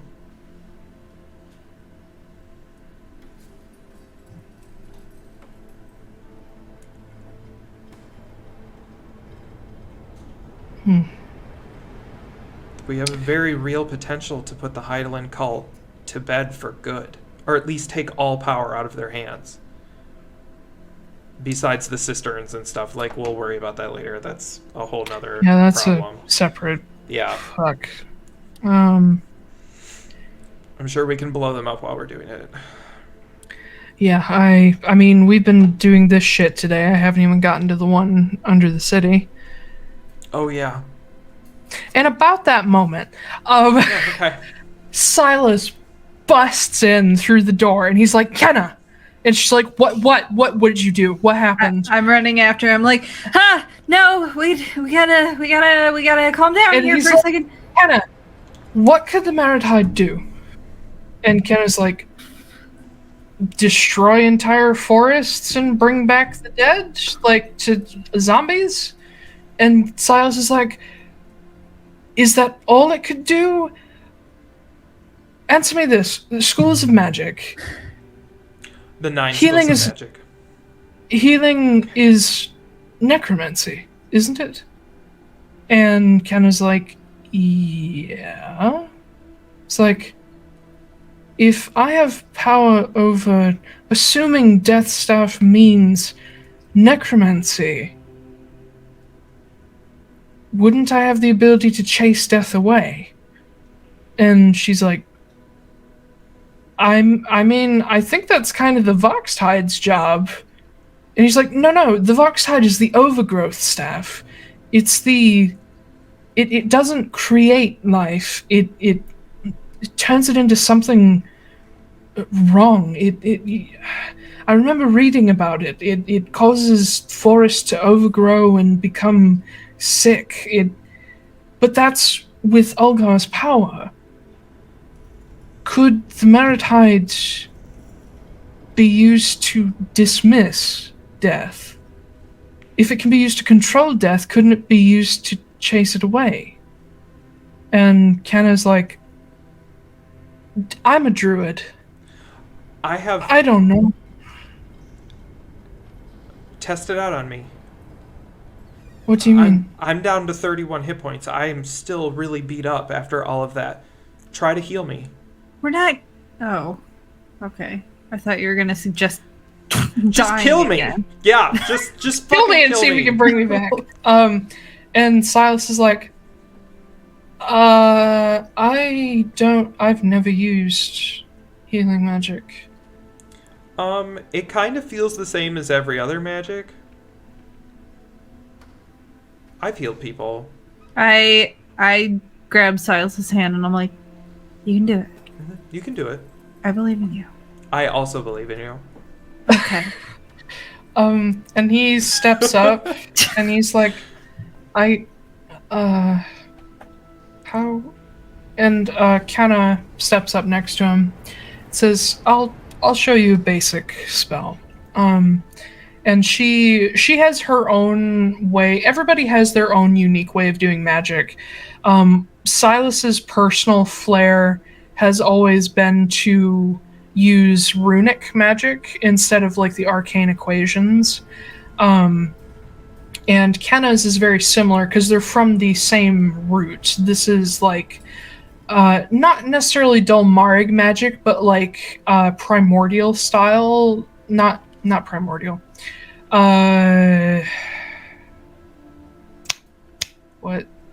What's it called? This is like original Atlaran style magic, Like using primitive? runes. Yes, kind of. Primitive roots, but upgraded. Okay. But the use of runes is generally considered kind of primitive anyway.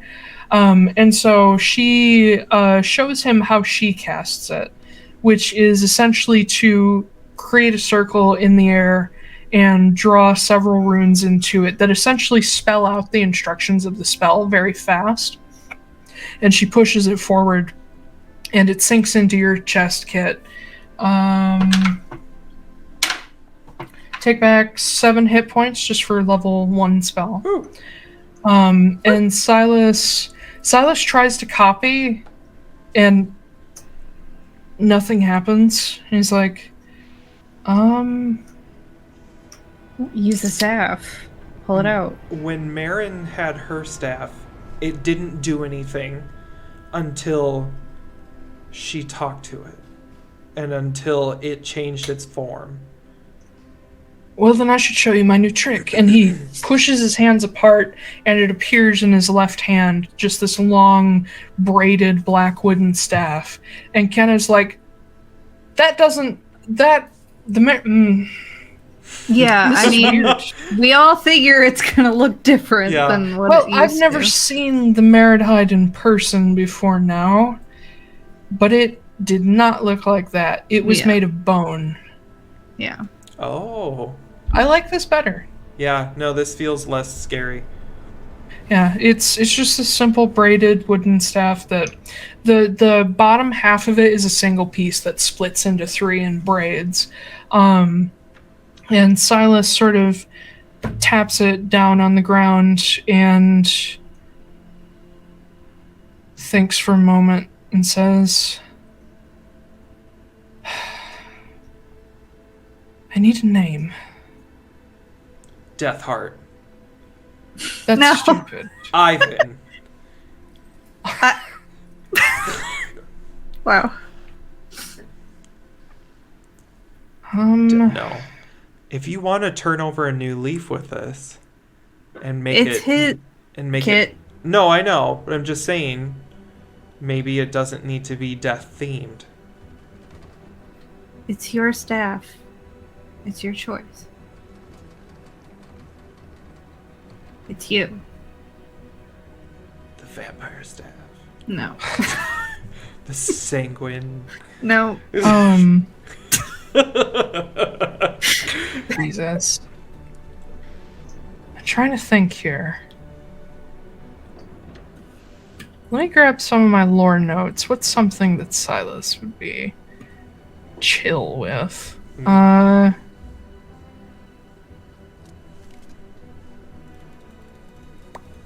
don't know.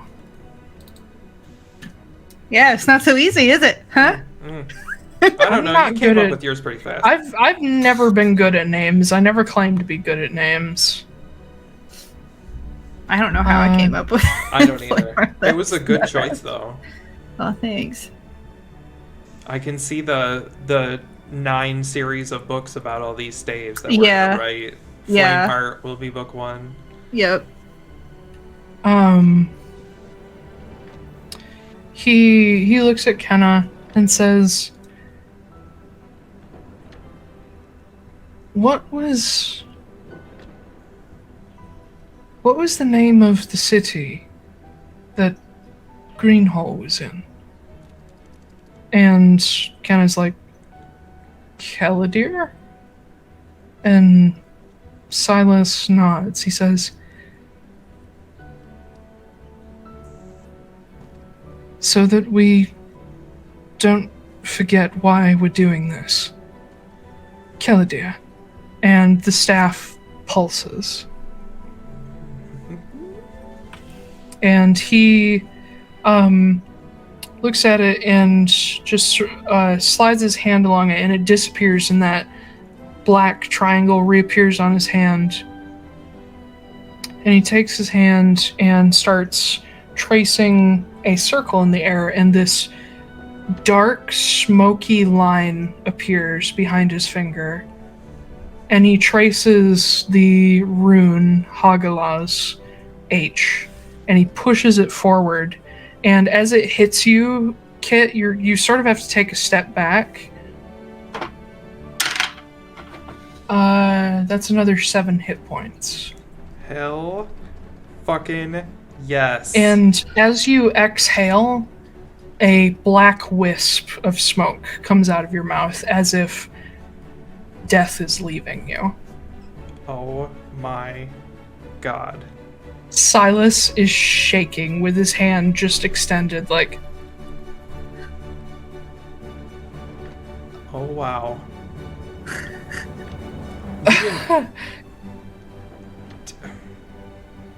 Kenna, do these Yeah. staves need components, spell components? Let me double check. Well, I mean, because Marin's didn't need any. I didn't need any. I don't even need charges. It just goes. This particular spell does not need materials. Okay, but something bigger might. Maybe. Okay. Remember, in general, arcane focus, staffs, unenchanted wands, they replace materials. Okay. Except for those with a gold value.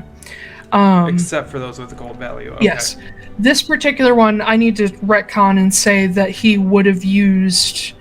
this is technically not a somatic spell, but this is sort of how he is going to stylize his magic. He would have spoken just the word heal, and it would have hit you and healed. Essentially, this was healing word. Gotcha. And Silas is just, like, still staring and just like...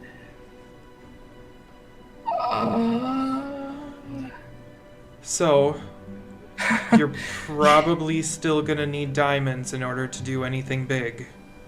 To do the revives and things like that, but... We don't even know if I can do that. That was... Listen, that was... I've never... And Kenna puts a hand on his shoulder, and it's just like, chill out. It's just a low-level spell. Yeah, it's fine. It's all right. We'll work our way up. Silas, like, looks at Marin. You did it. You did good. Oh, we're gonna make so many zombies.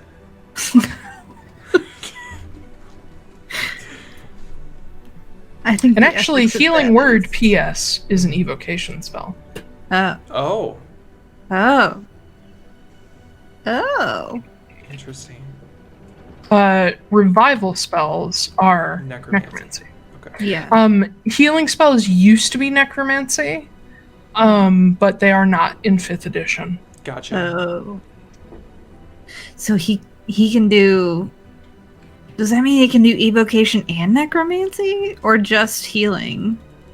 I'll give you a thing for free because people have already disproven this in studying in this world.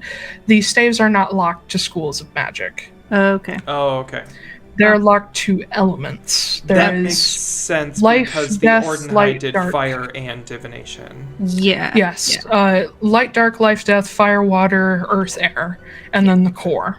Yeah. Gotcha. They are stylized not after schools of magic. They're stylized after the building blocks of the world. So this is another sort of common lore bit. Ulgar made 8 staves in his sometimes in battles with titans.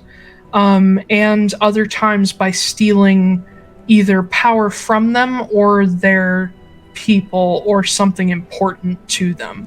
So, for example, his battle with Surmir created the Navunahide and the Gaethahide, the wind and the earth staves. And she ended up keeping the Navunahide while he barely got away with the other. The Fjorhide was created at Mount Gear. In the volcano. The Sephenhide was created in a battle with Tuldunost. Yep.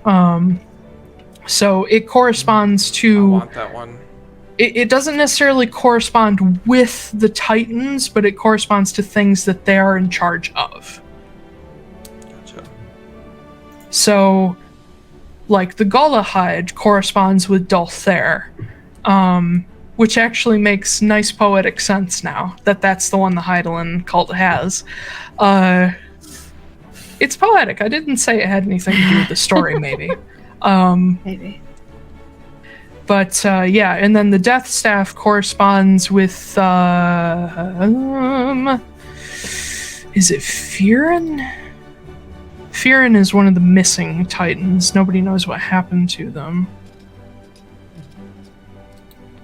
Where's my Oh, there it is. Yes, Firin, the Birch Heart, also known as one of the Lore Keepers. And then, like, the Voxhide corresponds with Gjallar Huron, who was the Titan of nature and shit like that in life. This is so interesting. Well, congratulations, Silas. You are now a healer. You're basically a cleric. I'm not dedicated to a god. No, that's fine. You're just a gun-toting cleric. It's fine. That's cool. Right. Talk about like a fucking revolver-toting preacher. Yes. Yeah. Just like, repent! Yeah. It's basically Trigun all over again. Yeah. I was thinking more like Undeadwood with Travis being the priest. Oh, yeah. With a shotgun. Yeah. I don't know. There's a lot of DMs who homebrew change healing to necromancy because it's the same idea It makes as sense. It's reviving. just the opposite, yeah. And necromancy is not just death, it's life and death. So you know what? I'm gonna homebrew rule it right now. Healing is necromancy. Okay. There you go. You heard it here first. So, Kenna. Especially because some people think it's conjuration, and that's stupid. So Yes. Marin pipes up and is like, so eventually he might be able to bring people back. If we can find enough materials, we might be able to. Okay. I mean, if someone's there to, back me up in case I fail when we test things, I mean, the next time one of you goes down, I can try to revive you, and if it doesn't work, Kit will be there. I can't revive people. Yeah. but I can resurrect them. So it's... Oh, dear. I can do what I did to... Yeah. So we might end up as Luke cats, but... We might all end up being cats. all cats. All cats. That's the next campaign. Campaign 3, Yep, all cats. We're all cats. Yep. I'm not against it. Can we totally be all cats in campaign 3? No, I already have an angsty idea for... Of course you do. I do too. Taylor, I already told you my angsty idea for... I don't remember. You'll have to tell me cool. again. I've already Okay. created the character. I have the sheets in my bedroom. Yep, Like, I have it's mine ready in to go. D&D Beyond. Okay, as soon as you all die, we'll do it. No. But yeah, I don't know, we're getting closer and closer to becoming gods here, so, Yeah. trust me, this is far, far from godhood. Oh, I'm sure. Yeah, I'm just... Like, even Olgar Heidelen wasn't a god. You've got, like, a ninth of a shitty demigod. Yeah. Still. Yeah. Yeah. Alright. Kenna sort of clapped Silas on the shoulder and said, hey, congratulations, you're the heel bitch now. Alright. Well, that's better, I guess. Yeah. I guess. So I told Kenna while we were talking that we basically discovered that Senna is a phylactery for Olgar Heidelen's soul. So she's going to stay here.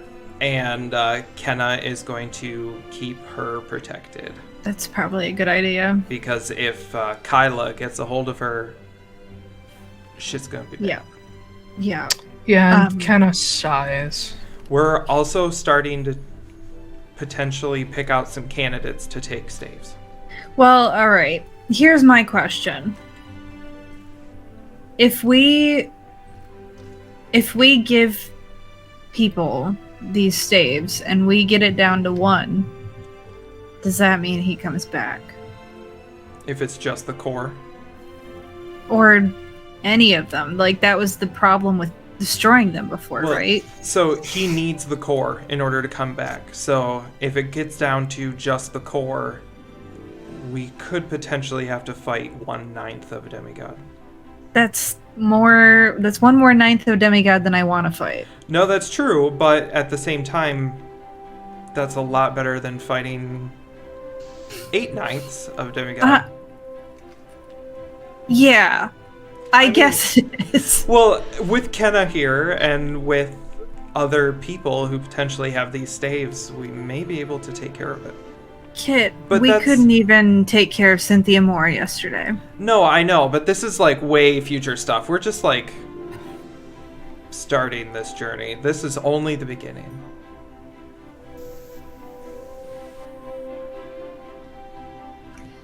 I don't like any of it.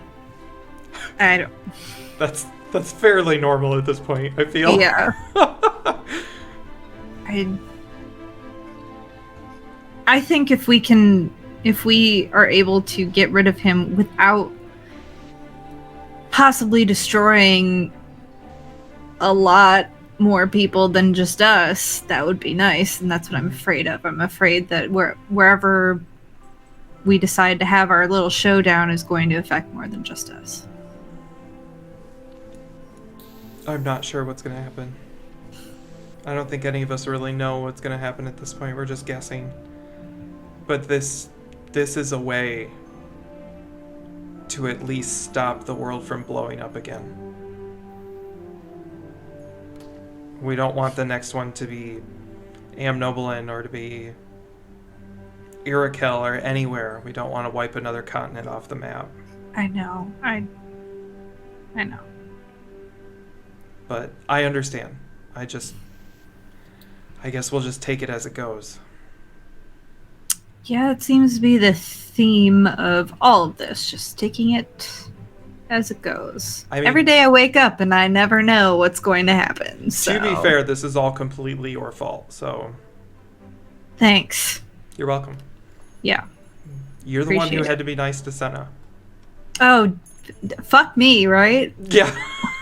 Pretty much, yeah.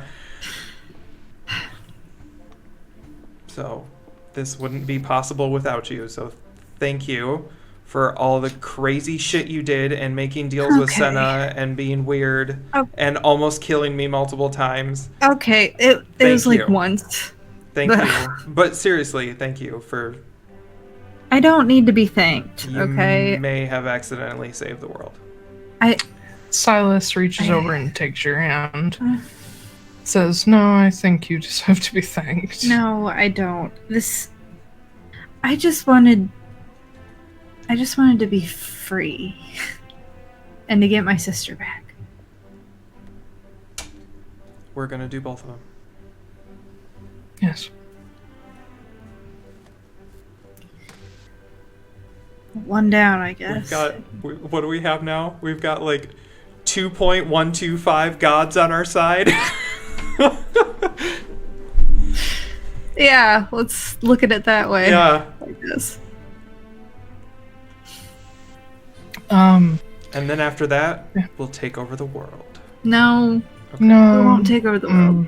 Oh. Well, You fine. can take over the world. Okay. Just I as long wanted- as I get to do something fun. I want a nap for like 5 years. That's Yeah. fair. And Kenna says, "Oh, hey, we could also give one to Justine." And Silas says, "No. Ooh.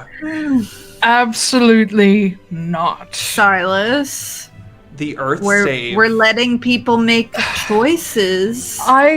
It's not that I don't want her to make her own choices. I just know she's going to do something stupid with it. That is true. That probably would happen. Marin, She's 17. Marin shot up a sacred wall. And Th- Kenna's like, "I'm sorry, what?" Nothing. We don't. It's fine. He died. Doesn't know I'm what still he's a little Yeah. deathy. Yeah, he's like, oh, where am I? Oh, What's boy. going on? Marin shot up a wall. Just And nonsense. Silas looks at Kenna and says, "She tested her gun out on the wall of the crater." He also died, and it doesn't know what's going on.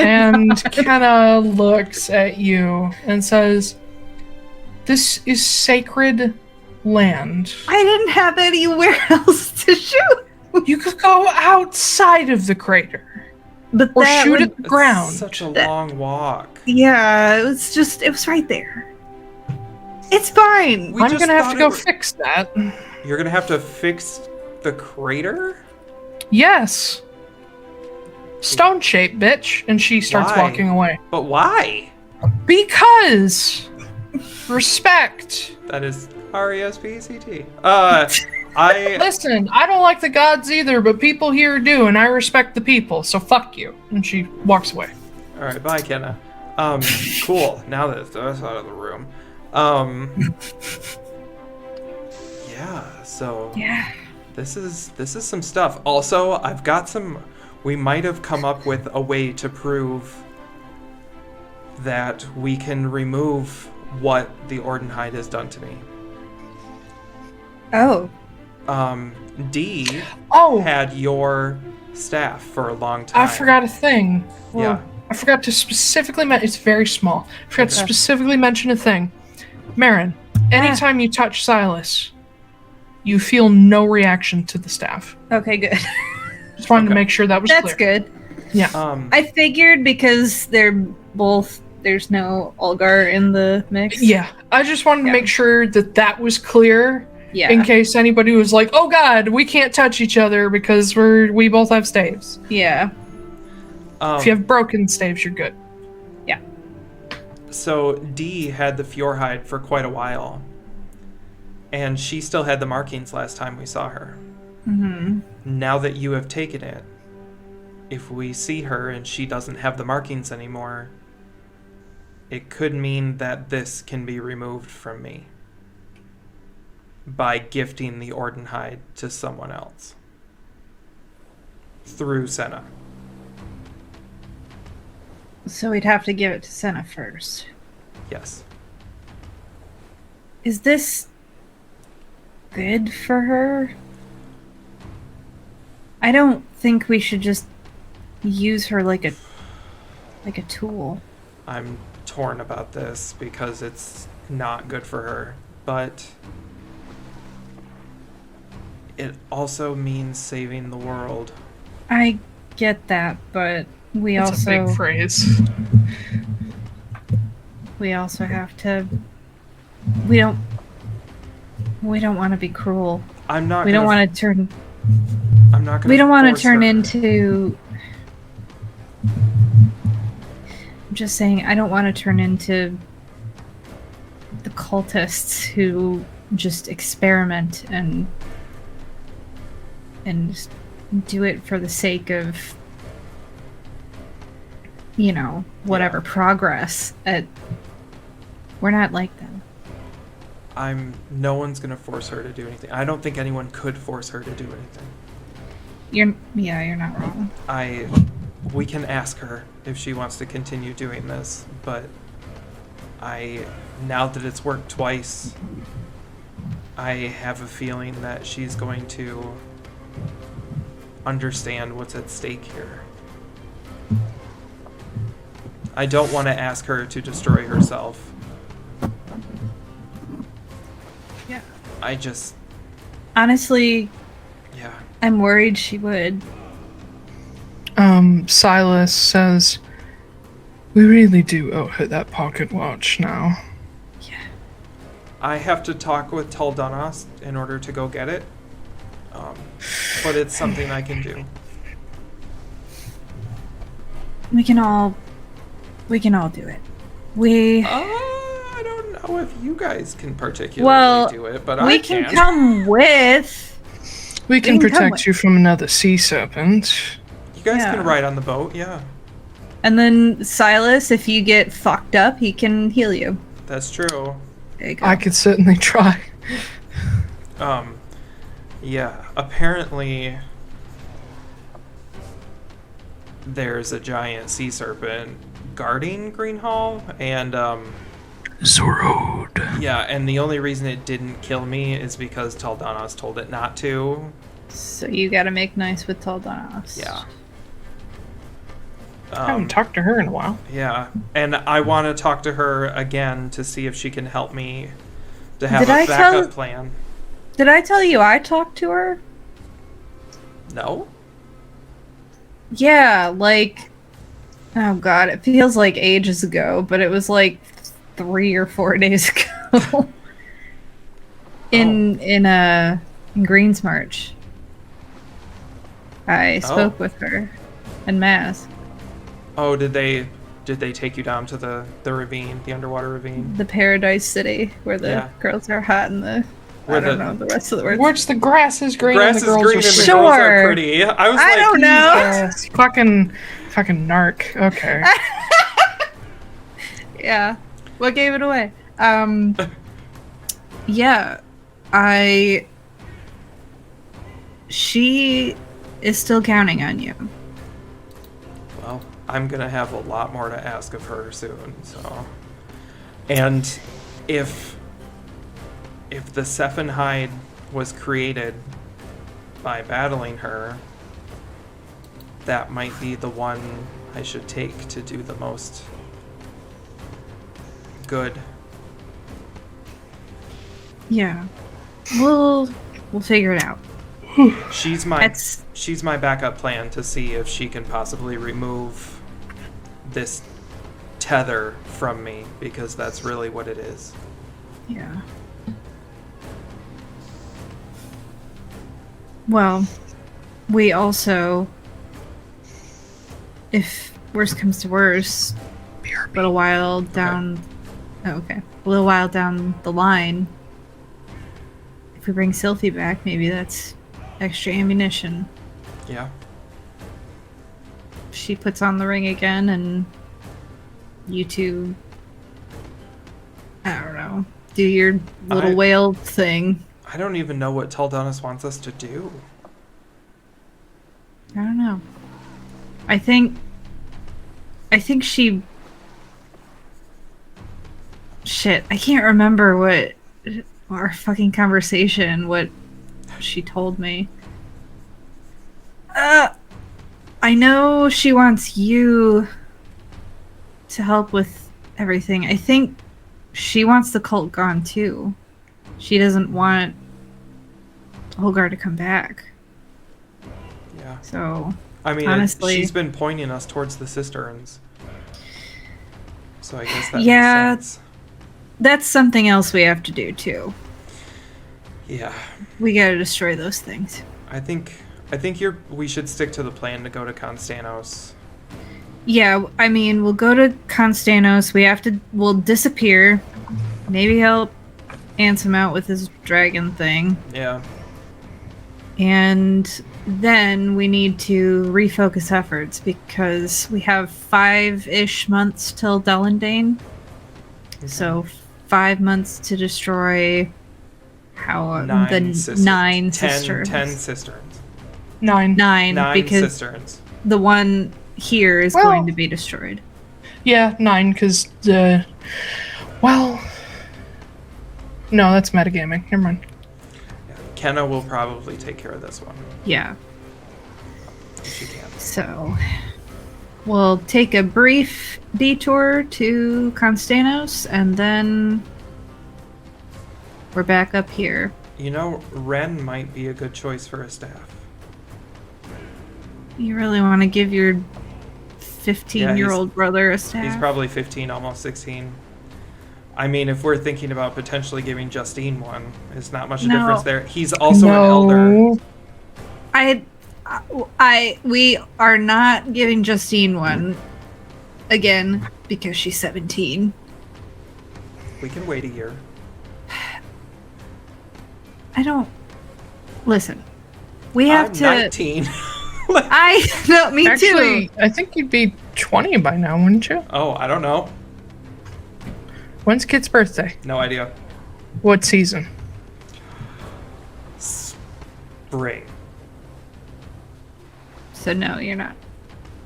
You would have turned 20 this past spring. Oh. You'd be turning 20 soon. Okay. Yeah. I'm only 19. Me too, but also I don't know. Justine has spent like the past however many years of her life just like going to school and stuff. We've actually like been doing shit and out in the field and stuff like that. I mean, Ren has been running the village for a long time. What are you guys' passive perceptions? Oh 20. no. Is she listening? It's not good. I think it's like 12 or something. Hold on. Kit is aware that Yeah, Justine 12. is just outside the door. Hey, Justine, do you want to join us? And she opens the door and glances in. Would you like to come in? And she glares at Silas. What? Meow. Meow. What, sir? What? Meow. What? Oh. Oh. Yeah. Oh god. Hello, Oh, buddy. Hello, Titan. Aw, he's bud. Oh. He's the lost Titan. Yeah. Oh, wait. Okay. You go boy. Okay. He is the noisiest fucking cat. Not as noisy as Teddy, but still pretty bad. Yeah, Justine comes up and she just punches Silas in the shoulder. Oh, right. Oh, that's 10 hit points of damage. Okay. Actually, she is proficient in martial fighting. Punching. Yeah. She's not a monk, but she did learn unarmed Taekwondo. combat. Yeah, that's gonna. Yeah, that'll do a tiny bit of damage. He's just like, ah.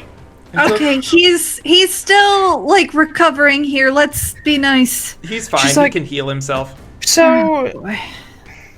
making decisions for me. What was this about? You know, respecting people's decisions and all that nonsense, or was that Ooh. exactly what it was? Ooh, girl. And Silas looks at her and is like, Justine, it's not that I think you're incapable. And she's just like, what? What then? Just because I'm 17? You did things when you were 17, things that certainly no other 17-year-old should do. And I think I have well proven that I can handle myself. You can't go all, and she starts poking him. She's like, you can't go all self-sacrificing and expect me to just stand idly by. Okay. And you can't take that away from me. Yeah, Okay, Silas. Yeah. Yeah. Don't be like other terrible people. No, shut up. Listen, Justine, we might have other people who are more experienced Ouch. No, Excuse me? Oh I'm man. not talking Do you want a about- shovel? I'm talking about people like D and people like, She's old. well, there's got to be other people out there who are experienced. Not that you don't have. Wow. God, Silas, help me out here. Come on, please. Half of my entire thing is mastery of evocation magic. I'm a utility caster and I hit things with axes. I'm the best of both worlds. She really is. And also, I have, like, unlike this one, and she points at Silas, she's like, I have energy. I have a drive to go, like, do things. To be fair, And Kenna did say that we need young people. Yeah. Silas, she's your sister. Silas is the oldest person we're gonna give a staff to. Well, unless We you have want not to be. decided everything yet. All right, let's just hold our horses And here. technically, Marin's the oldest, because she would have been 29. Yeah, but Yeah. she was dead. It doesn't count. I know, but I'm just saying. She didn't Justine learn looked at anything him. while she was dead. She didn't get any life experience. Kind of sad. Justine looks at Silas with her hands on her hips and says, go ahead, make an excuse. What have you got? And he looks at her and says, I don't want you to die.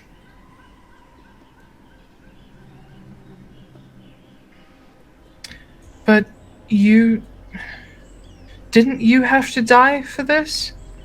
He says, yes, and I don't want that for you. I don't want you to have any brush with death. I don't want you to have this responsibility, because you may be all gung-ho about it now, but what about a year from now, 5 years, 10 years? What about after the first time people come to try to kill you and steal it? Like, we might end up dismantling the Heidelen Cult and Ulgar himself, but there will be other people, and they will find out about these things. We don't know how they work yet. They may come along expecting that if they kill you, they can steal your power. And I don't want that for you. I want you to be able to be what you want to be. I don't want you to be forced into the role of some guardian. You want to be a chaser. You want to be an adventurer.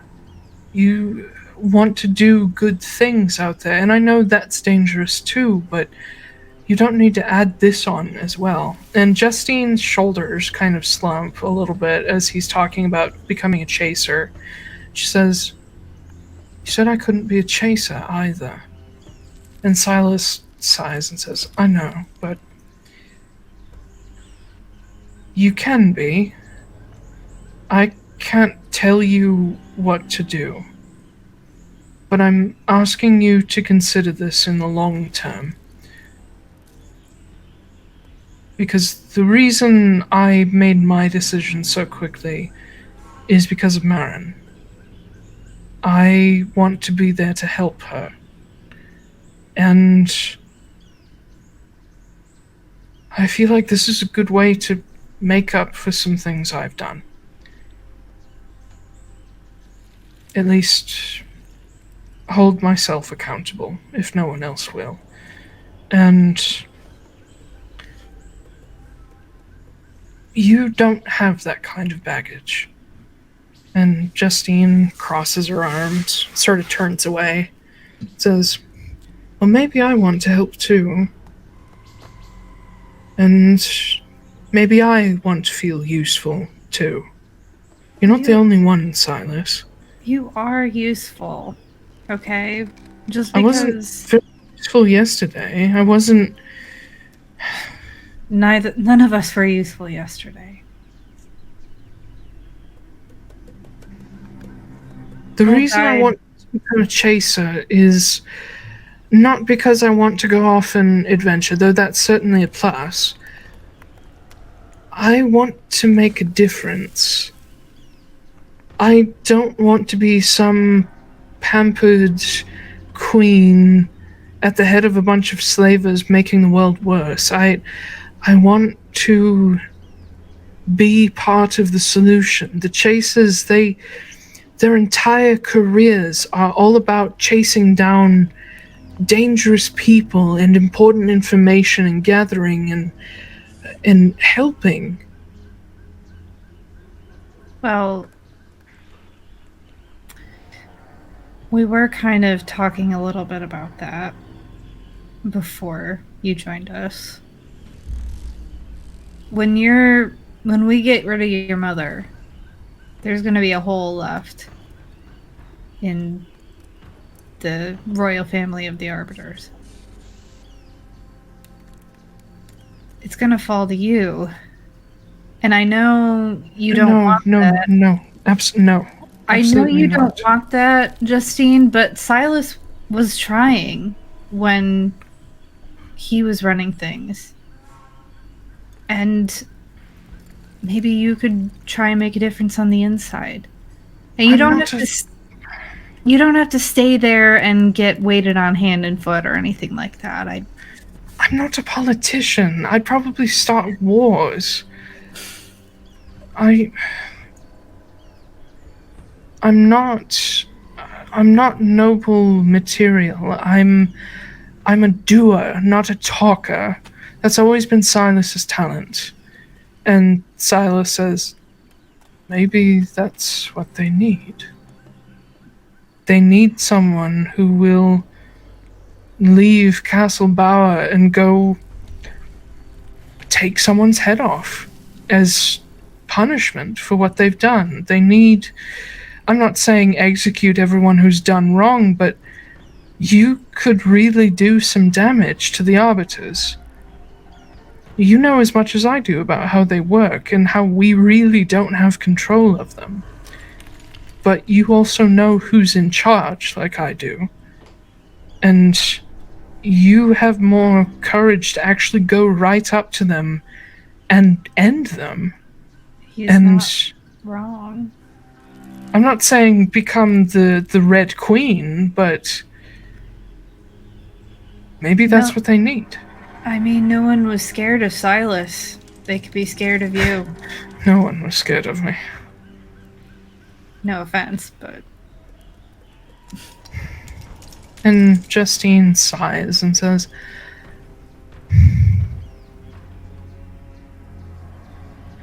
that actually sounds kind of fun. Just giving them what for? It's what they need, I think. What Silas was doing wasn't working.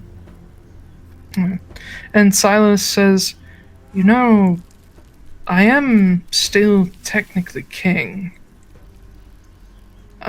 Mother is acting as a regent right now, but she has not displaced me from my throne.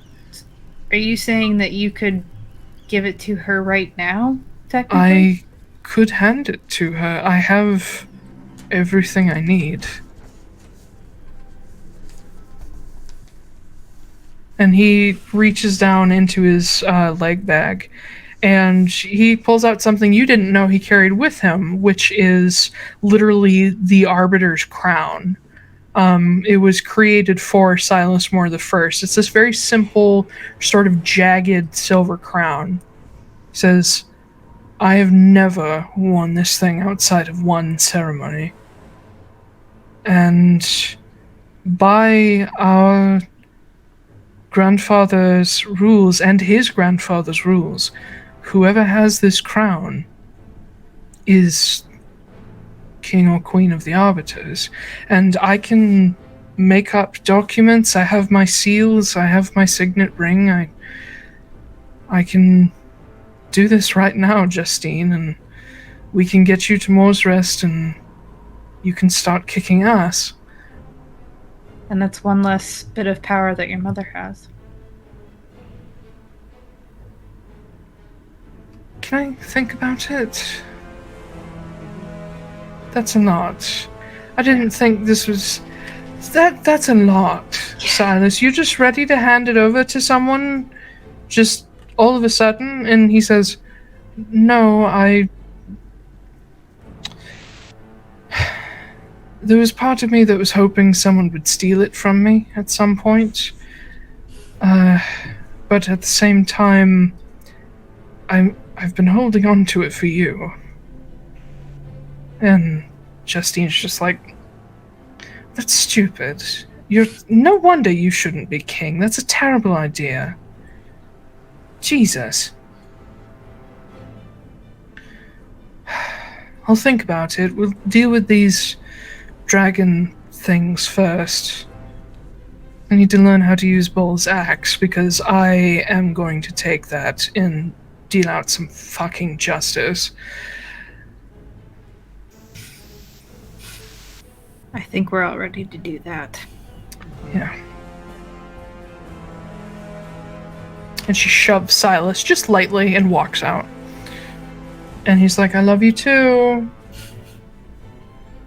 Off in the distance you hear, yeah, shut up. Love you too.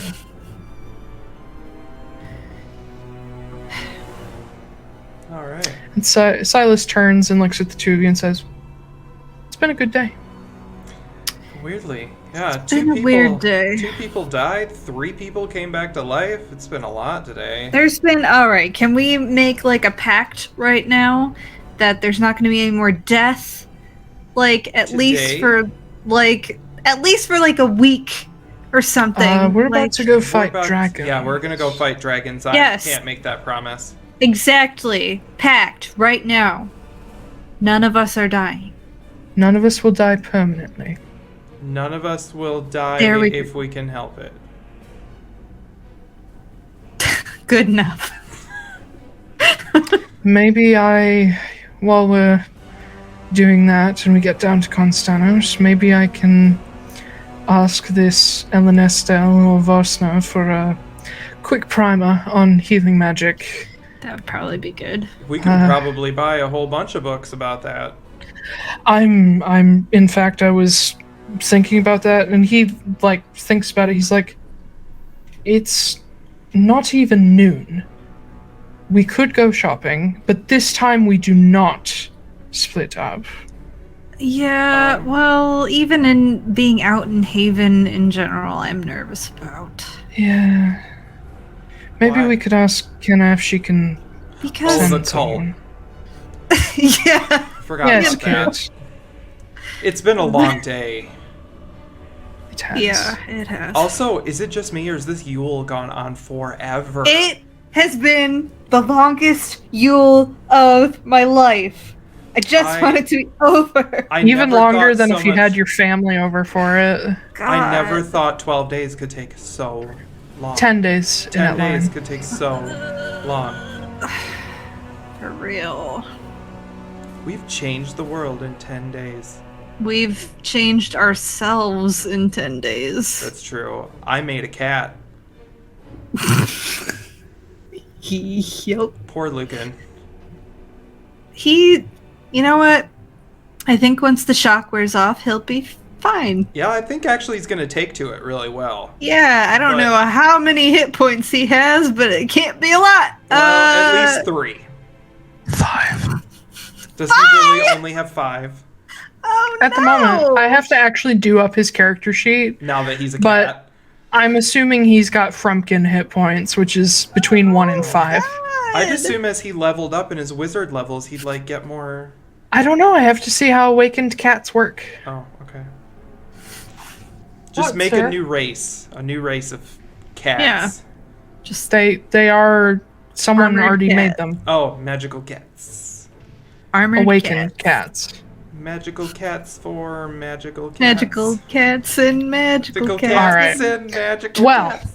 Unless there's anything else you guys need to go over, I think that's a good spot to end. I said, oh god, we're gonna go over at 9:15, and we just kept going. Yeah. I was looking for a spot to stop, but I'm it's just oh god. It's never gonna end. Nope. Yeah, I guess we can just hang around the place or something for the day. Yeah. Yule's over. Oh my god, finally. It only took till March. If you guys stay the night in the Manamarig and bamf over the next day, it will be Yond the 10th, and it will be the end of Yule. No more Yule. And then it is 100. Oh god. Then it's 95 days to Dellen Day. Okay. Okay. It's okay, we're fine. Well, we got 9 cisterns And to get rid of. I'm sure Kenna Sorry, can no, take us to each 120 one. days. I'm sure Okay. Kenna knows What a is- tree at each one. Yeah, well, hold on. I'm gonna... So you said 120 days? Yeah, it's on Dothriel the 5th, which is the second month of spring. So roughly, we have about 12 to 13, or 12 to 14 days per cistern. We can't even walk to those that fast. We're I gonna need know. help. Yeah. Falling at your feet. I guess we should make some friends. Well, Kenna can help too, I'm sure. You guys we are have a way. asking Kenna to do a lot. Yeah, well, Kenna's done We're nothing for trying 200 to- years. Yeah! She's been trying. She has not done nothing. She's been trying to fucking figure this out for 200 years. We're And I fucking- figured it out in 6 days. Yeah, because you're another person. She was trying to do it alone. Yeah, We're I know. also fucking trying to destroy the Heidelen fucking cult for her. Mhm. She's welcome! Right? Like, Listen, fucking hell. when you are a very young new god who has been trying for 200 years to fix shit that you feel like is your fault, even though it's really not, it's kind of difficult. And also when you have to contend with the likes of Kyla Urvela and a load of really powerful white cloaks, and you get one staff and before you can get it back, it gets stolen from you. You get another one, you finally get it secure, and someone breaks down the barrier and it gets stolen. And fucking broken goddesses pop in out of nowhere and they're like, hey, I'm good now. Can I help you? You have to kick their ass and get them out. And then all these motherfucking adventurers come along and are like, hey, I'm going to help. And then they die. Yeah. It's a whole Sounds thing. like a lot of... She is not accustomed to trusting people because people die. Okay. Well, I can't even say that. I was going to say we haven't died yet. That's not true. We've all died of us now. had died at least All of once. you have Except died. Justine. Except Justine, so that we know of. Yeah. All right, well, we'll have another early night for that day. Silas will spend the rest of the day messing around with the newly named Kelley. And, yeah. Yeah. I kind of like that name. I like it too. Because there's more sentimental value to it for me as the DM, but for Silas, it's like it's sentimental because Kelley was the root of basically a lot of the problems with the staves, and it was very close to where like Ulgar was born. He was born in the Orcan Mountains. It's where Prince Maranoin, who basically brought the core staff back onto the main stage of the world, was born and lived. It's where the calamity happened. It's where Kenna is from. Right. Well, she's from Amnoblin, but it's where she spent most of her life. All that shit. So, why not name the Death Staff after the city that is Dead. the root of all of this history and death? Yeah. But also No, I like it. a potential root of hope. So, yeah. All right. Well, we went over a little bit. Sorry. I won't split this episode, but I normally split them if they get too long. We will be back next Saturday. No. Elton John.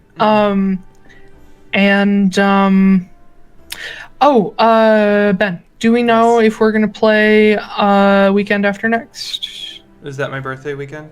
Yes. No. We're not? No. Okay, well, thanks for telling me. I was going to tell you guys after the stream. Okay, well, all right. So we won't be playing for the Equinox weekend, which is okay because I planned Friday off that weekend, so I'll just have a vacation. But have a lovely start of spring, everybody. You can find the Atlaran Adventuring Company on Twitter @LarenADVCo. You can find links there to YouTube, podcasts, all that stuff, which gets posted on Wednesday after this recording. We stream every Saturday, 5 p.m. Eastern, and VODs and podcasts are up by Wednesday morning, usually 6 a.m. Eastern. And you can find links to all our stuff there. Astrid, tell us what we should know about you and your wonderful story. Well, I'm a Virgo, and no. I said your story. I don't give a fuck about your... I said your story. Are you said really you, a Virgo? Anderson. Yeah, I am. Ugh. That makes so much sense. What? I don't believe shit about in astrology, but I at the don't same either. time, sometimes it works very well. Like, I'm a Taurus, Wait. and everyone's like, yeah. I am a Pisces Virgo? on the crux of Aries. I'm like right in between. So I'm just emotional and upset all the time. Like that is who Yep. I am. I'm stubborn and very angry. Apparently, Virgos are supposed to be like all organized and like That's not what, or that, no. I don't know. You're like a Jenna Marbles Virgo. Yeah. Well, I'm cool with that. If I'm like Jenna Marbles, that's pretty. Which is like creative and neurotic. That fits. Yeah. That fits, actually. Yeah. Cool. Tell us about yourself. Yeah. Tell us what your other stuff. It's Astrid. You can find me. That's so fun to say. I always love fun saying. You can find me basically everywhere at Astrid K Writes, Instagram, Facebook, Twitter, all that fun stuff. Or you can find me at my website, astridnight.com. I'm writing a book. It's based on D&D. It's pretty neat. I wrote a chapter today that made me go fuck multiple times in a good way. So, yeah. I'm so excited to hear a piece of it tomorrow. Oh, no, I'm not very... Well, I mean, I could. It'd be jumping, like, way Reread the far Boney ahead. M chapter. I love that one. Like that. Yeah, if you like 70s disco while you're, like, walking around in the woods and, like... Yeah. If you like deeply emotionally connecting conversations, lot of gays, and Rasputin by Boney M, you will like Perception Check. Among other things. Yeah. Cool. Like. Hi, I'm Blake R. Wolfe. You can find me at blakerwolfe.com, BlakerWolfe.com. And that's my handle everywhere. So I write fantasy novels. I released the first of the Crystalline Chronicles on December 4th. The second one came out in February. The third one is going to come out on March 31st. And I'm planning on having books 4 and 5, which should be the rest of the series, I think, done probably by August or September at the latest. So then I'll start moving into another series. Or even earlier if you keep up with your current thing. But it's like kind of dark fantasy, kind of epic fantasy, a lot of gay people, of course, because... Yeah, I'd describe it as like medium roast. Thanks. For the darkness? Yeah. Yeah. I was like, for the gays? Like, oh no, the gays are like crazy dark roast. Okay. Well, because like I keep thinking to myself, I'm like, the next book I'm gonna write, I'm gonna make the main character straight, because. Do you know how? That's the problem. That's the conclusion I came to. I don't know. Straight people.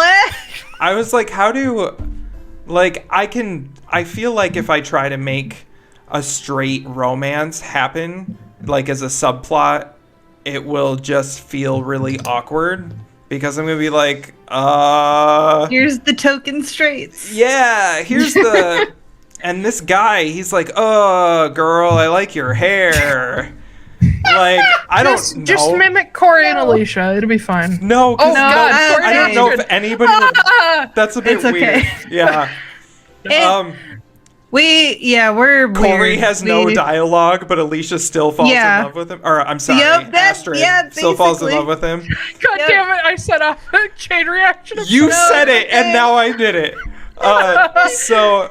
it'll just be no dialogue, but they're still in love somehow, and you're like, how's this working? Yeah. Basically. Hey, Corey talks to me more than other people. Yeah. But But I don't know. Anyway, so I write fantasy and shit, and like, I'm gonna write more of it. Taiylor. Hi. Tell us. Currently, well, hello, hi. My name is Taiylor Wallace. You can find me at Twitter at TAIYLORWALLACE.